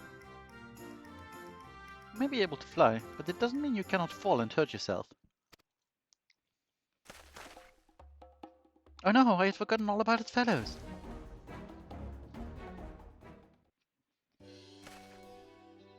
Truly, what a relief. I must thank Amitselk and Hithlerius when I return to them. But first, the distraction out of the way. As Chief Overseer of Elpis, permit me to welcome you to our facility. I hope you will enjoy your time here. Yay, I'm here too!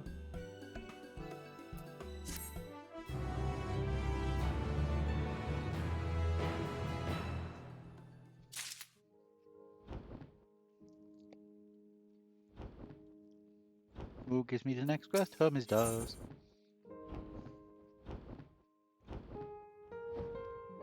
Having found the wayward Ambystoma, Hermes is a picture of relief. Well, we mustn't keep the others waiting. Let's return to Anagnorisis.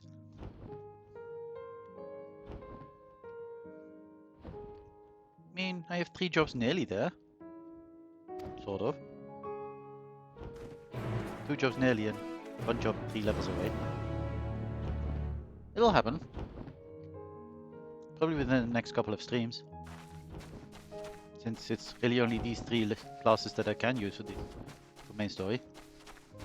So one of them will be level 90 before too long. I'm going the wrong way.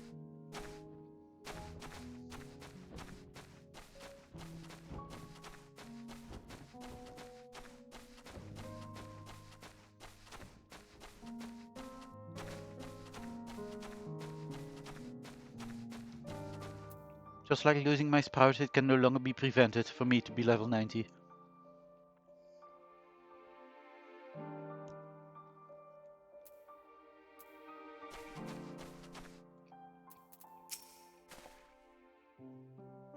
My apologies for the trouble.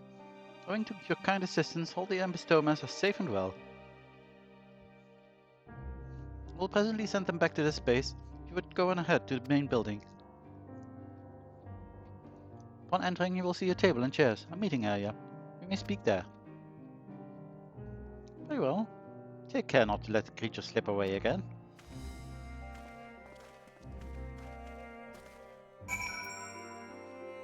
Bye-bye. You know what?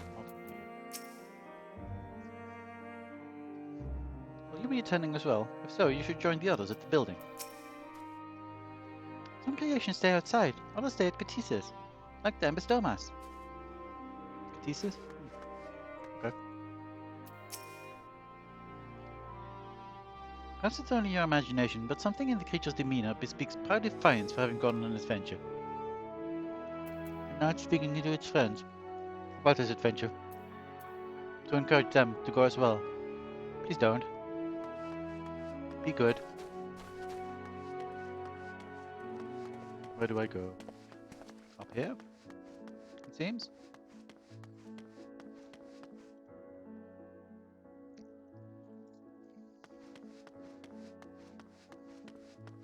Now it seems I can go talk to the bicolor gemstone trader.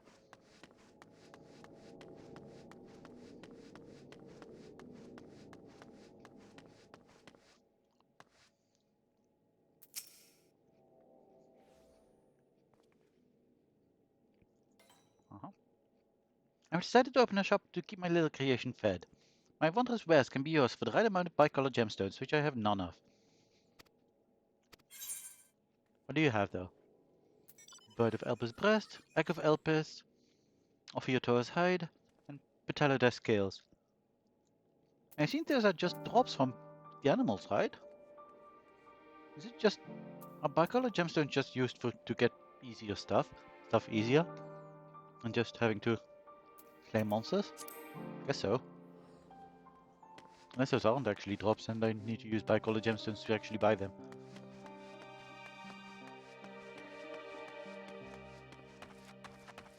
Anyway, let's go in here. Is Ether going in here by chance? Where is it from here? To the north. Nope, nope, it certainly isn't. Fair enough.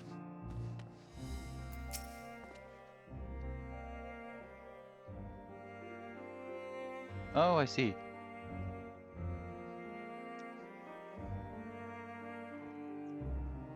So this is just the basic stuff you can get for them, but if you get a lot of bicolor gemstones, you can actually get lots of stuff. Okay, that's cool.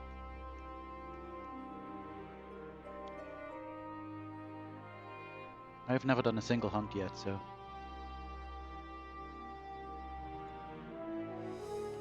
While Emerson has been accommodating thus far, he's the one who has business with Hermes. If you wish to attend, you will have to ask his permission. Oh dear.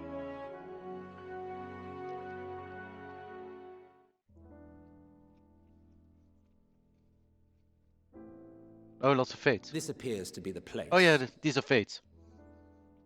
Bicolor gemstones were fates. I remember now.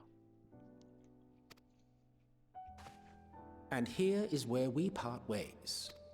Is it now? We will be discussing highly sensitive affairs. Only a select few may be privy to such knowledge, and that does not include someone who cannot or will not divulge their origins. I suppose it's honestly fair. I like your eyes, by the way. What? Will I have to remove you by force?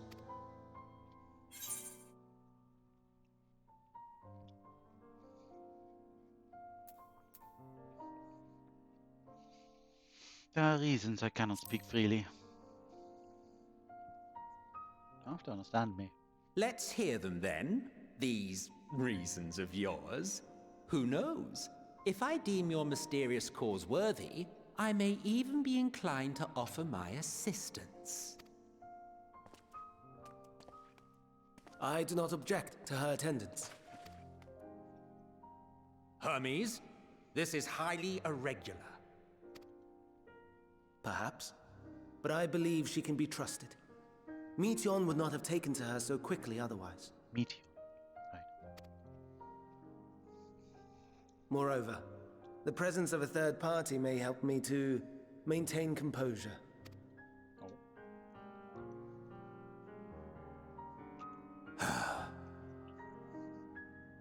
As you wish, then. Behave yourself, do you hear?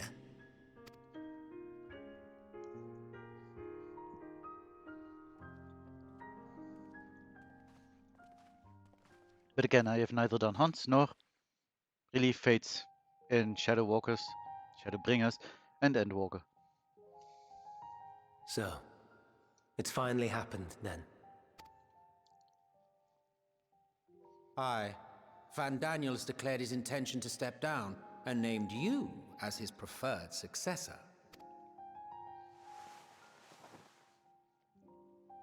In recognition of your knowledge and your works, the Convocation is giving the recommendation due consideration. As one who does not know you personally, I am to use my impartial eye to take your measure. And above all else, to ascertain your disposition towards the invitation.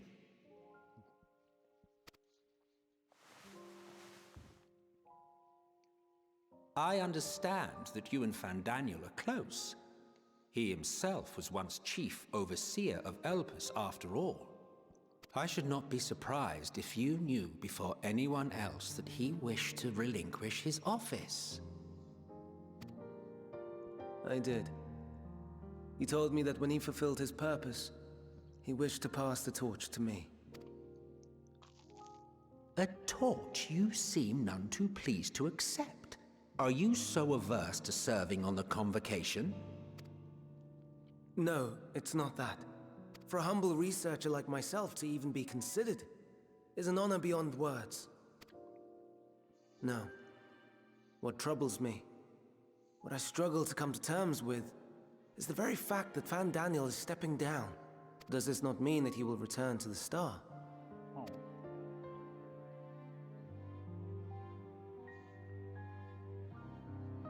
Of his own volition, yes, like so many others have before him. Return to the Star? Does that mean die? Well now, that's not a word I hear often. Is that what you say here in Elpis?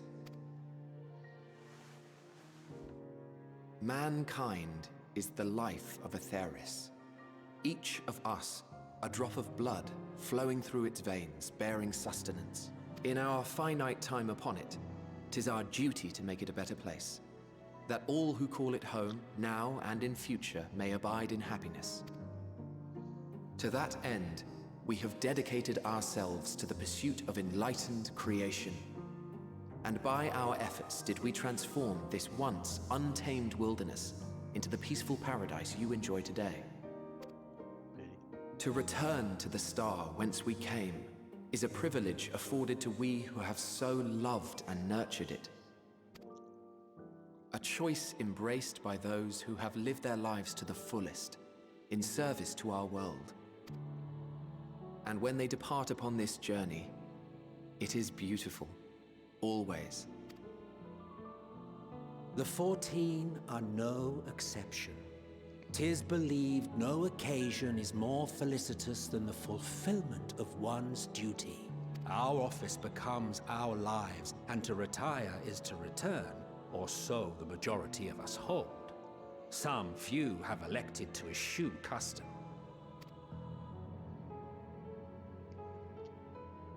Mayhap you feel Fandaniel's deeds do not warrant his return. Yet you should know his accomplishments as well as any.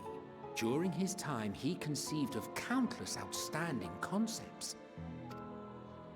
And channeling the wealth of experience he attained here in Elpis, he brought forth many new specimens. I know of all this. I do. It's just, I cannot fathom why someone so great and wise, who could still do so much good, would want to end it all.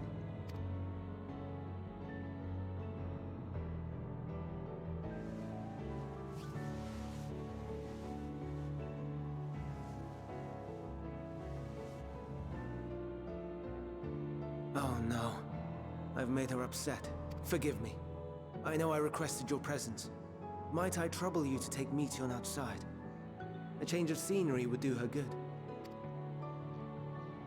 I can do that.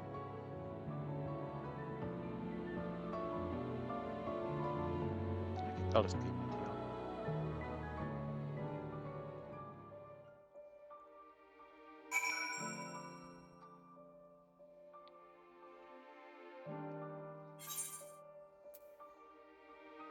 I will speak with Meteon. I will speak with everyone. Forgive me. I will make it up to you. I promise. Most would jump at the chance to serve in the convocation, and yet... Don't mind us, my friend. Please tend to Meteor. Hey, Meteor. I will attend to you. I'm sorry, Lorelei. I didn't mean... A walk? Perhaps we can go for a walk? Walking straight through.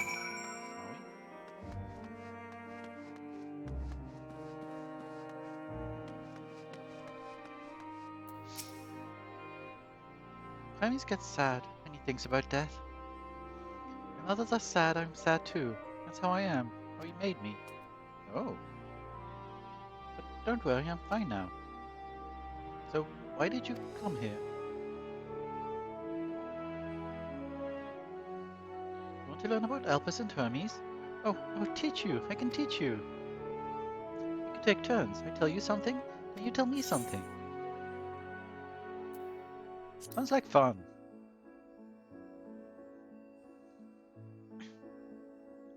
It will be, it will be.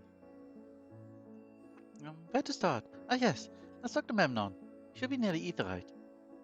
I seen him. I'm not good at explaining what Memnon is, so let him explain instead.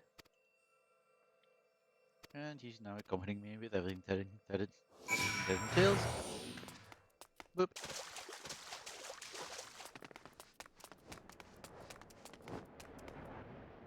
Fun. Sort of. Discuss the Aetheryte. Ah, the Aetheryte. Anyone could use it to teleport anywhere. Well, maybe not anywhere. Not through the ground or other isles. For that you need teleporters, or permission. Oh, interesting.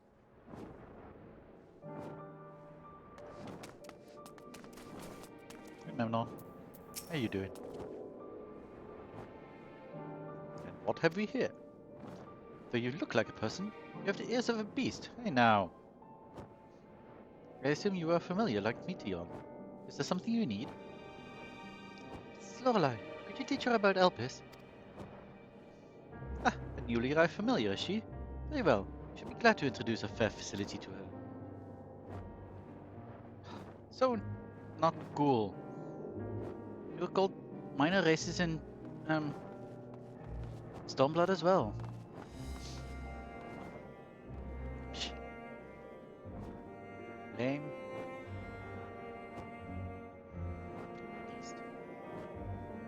As you know, it's mankind's duty to make the star a better place.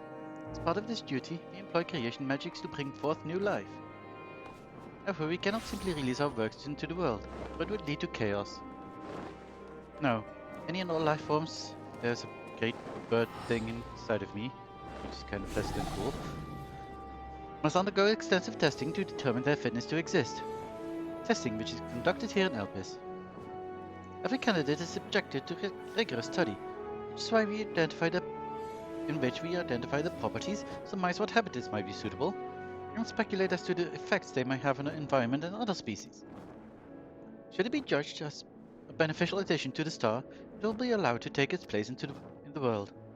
Two of you, too, were created with the hope of making the star a better place. So heed your masters well and be good, do you hear?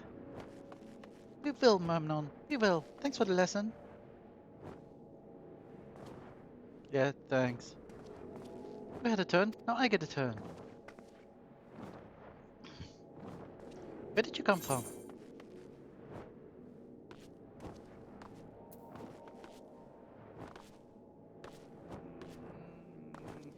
I'm not going to tell her that. She wouldn't... You know, from a place far, far away. That's not at all descriptive, but... then I probably don't know it. I don't know much about other places. But this place is important to you. I can feel it. Oh, my power. I haven't told you about it. A creation. Let's find a creation. While not being watched. Can I explain my power? A creation not being watched, eh? Is this still the Aetheryte? I assume this is Aetheryte.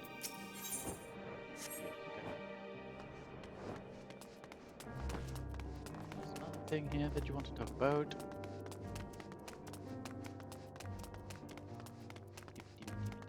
Motionless bird.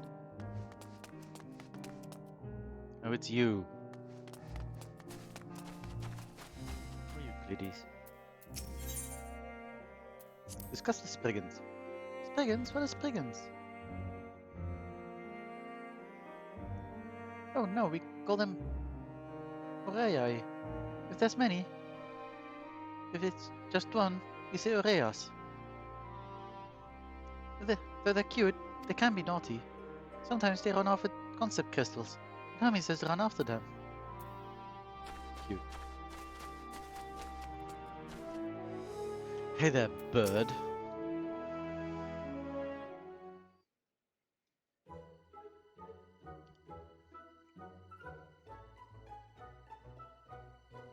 Oh, this creation is perfect. But I don't remember seeing it before. Perhaps it's new? Anyway, I'll try reading its mind. That's my power.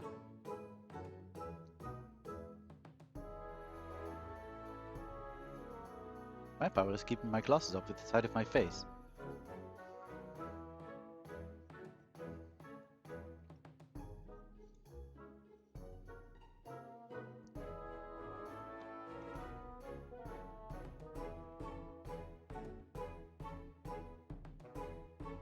I can't read it, or maybe there's nothing to read? Wait, please wait, I'll try again. With you this time. Don't let her read your mind. That seems like a terrible idea. Greetings, can you hear me?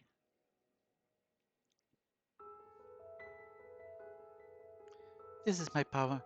I can read the emotions of those around me and project my emotions to others in return. I'm not actually speaking to you in your mind, rather you are converting my emotions into words and intention, a process performed subconsciously by intelligent life forms. This ability is vital to my mission, for it allows me to interact with intelligent beings, even should they communicate via unknown languages or other nonverbal means. That's really cool. You're a universal translator. As a consequence, I am clumsy at speaking. Yet, though I struggle to express myself in this fashion, Hermes wants me to speak as much as possible. Everyone has thoughts and feelings that they may wish to hide. I harbor an affection for you, one that is difficult to define. Aside from the fact that you share common traits with us, your thoughts are complex, prismatic. They draw me in and leave me wanting to know more. Out of respect for your privacy, I will refrain from using my power when speaking with you. Nevertheless, I want you to know that I wish to be your friend. You already asked me to be, and yes, of course you can be my friend. You're cute. Did you hear me? I certainly did. Good. It's my turn again. So, what are you good at? I mean, kind of all of these things? But I suppose I am best at fighting. That's my highest job. I'm good at playing too. Maybe playing is a nice answer for you. Oh, it's a secret, but that would be a cop-out. I'm good at playing.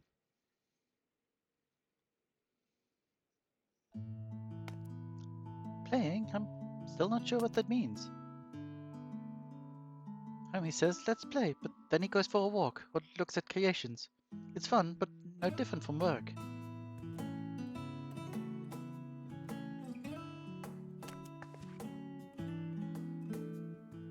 Bird. I think we might be bothering it. Who even knows? Let's keep going. We'll go and see you on the net next. She's usually in a small building, one on the west row.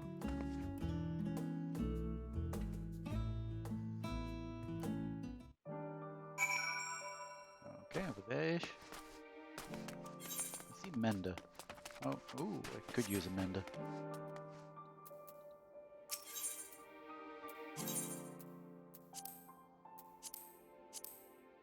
Oh, there's lots of stuff I can mend.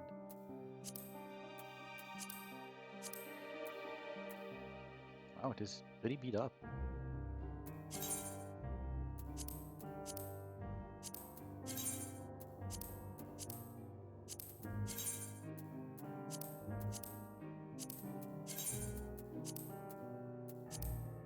Nothing in my inventory? No, I wouldn't think so, but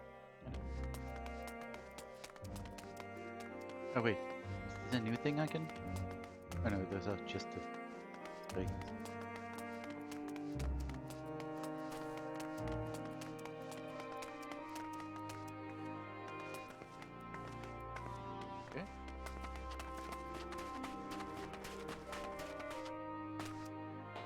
go.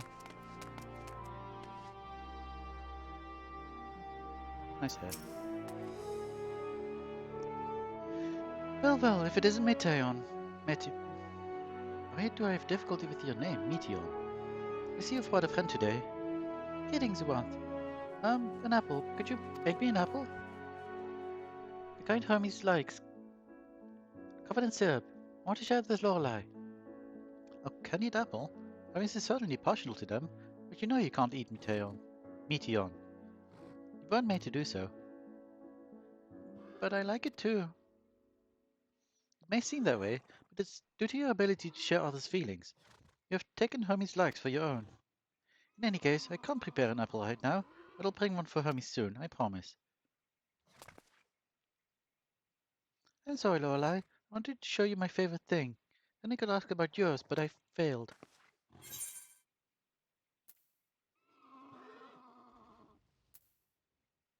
I will tell you what I like.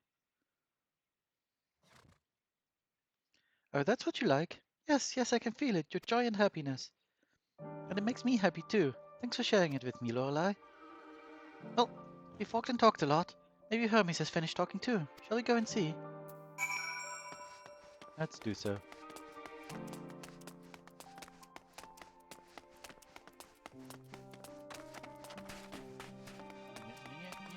Going on.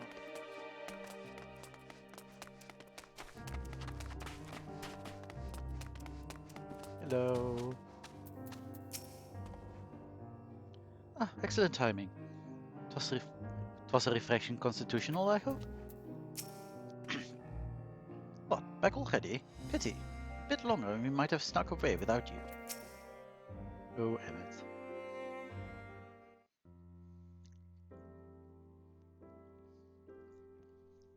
There you are. I can see the fresh air has done Meteon good. Lorelei wanted to learn about you and Elpis, so I taught her. About this place, about my power, about your favorite food. I'm not sure that last one will be of any use. But I do appreciate your keeping Meteon company. While you are away, I finished speaking with our guests. Finished? Hardly. You requested time to reconsider the invitation, so we have no choice but to occupy ourselves with an inspection of your work. My apologies. It has been decided that Emmet Selk and Hythrodaius will accompany me as I tend to my duties. If you wish to learn more, perhaps you would like to come too? I'm compelled to remind you that she is in no way associated with the convocation. We simply chanced to meet at Propylion. There is no guarantee that the matters we discuss will remain private. I do not mind. See the joy their presence brings Meteon. I can imagine our mysterious friends harbors malicious intent. Lorelei is kind, really, truly. She taught me as much as I taught her. You're coming, of course, to watch Hermes? You're bound to learn lots and lots.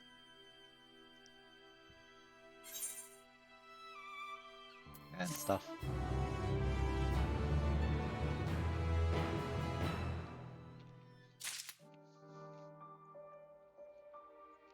Who gave me quest? Hermes. Composure regained, Hermes is ready to return to his duties. If everyone is ready, there are a few creations I need to check on. First we shall return to the spot where we found our wayward Ambistoma. Have care when you step outside a hub, where there may be more unruly creatures about.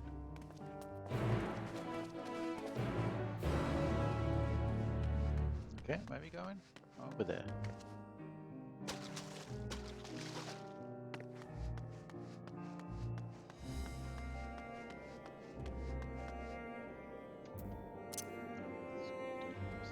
That one here.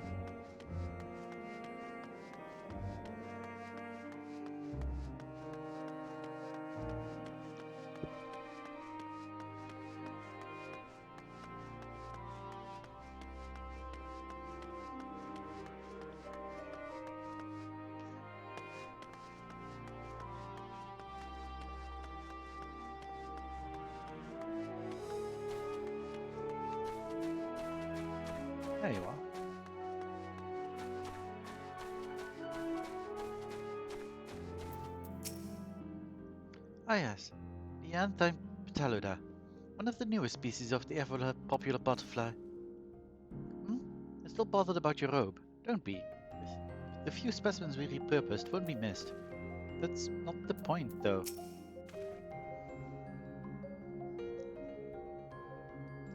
Old feminine figure now. When we were discussing his nomination, he was melancholy incarnate. So beautiful, Petaluda. I hope they make it into the world. They sure do.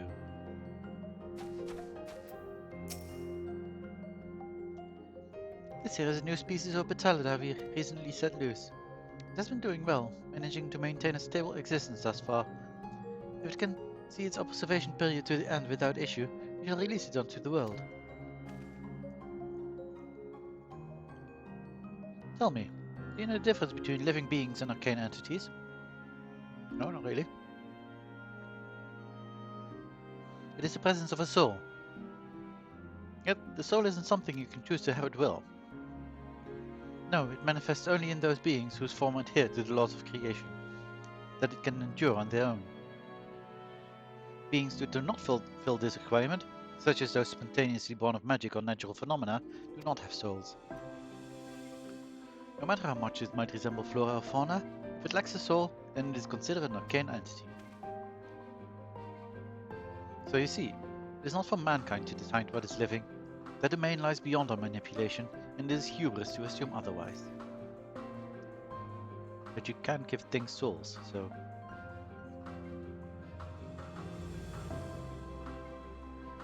But come, let us head to the nearby beacon. I've received a report that arcane entities have gathered there. Bye, Petaluda.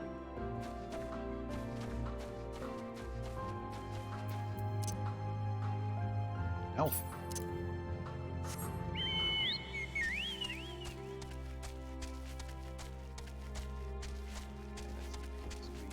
Birds. Past these birds.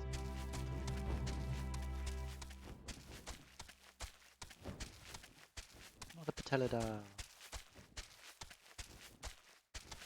Pepper. Okay.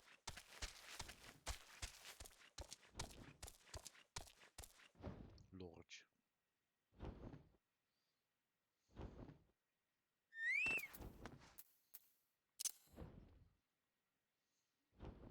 Jones to the west. That's probably the same thing.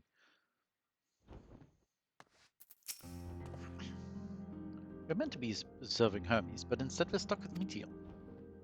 I suppose she herself saw his prowess as his researcher and created both. A fascinating creation, much like yourself, little one. Renowned as Hermes is for his flying life forms, it is a rare privilege to be able to see one of his works in progress.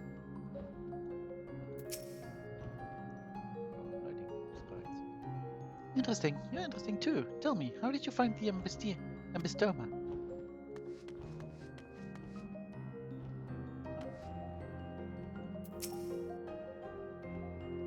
Ah, yes, lightning Numa. Just as its report said. Although we call this structure a beacon due to its form, it is in fact a magical device.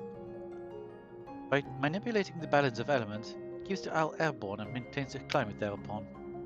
In the course of its operation, it often sees an internal shift towards a given element. Right now that element is lightning. We trusted Numa here to replenish their ether. It appears Meteon is busy. Would you care to assist me in her stead, and feed the Numa?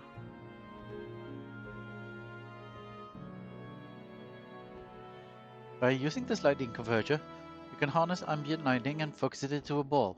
A veritable feast for our dazzling fans. Go on, give it a try.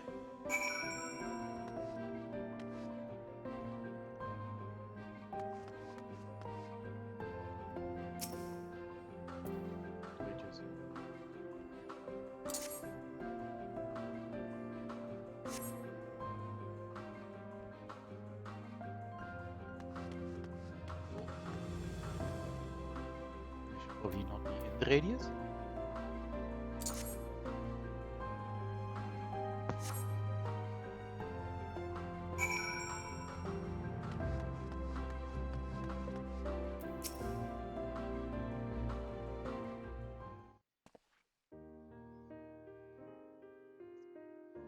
Perfectly done, Lorelei. Look. Om nom nom either. See how they gather to feed, how they express themselves through their actions, despite their lack of words. Speech is not the sole defining characteristics of a thinking, feeling creature, nor is silence an indication that they do not possess these qualities. I suppose not.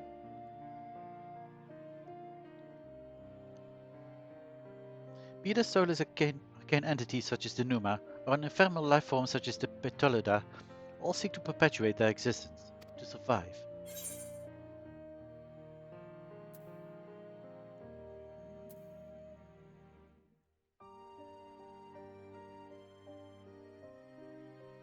I think she's still in testing, right? And things cannot have a soul until they're out of testing, so I assume she's an arcane entity?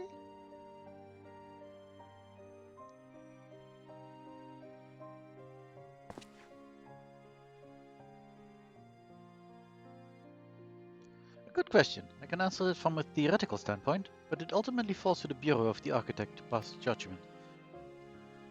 I mean, but that's what she will be.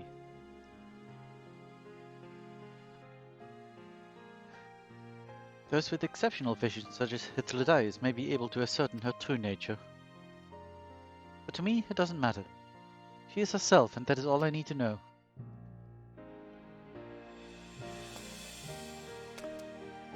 Oh, you've finished already? I'm sorry, I was in the way. Not to worry, my dear. They've missed nothing of note. And we still have plenty of work for them to observe. Next we will head east to the Morning Dew. I need to speak with some observers there.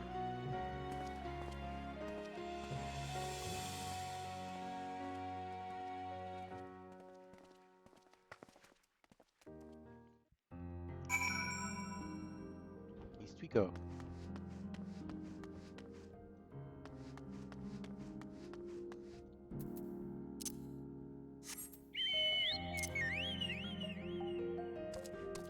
West?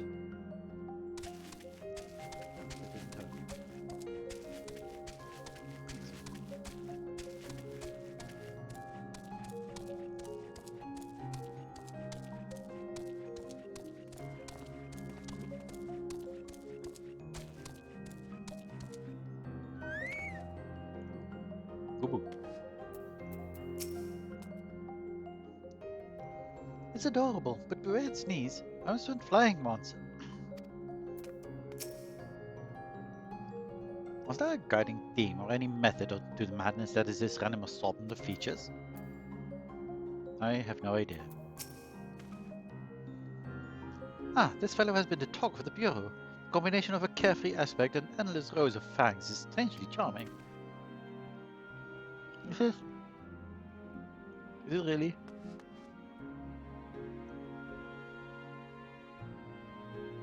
Not entirely sure about that.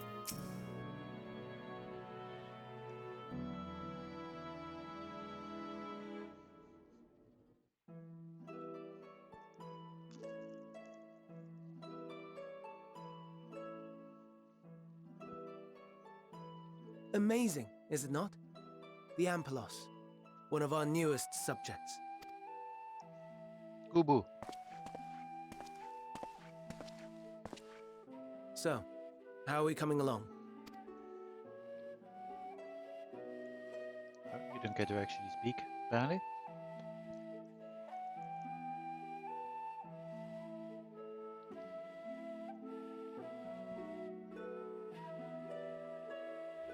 Oh, Elpis flowers.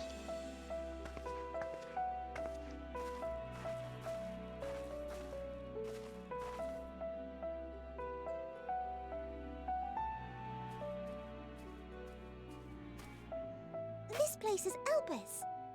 Those flowers. Elpis. Entelekis. Like me. Entelekis? They are a product of Elpis, and so named for their birthplace. A happy accident, born of the hands of a former researcher who loved beautiful blossoms. Unique for how they change color, to reflect the emotional state of those nearby. Though be it here or elsewhere, they are seldom seen in any hue save purest white. Reflect the emotional state, you say? By what means do they achieve this? In creation, there exists an energy wholly apart from ether, one driven by emotions.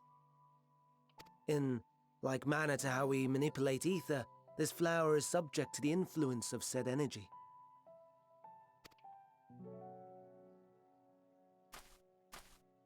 While it has no will of its own, it is sensitive to the prevailing emotion in the vicinity, and reacts by altering its color and vibrancy.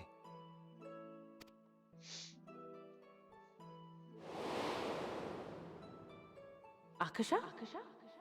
It is one of the unseen energies defined by Harnish alchemical theory. Though a gross oversimplification, some describe it as an essence influenced by feelings.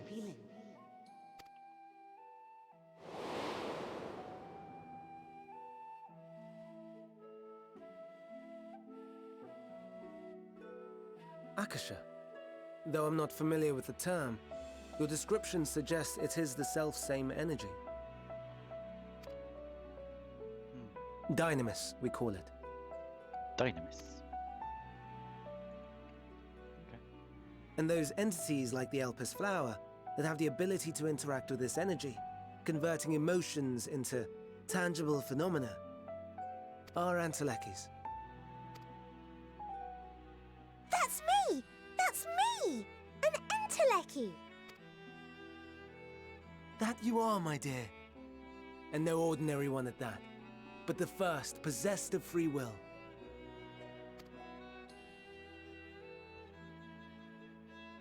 Wait. A form of energy other than ether? Dynamis? I've never heard of such a thing. Hardly surprising. Dynamis cannot be seen, much less felt. And though its existence has long been theorized, we had no proof until the flower's serendipitous creation. Interesting. So even the ancients didn't know about Dynamis? Until now, apparently? What's more, Dynamis is far weaker than ether. Under normal circumstances, its effects are drowned out by the latter. On account of which, beings comprised of and reliant upon the ether, like you and I, are unable to make practical use of Dynamis. 'Tis a truly esoteric thing, known to but a select few scholars. Intriguing. Then, given the limitations you described, why create Meteon?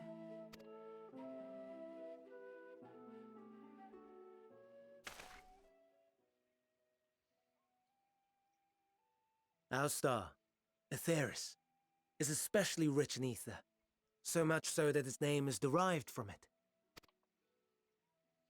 However, when we consider all energy in existence here and in the vast space beyond, Dynamis may account for as much as 68.3%. Oh. Okay. It's kind of like dark matter. The more abundant form by far. Were we able to control it, we could open the door to limitless possibilities. 'Tis not unlike a gently flowing stream, unable to break through the dam of ether barring its path. But if we could imbue the stream with the vigor of a raging river...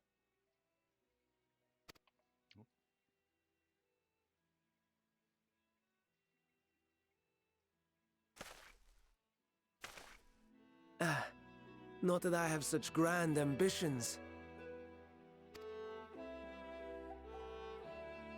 Nay, I merely wish to create a being that could traverse the great expanse.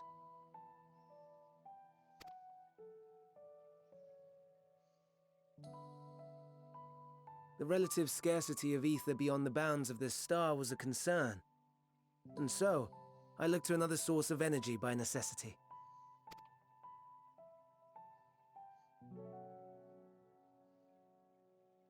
That being Dynamis. No wonder her ether is so thin. Precisely. Your yours is thin too. Like an entelechy.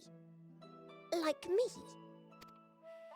So, are we the same? Entelecchies. No, I'm composed of ether.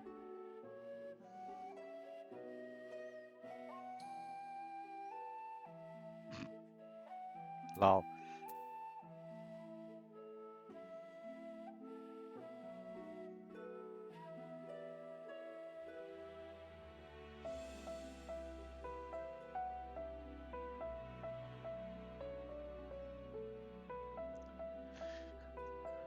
But I think I will do the second one, because I'm pretty sure I'm actually not one. Pretty sure I'm actually mostly comprised of ether, but who even knows? We can't check out Dynamis. I have been known to transcend my limits with nothing but determination. This is true.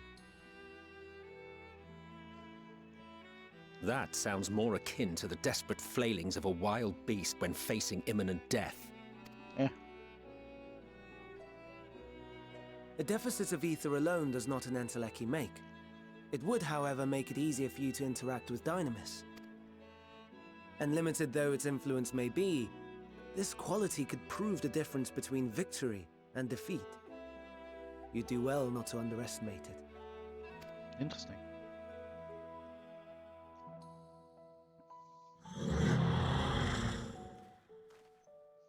Oh dear. I'd forgotten about the poor fella. You must excuse me a moment while I go and verify a few more things.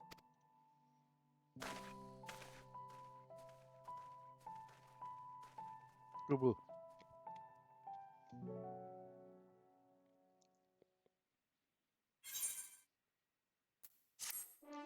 The pod done.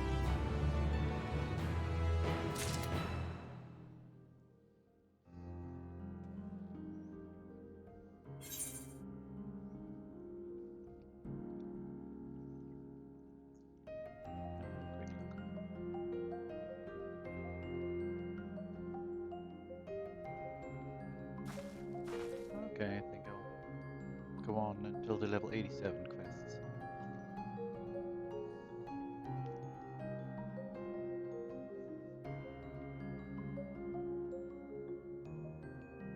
That should probably be doable. Then we can do some RP still. Maybe. Well, let's move on. With the dice. Never before had I heard of Dynamis or Antilekis. I can only assume the Elpis flower was submitted to the Bureau before I joined.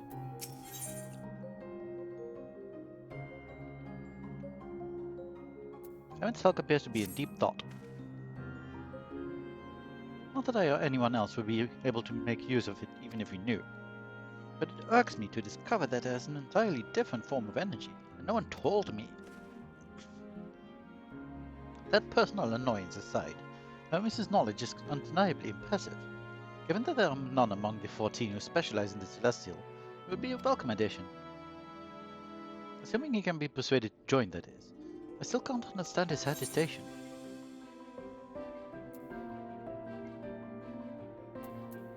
I want to know both!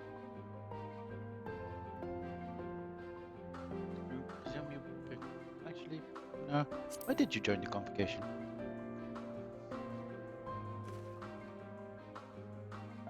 Oh, you wish to know why Emmett Silk was chosen for the convocation?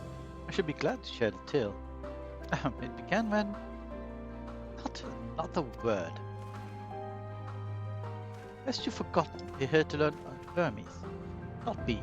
My misspent youth is not your concern. Ah. But why? Speak with Hermes, where is he? There he is. Hey Hermes.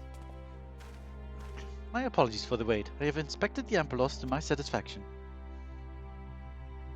All is well with the creature, and I dare say it won't be long ere it is released unto the world. Another creation, however, reportedly isn't faring so well. The Charybdis. That is what we shall tend to next. If you'll follow me, my friends, we shall return to the main isle and head north.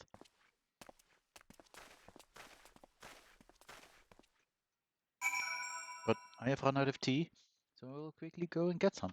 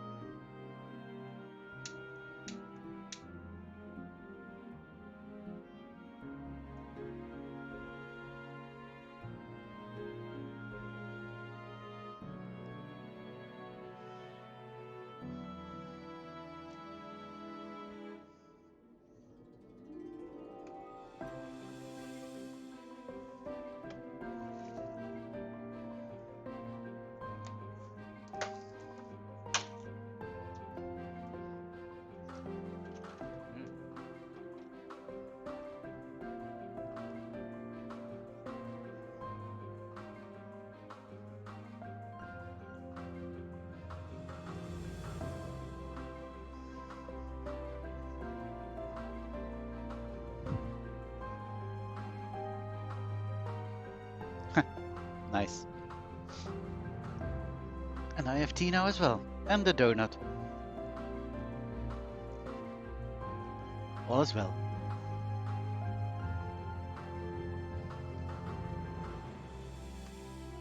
Now, where's the guy? Is there either current over here? To the southeast. Southeast. That's near here. I can do that. Yeah, there it is. Okay, I can get this one real quick.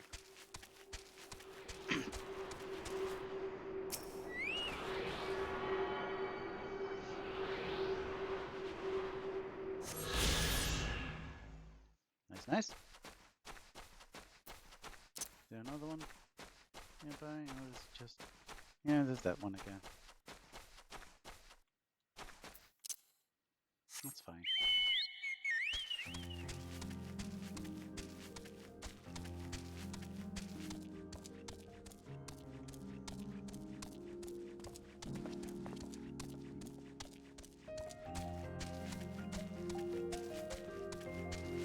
Go straight there, but rocks in the way. That's so rude. Place rocks in the way.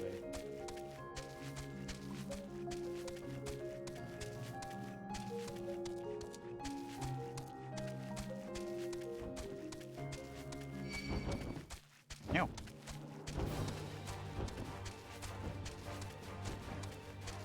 Do it.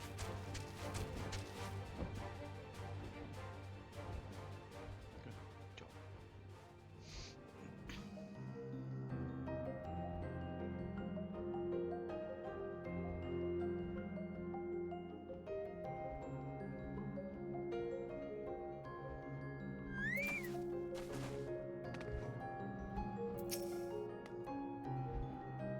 Why is this one blue and shiny? Why indeed? Shouldn't it be? I mean, I suppose those one aren't, so probably not then.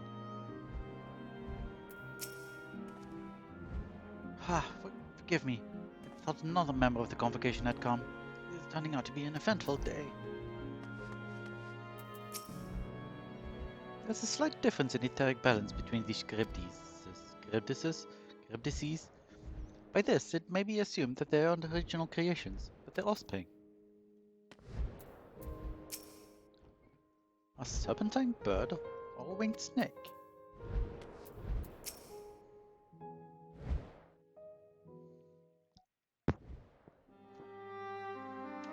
Who even knows?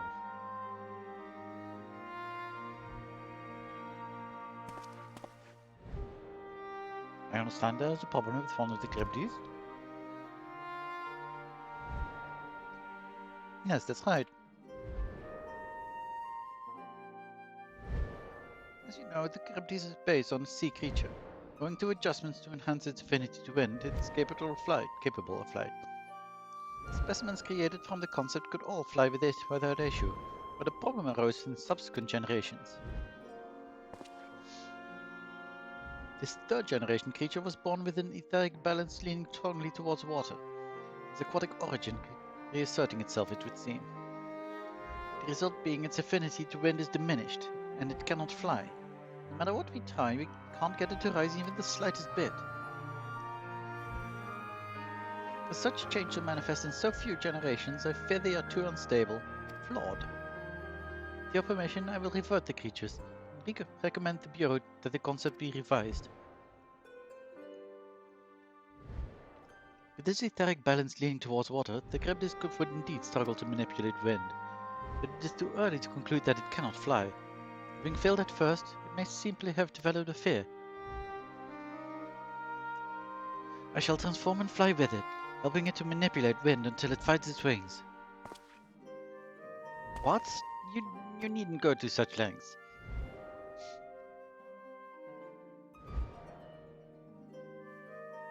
You don't know. But of course not. Transformation is an art in which one manipulates a vast quantity of ether to construct another body around oneself. In practice, this allows one to assume any conceivable form, thereby transcend the limits of one's flesh. Yet convenient though it may be, transforming in the presence of others is considered conveying glories in the extreme. As uncouth and unseemly as running about robless. Shameful. Am I to understand you make a habit of this? Nothing of the sort. It's just that when transformed I can wield the wind and fly. It may seem excessive, but what is our shame next to the lives of these creatures? They deserve a chance, and we owe it to them to do all in our power. Be that as it may.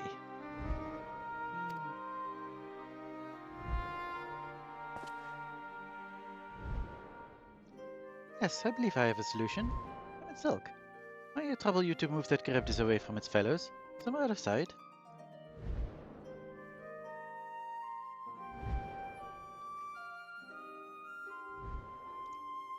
Meanwhile, I'd like the rest of you to help me prepare here. What mischief are you scheming now?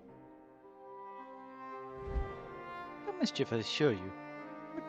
I would but spare you the need to report to your colleagues that Hermes committed an indiscretion. So have a little faith and run along. Ooh, flapjack. Nice.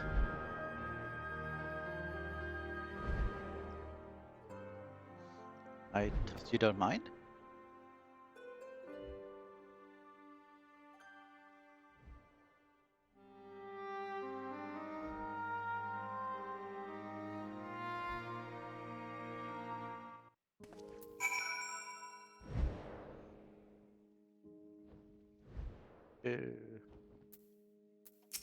What are you planning?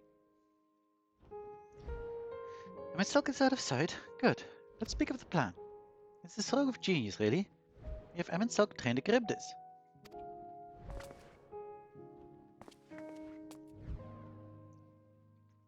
Aside from being able to fly untransformed, he can readily see ether currents.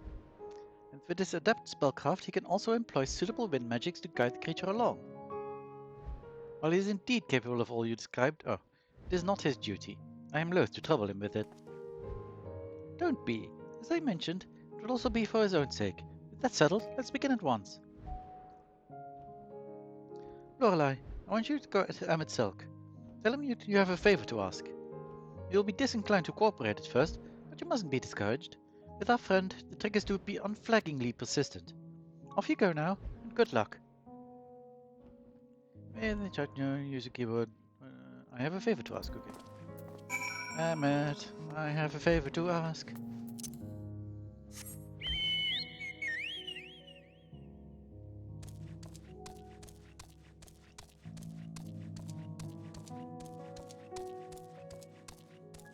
Donut hoop. Don't fall off the world.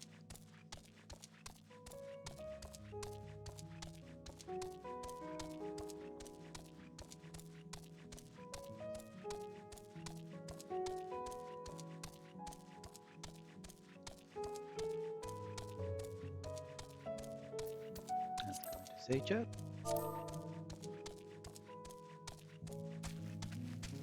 Emmett. Charybdis.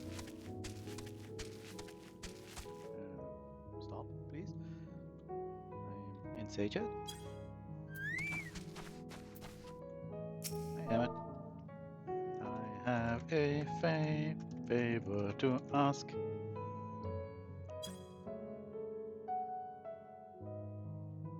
Without a U. Favor. Oh, no, you don't. I'm not lifting a finger. I don't know what Hythrodise is up to, and it will not be made to know. I refuse. If Hythrodise is to be believed, his relentless insistence may serve to wear down the ever-wary Emmett Silk.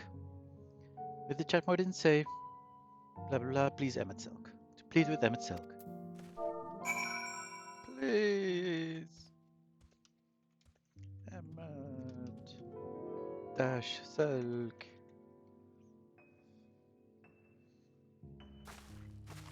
Exclamation mark.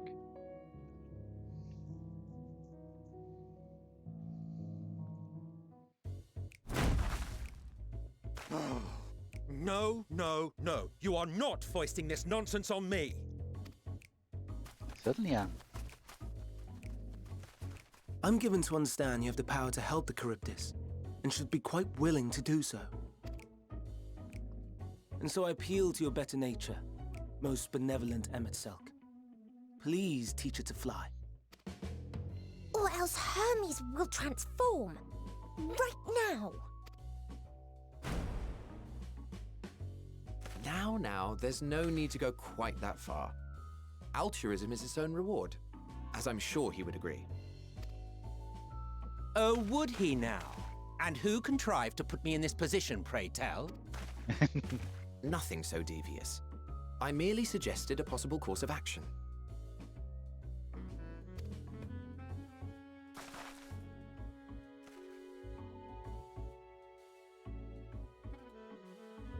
Please, Emet-Selch.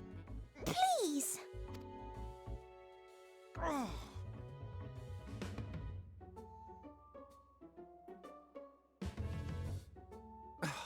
I did not come all this way to play nursemaid to your creations. I'd thank you to remember this favor and let it be the last.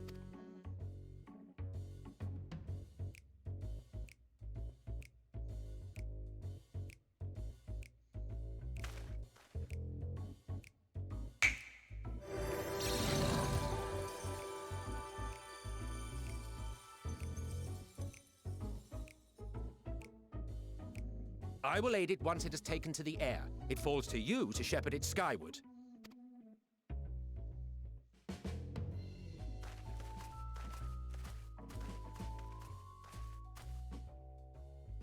Well, let's relax and enjoy the spectacle, shall we?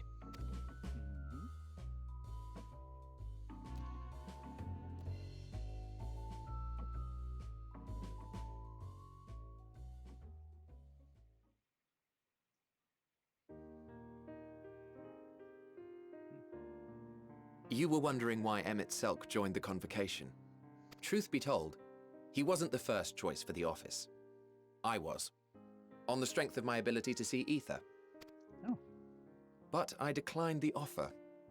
For though my vision is exceptional, I am pedestrian in all other aspects.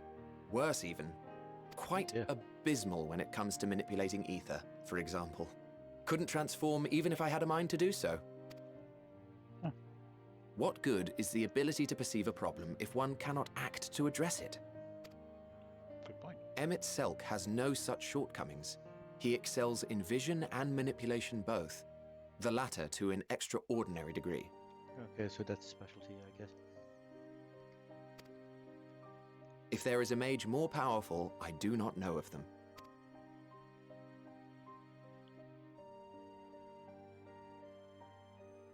Thus did I recommend him for the office in my stead. And I wasn't the only one. Far from it. Countless others vouched for his skill and character. People the world over, to whom he had previously lent a helping hand. Oh, how surprised he was. Claimed he hadn't done anything remarkable for anyone. Modest to a fault. He deserved every bit of acclaim he received. Yet he may well have gone unappreciated were it not for a mutual friend. A singular soul who can't help but involve herself in the business of others. Where she walks, excitement is certain to follow. Her antics irritate Emet-Selch to no end. But much of his grumbling stems from genuine concern. When our friend calls, he never fails to answer and lend his talents. And in the course of doing so, he himself came to be recognized and respected by those around him. They are truly remarkable individuals, and I'm proud to call them friends. To help them realize their dreams. This will be my greatest contribution to our world, and when they have fulfilled their respective purposes, so too shall I have fulfilled mine, and together we may return to the star. That's sad and also really cute. Look at me, spilling my innermost secrets. I can't seem to help it with you. I can only assume it is due to the color of your soul. I just don't understand how you can be so alike and yet so different. Well done, my pet. Well done!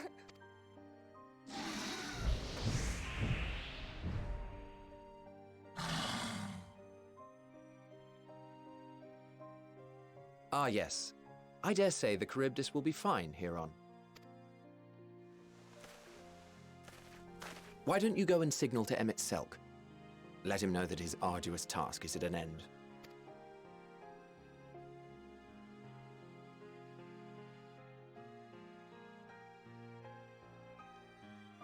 Sure thing. This was again very lovely.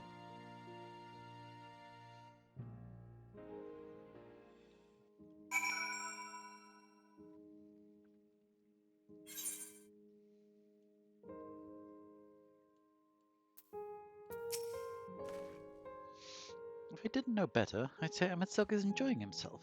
Not that he ever deigned to admit it. Of course not.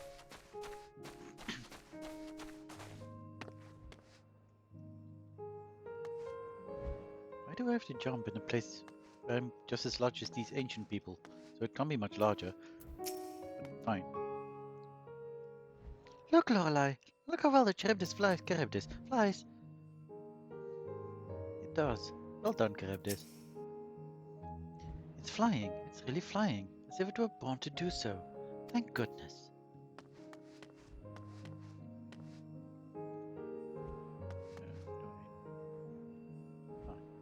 Wave from here. Going to Emmett and slash wave.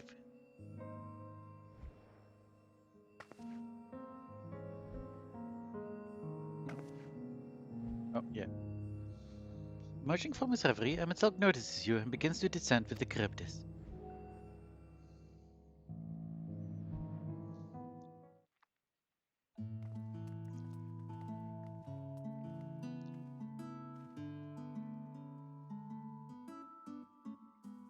I have no words to express my gratitude. Thanks to you, the Charybdis has learned to fly.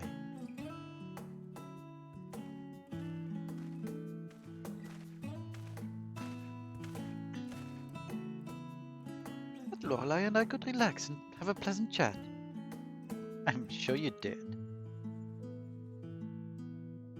The creature needed some small assistance at first, but soon it was flying more or less on its own. I doubt you will need to repeat the lesson. That was truly impressive.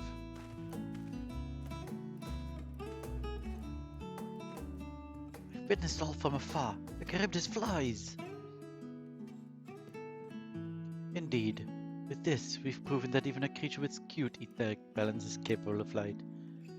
Though we helped to achieve this, the Charybdis is a herd animal. It may well aid their struggling kin in like fashion if and when the need arises. Keeping this in mind, I bid you continue observing them. If that is what you want.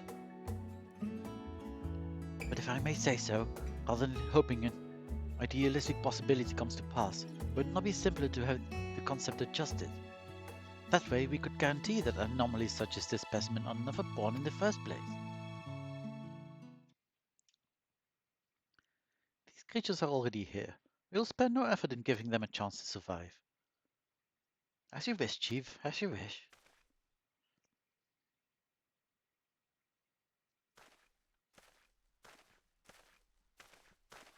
And I suppose survive they did. Hermes.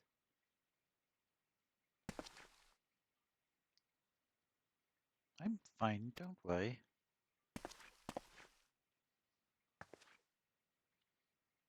Say that to the creature who reads emotions. Well, that concludes all my present tasks. Let us return to anagnoresis for now.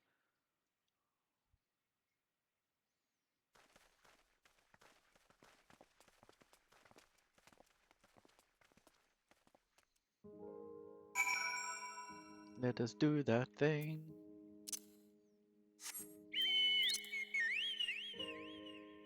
to the west. Oh, that's on there. Yeah. Later. But I could now that I'm on the north side of this place-ish.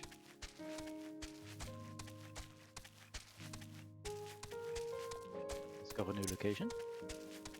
128 to the east. Oh yeah, of course to the east. I'm going east. No! Oh, what are you? Oh, you're one of those. Okay.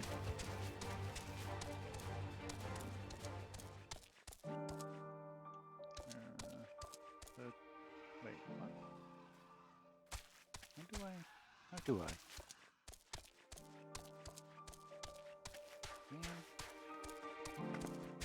Still didn't get to the north of this place. Oh well. I thoroughly enjoyed myself, at the end of most of all. Now you've seen what I do. Was it everything you were expecting? All the creations are happy. That makes me happy too. I suppose it does. What? Want to apologize for forcing me to help, do you? Save your breath. You didn't force me to do anything. I merely chose the most expeditious way to have done with an impediment to our business. Sure thing.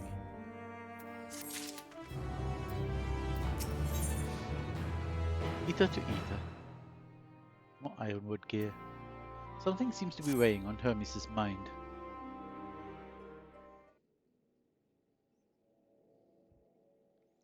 Tell me, Lorelei, in the course of you watching me, have you learned aught of value?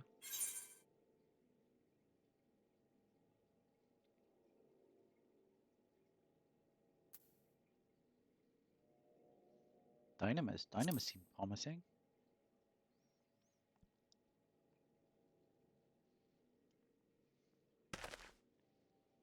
Dynamis, you say? Curious that such an obscure phenomenon should be of interest to you.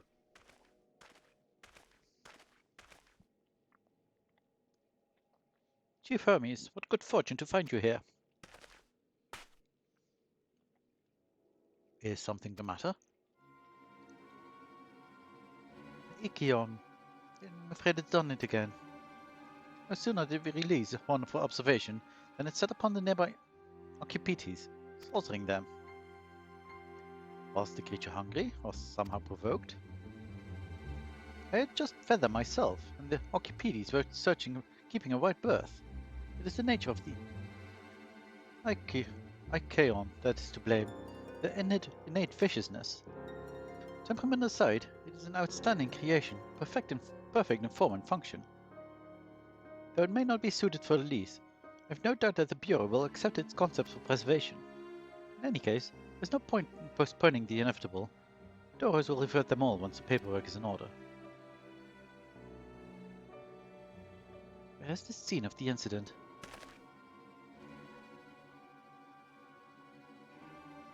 Just off the path to the 12 Wonders. As you make your way, you should see it on your left. I don't know if Doros is still there, however.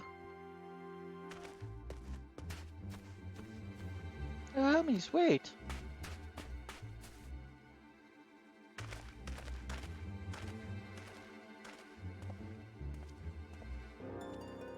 If this is part of his work, then I would reserve we follow.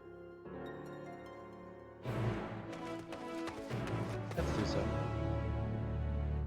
a quick check. Yes, okay. Over there, I see. You're my bird. What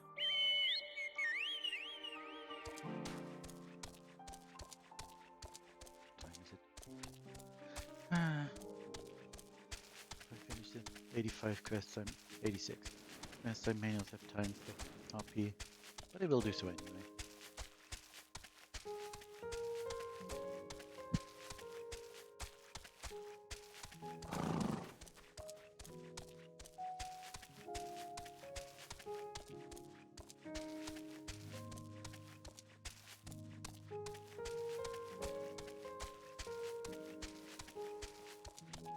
I discovered a new location. Yay.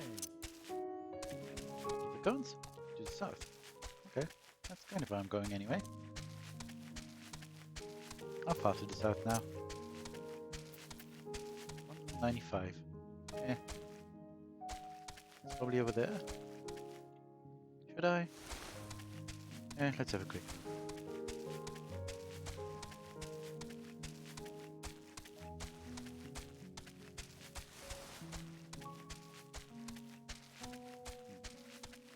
Oh, there you are.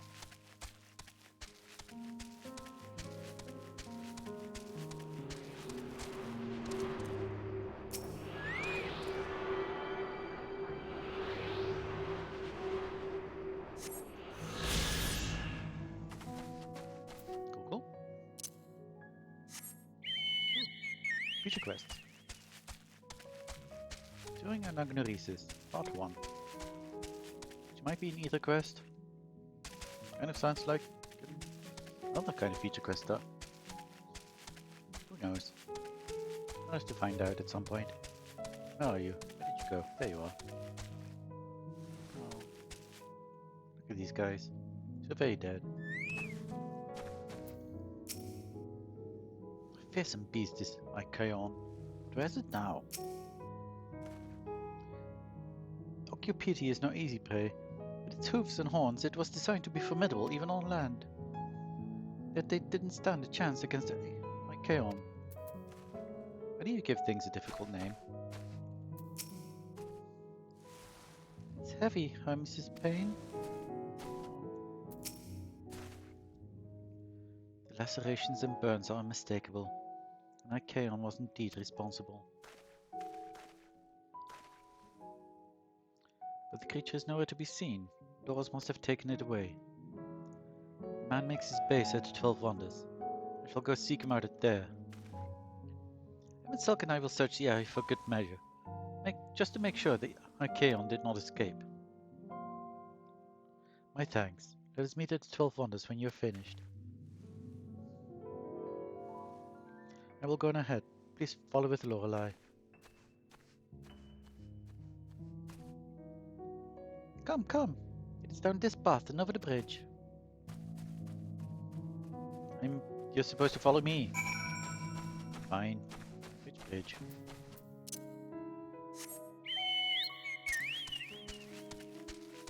To the southwest. Oh, that's kind of where I'm going. Oh, convenient. Now where's this bridge? Oh, there's a bridge. I see a bridge.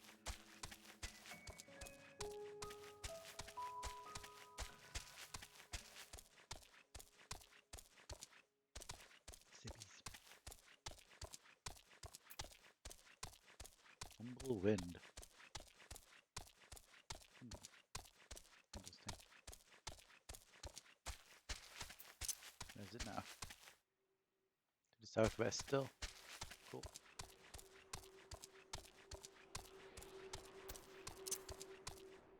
Oh, I totally heard it. Where did I hear it?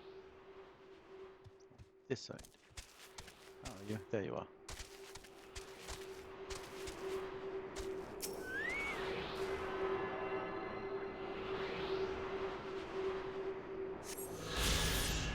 Cool. That's the next one. To the west.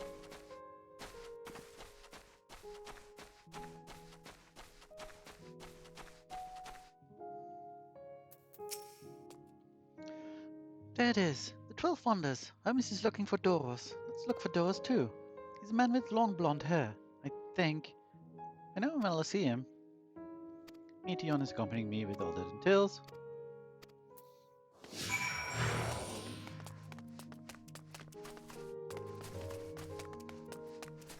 I discover a new location, where there is an Aetheryte, and a dark-haired man.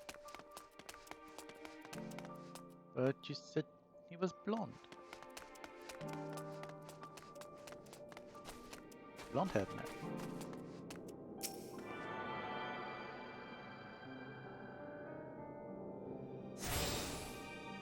I tune to the Aetheryte, which still looks very cool.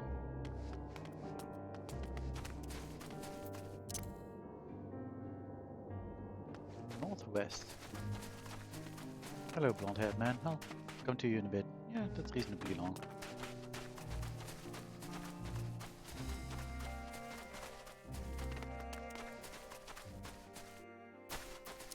Where are you? To the north.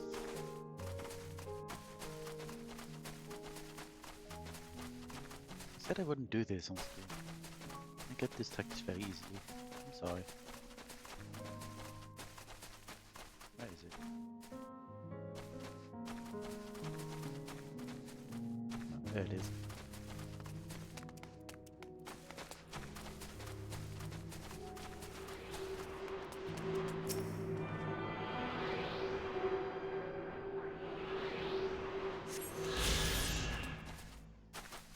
Get up again. Damn.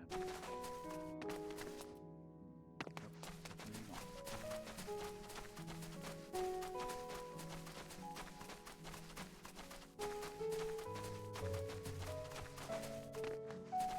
There we go.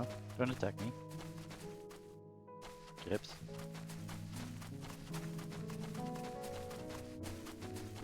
Let's go talk to the one blonde-haired guy.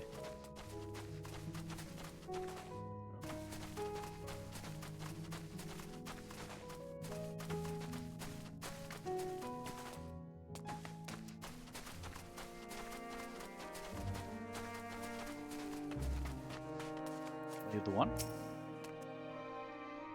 Doros, that's Doros! Well now, if it isn't Meteon, what brings you here?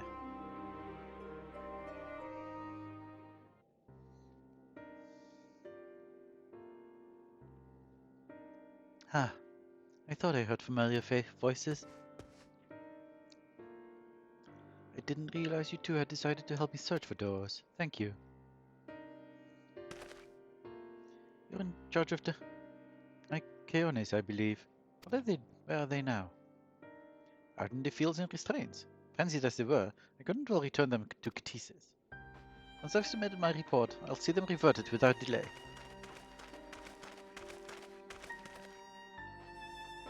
It's as he says, the beasts are indeed quite ferocious. You're one of the 14. What brings you here? Nothing you need to concern yourself with, as you were. We've heard the news. Then Ikeon slaughtered Occupites.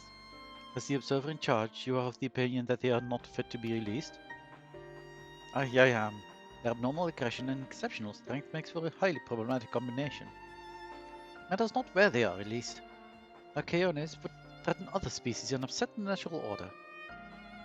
Could it be that the specimens observed are an outlier? Highly unlikely. We created a good many of them, all exhibited the same tendencies. Even when we used Kairos to begin with a fresh slate, their behavior was unchanged. Kairos? A memory reconfiguration system. The chief himself created it. It allows us to erase or alter memories, that we may observe creations in different environmental conditions without needing to remake them from scratch. Quite impressive, and potentially dangerous. Depending on the intensity of the etheric emissions, Pashtod may wish to have words with you.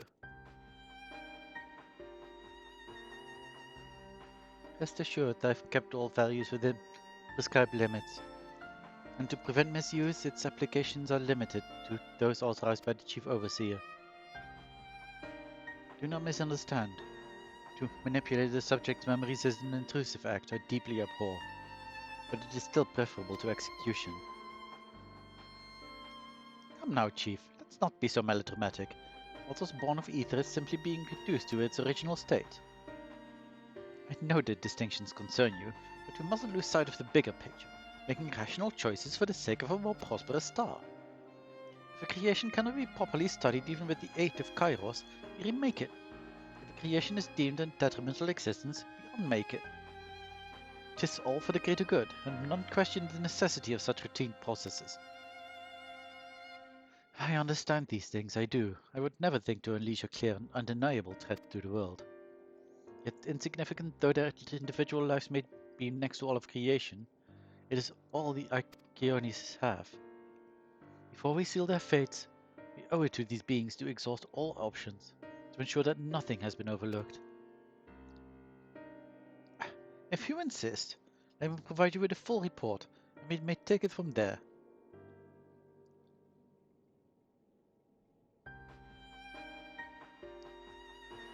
it be possible for us to attend a discussion that Emet-Selch may better carry out his duties?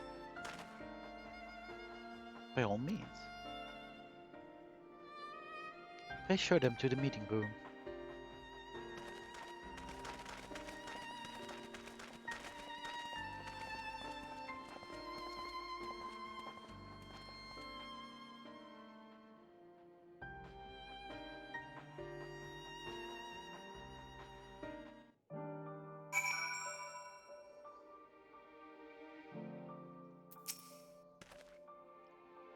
We have a duty to the stars, this I know, but it doesn't mean we don't also have a responsibility to the lives we bring into existence here.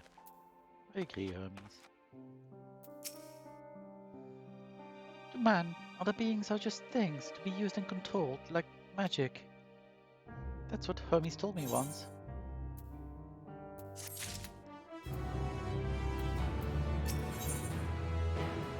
A sentimental gift. You don't need to be an Entelechy to feel the weight bearing down on Hermes. I fear this discussion may take a while, during which time...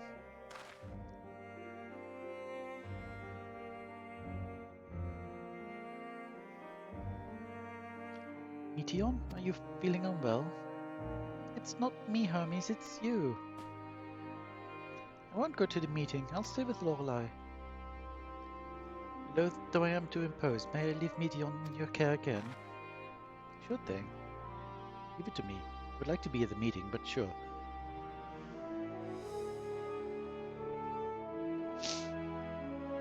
I'm in your debt, if you'll excuse me.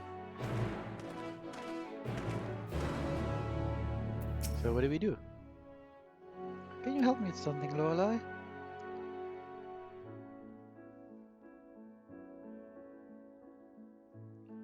The meeting will make Hermes sad. I want to cheer him up with a flower. Hermes likes flowers the most of all the creations in Elpis. Most creations are expected to be interesting, or beautiful, or strong, better in some way. But flowers are different. They're designed to suit our emotions. What we feel and what we want to convey. Hermes likes that.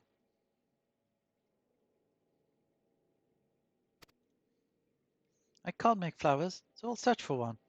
And I want you to search with me. Let's start here, to 12 Wonders. Meteon is accompanying you with everything that entails.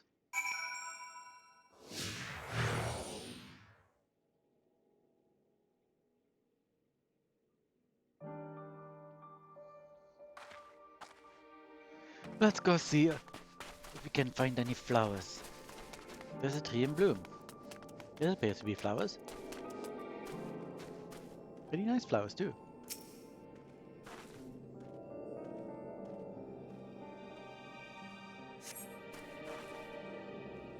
Purple flowers bigger than your hand adorn the tree.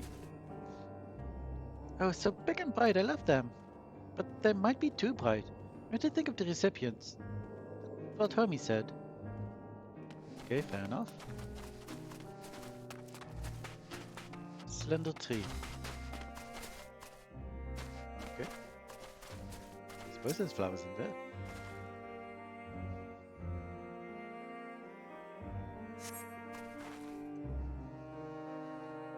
Tall slender tree rises before you. Crane your neck to look for flowers. No flowers. There were apples. We would have covered them in syrup. Let's head outside next. Don't worry. Something, something, something. Dang it, I clicked.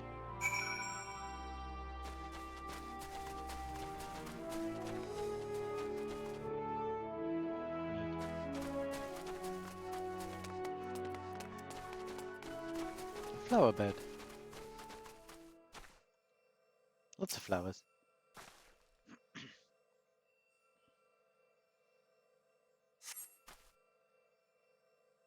An array of beautiful flowers grow in the bed, the mix of colors forming a pattern. These would be better for Hermes, but they're hedged in. That means you shouldn't touch them. Either under observation or poisonous. I hope they're under observation. I walked straight through one of these. Any other place should be fine though. Let's keep looking.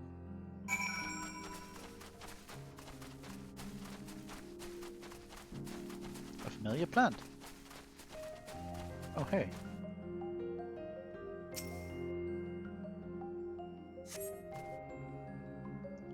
Thin, tall, thin stalk, the oddly shaped flowers mesmerizing in its undulations. Oh, a Caneon. A flower that can move. When Hermes wasn't looking, it shot seeds at him. Not a good gift, maybe. But you're good, Lorelei, at spotting flowers. Find something soon. I guess you passed the test as well. Wait, where's the next east? Go north. That's way over there.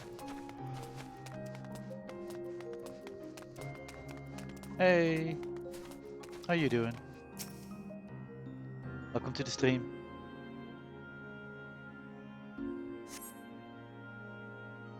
Despite nothing promising nearby, at best common-looking grasses with some few tiny flowers. Nothing around here. Ah! Over there, Lorelei. Something big, huge. Thought huge things were an issue. Big tree, though. Do you need this? No? Oh, hello. This is hardly a flower.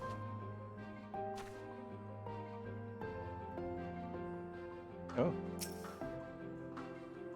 For the new Ohana Cafe, or whatever it's going to be.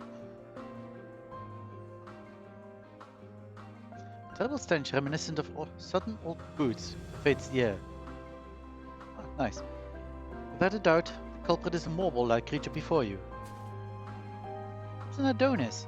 The things around its mouth look like petals, but the flowers are the orbs on its head. When Hermes inspected it, it swallowed him up. Didn't leave his room for days. What do you think, Lorelei? Would he like it? I don't think so. Yeah, it's probably not the good sort of memory.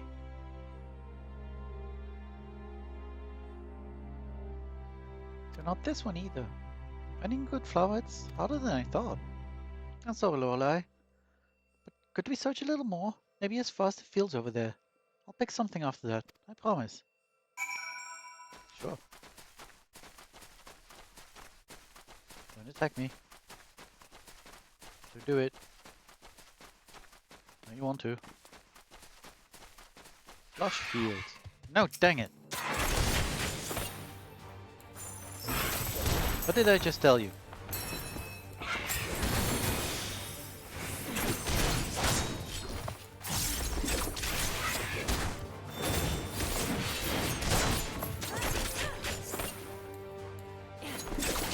Don't do that to either.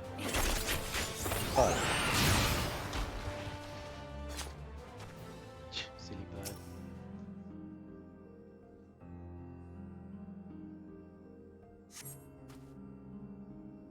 Lush green fields stretch out before you, ending where the sky begins. Oh, there's nothing. What is this? Aren't these flowers? The shiny thing over there, what could it be? Like, these are, like, look at this. Meteon.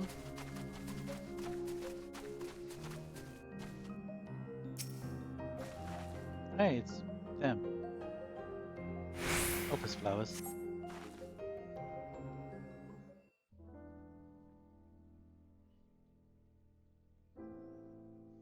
Oh, Elvis flowers. They're here too.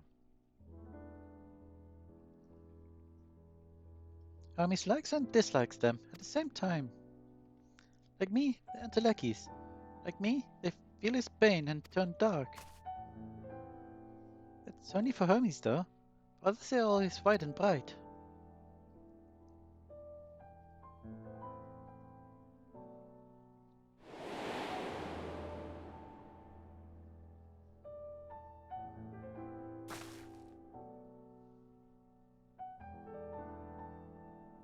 Truly? The flower was dark in your home?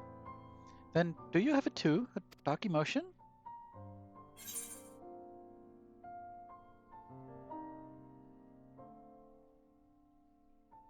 I mean, pretty much all of the above. So, I dare say I have a few, yeah. No, I didn't check it all out already. I should do so at some point. It was his actual FC estate at this time, right? Not his house. You don't have to say it. I can feel it's something you want to hide. won't you lend it to me? The darkness inside you? I want you to make the flower dark, in front of Hermes. He has been in a dark place since before he created me. He needs to know that he isn't here in there alone. That others are sad too. Maybe after I finish the stream. I will probably do so not long after now, because I'm finishing the 86 quest. And then I'll probably stop, and these are the last two 86 quests, I believe. So maybe I'll quickly check it out after the stream. Not for very long though. I probably want to go to the castle to do RP. Tuli, you'll do it. Of course I'll do it. No man should be made to think he is alone in sadness. Okay, I will. I'll send you a tell. Thank you, Lorelei. Thank you. It means more to me than I can say. I can't wait to see how Hermes reacts. Let's go back and fetch him.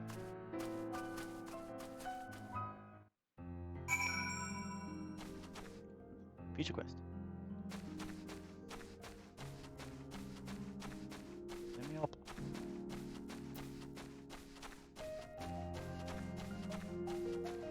Let's see what this feature quest is about. I assume ether current, but you never know.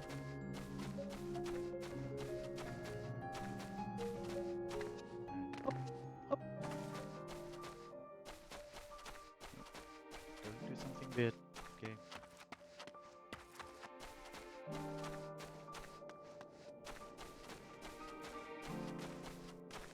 Hele Rost. Don't even know what you do. I can walk through you, but I don't care. Yep. That's an either going quest. Cool. Don't care for now. We'll do those off stream, probably. Or maybe on stream when I finished Endwalker or something. I won't need to go back to those regions anyway, after I get the ability of flight. Seems they're still talking. Let's wait until they're finished.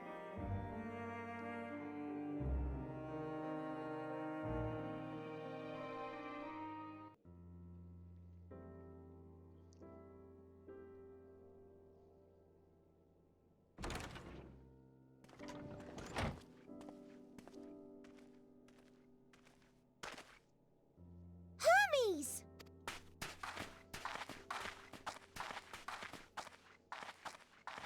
Oh. You were waiting for me. You've finished talking? Yes. We've come to a decision. My thanks for keeping Meteon company. Emmett Selk and Hythlodaeus have already retired to their rooms. There is room for you too, if you would follow me. Thank you. Wait! What was the decision? I want to show you something first. Oh, yeah.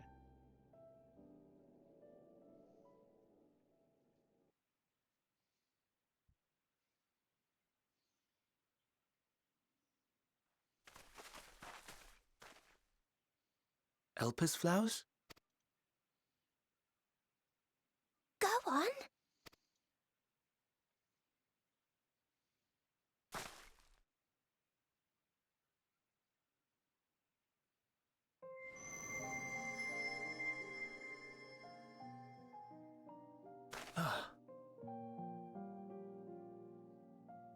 You're not the only one, Hermes.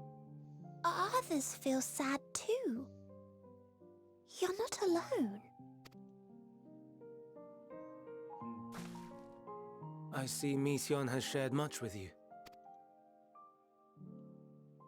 She has.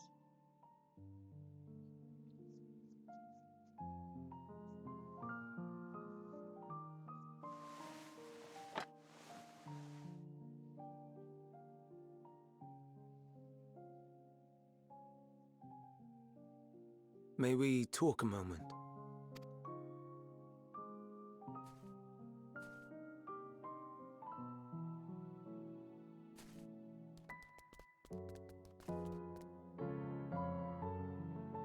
Oh, a hedgehog.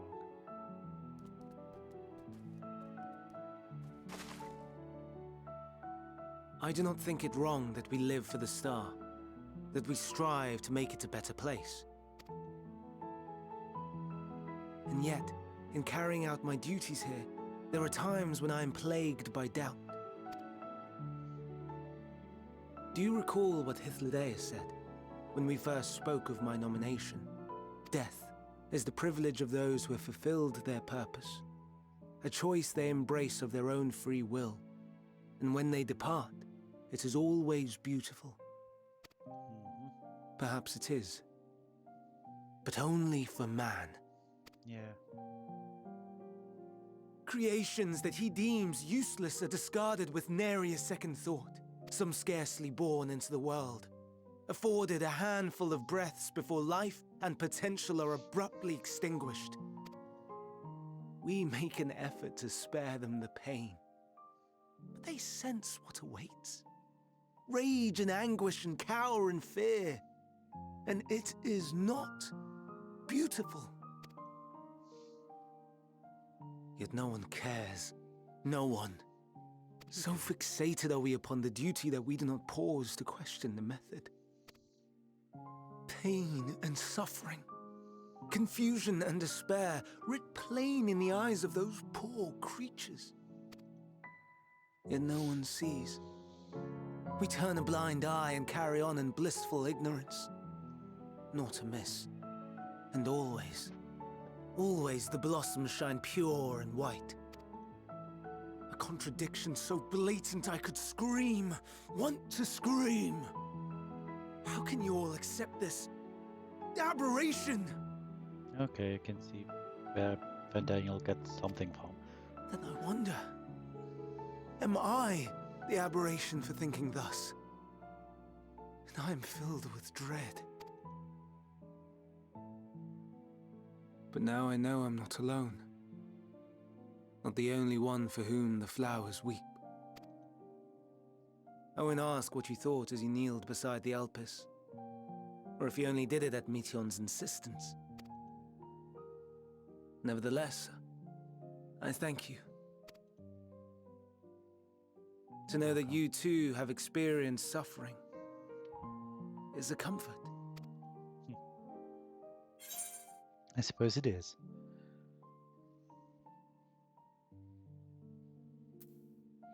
Glad I could be of service, because, meh, both those two answers kind of suck. To so willingly lend an ear to ease my burden, you are a strange one. This is what I do. The stars in the heavens. Know you what they are? Other stars? Though it is too far to tell, each glittering light could be a world not unlike Aetheris. A world filled with life. So many stars, so many lives. For us, there may be no higher purpose than to live for our world. But what of the other living beings out there? What is it that gives their lives meaning? That drives them day after day after... To pose that question to our undiscovered cousins, I created beings of dynamis, who can traverse the vast emptiness between the stars. Meteion and her sisters. Aye, sisters. She has a great many of them, and they have already departed on their journey, traveling to one star and then the next in search of life, as one might expect. Exploration on such a grand scale is rife with difficulties, and thus far I've naught to show for it. But I have faith that we will make some manner of discovery ere long. And when we do, I should be glad to share our findings with you, in gratitude for your kindness. Sure. It's getting rather late. We had best find our beds. It would not do for both of us to be sleep-deprived on the morrow. Come, Meteion. Let us head back. All right!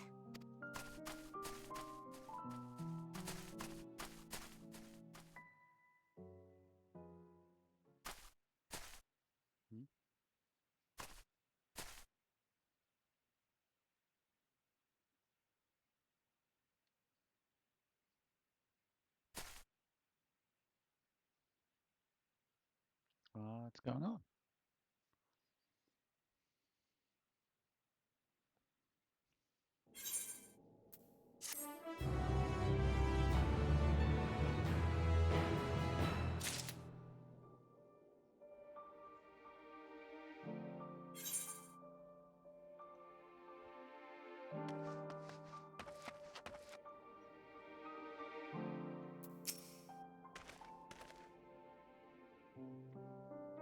Prodigal family returns, and after causing all manner of trouble while we were in a meeting, I'm sure. I didn't give trouble. I killed one thing, which might have been a bad thing, maybe. Are you able to get some rest? Please do not hesitate to let us know if you're feeling tired. We might exhaust your scarce reserves of ether. My voice is doing annoying things. Maybe best that this is the last quest. I'm glad Hermes saw the flowers. Thank you, Lorelei. It will help, I hope. Today will be difficult for him. What was the decision? Okay, I suppose. Yeah. Hermes appears solemn and sorrowful. An all too brief interlude, perhaps, but it is time I attend to my next task. Samet Silk and Hitherdays are aware, reached a verdict regarding the fate of the Ikaiones. 7 were created for observation, and all 7 must be unmade. Doros has followed the correct protocols, and as Chief Overseer, I can find no fault in his judgment. Ikaiones would disrupt the natural order, ravaging and consuming other species until they themselves starve and perish. They cannot be released into the wild, and they cannot be allowed to remain here in Elpis. I intend to petition the Bureau of the Architect to have the concept preserved as a restricted purpose hazardous life form. Ethosias has pledged to support me in this endeavor. Yet whatever the Bureau decides, the existence of Ikaiones have served their purpose. Doros has already isolated the creatures and is preparing to carry out the necessary measures. I will join him forthwith. It is my duty to witness the conclusion to his study. If you are resolved, then we have but to accompany you.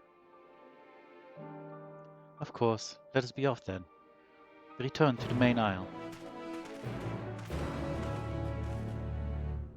Okay, oh, okay. I was going to use the Aetherite, but this is probably easier. This Aetherite can take me all the way over there.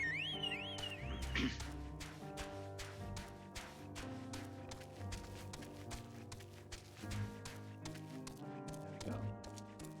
There's the bridge. We just move there.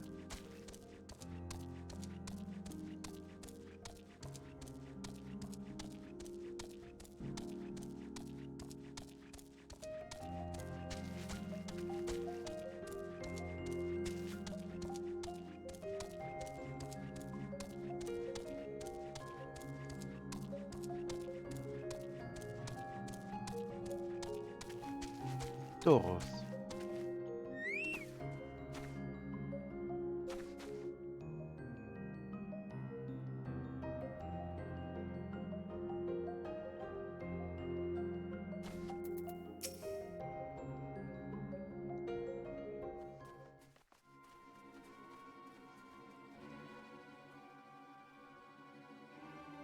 Doros, are you hurt? What happened here? They caught me off guard. I had them bound with ethereal shackles, but they became frenzied, even more so than usual, and broke free. I was able to stop 4, the other 3 escaped.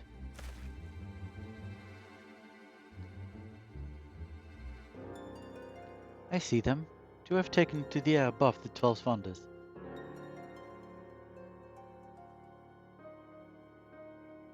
The last is up ahead, lurking in the fields. You and Lorelei handled that one. The bear in the sky you can leave to me. If this is how it must end, then so be it. I will render assistance to Emmett Selk, unneeded though it is.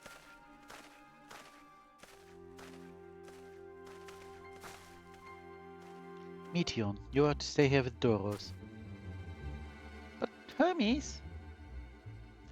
The Ikeonis must be reverted. I will spare you their pain, and mine. This is my burden, not yours. But if you are intent on helping, then please follow my lead. I will help.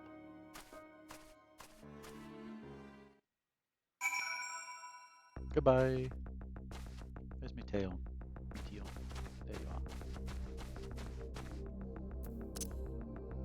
The magic music.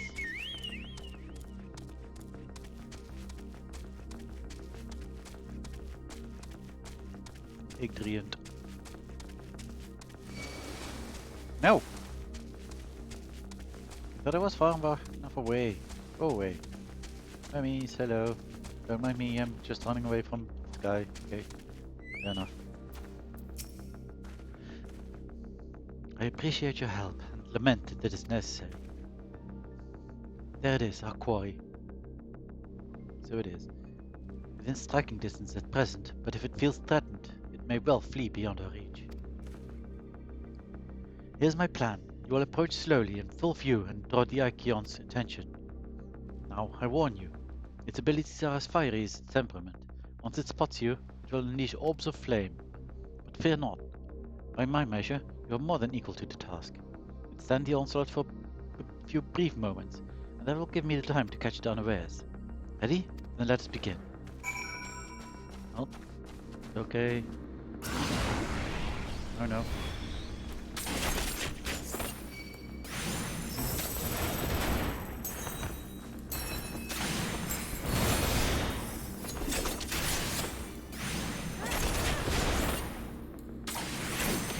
Oh no.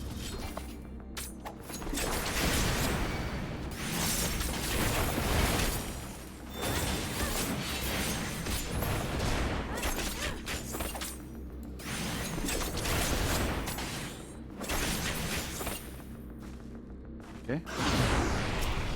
Oh dear.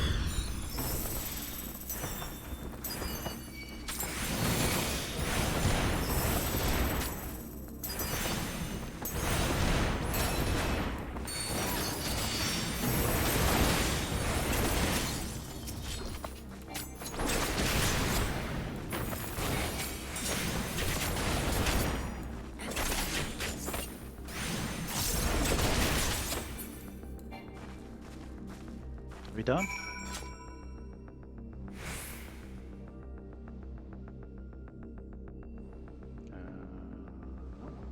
Oh, there's a destination.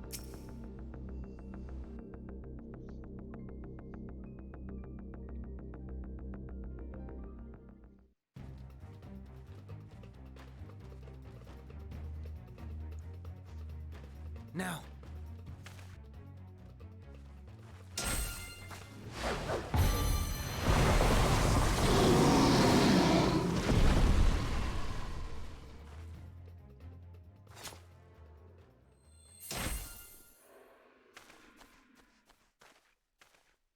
Oh. Forgive me. Please, forgive me. I'm sorry, man. May you and your kin find peace. This may not be the best job for you. Wherever your souls may drift in the underworld, may you find tranquil seas.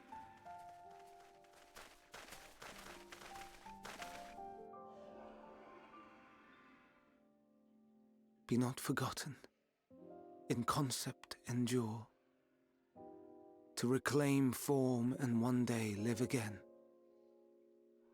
Serve not the star, or any purpose save your own. Live again, if that be your desire.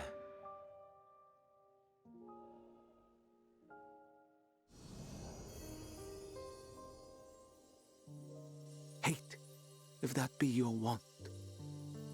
We are worthy. But leave your suffering behind. Lay down your burdens, be born anew. Fly high, fly free.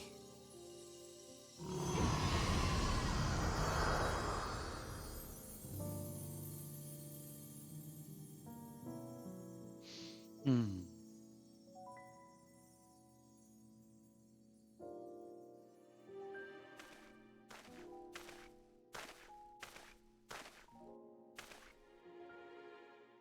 Join the convocation, Hermes.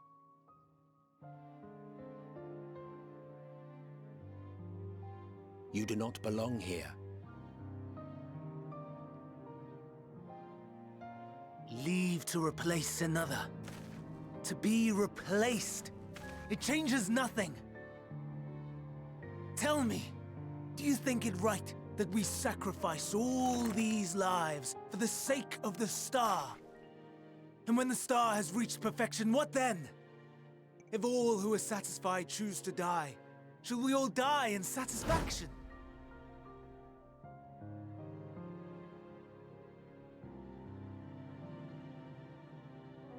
I do not know. Were I to take up the seat of Fandaniel, it would be tantamount to approving my predecessor's death. I do not know if it is right. And to be torn by such thoughts, I do not know if I am fit to represent mankind. Hermes! Please don't be angry. It hurts so.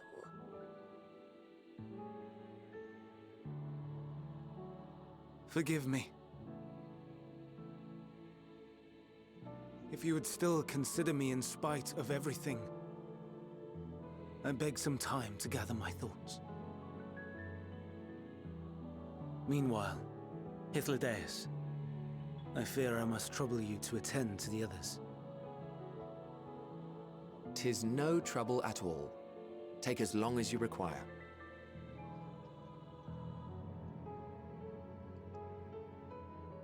And you, my friend, I pray you find that which you seek.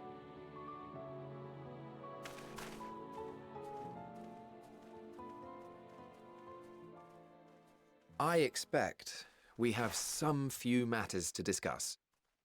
Shall we return to the 12 Wonders for a time? Aye.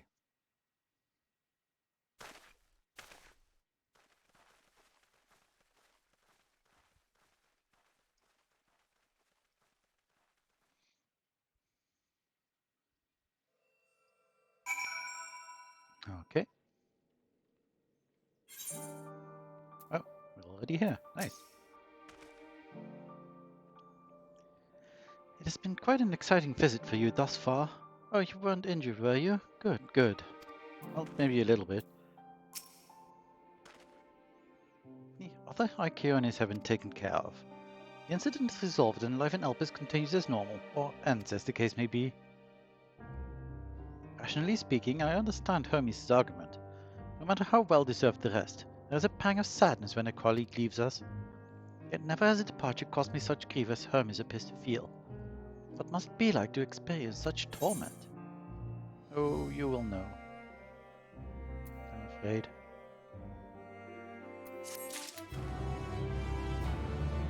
Now, if I am correct, this is going to be a level 87 quest. Yes. I will pick this up next time. I don't know when next time is going to be. Maybe Tuesday. Probably not tomorrow. I don't know what I'll do tomorrow. Maybe I'll just work.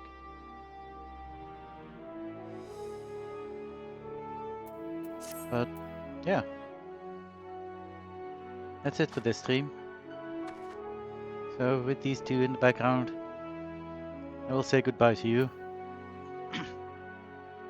As always, I have been Fae'ret. This has been Lorelei Dracht. And I will see you next time. Goodbye, everyone.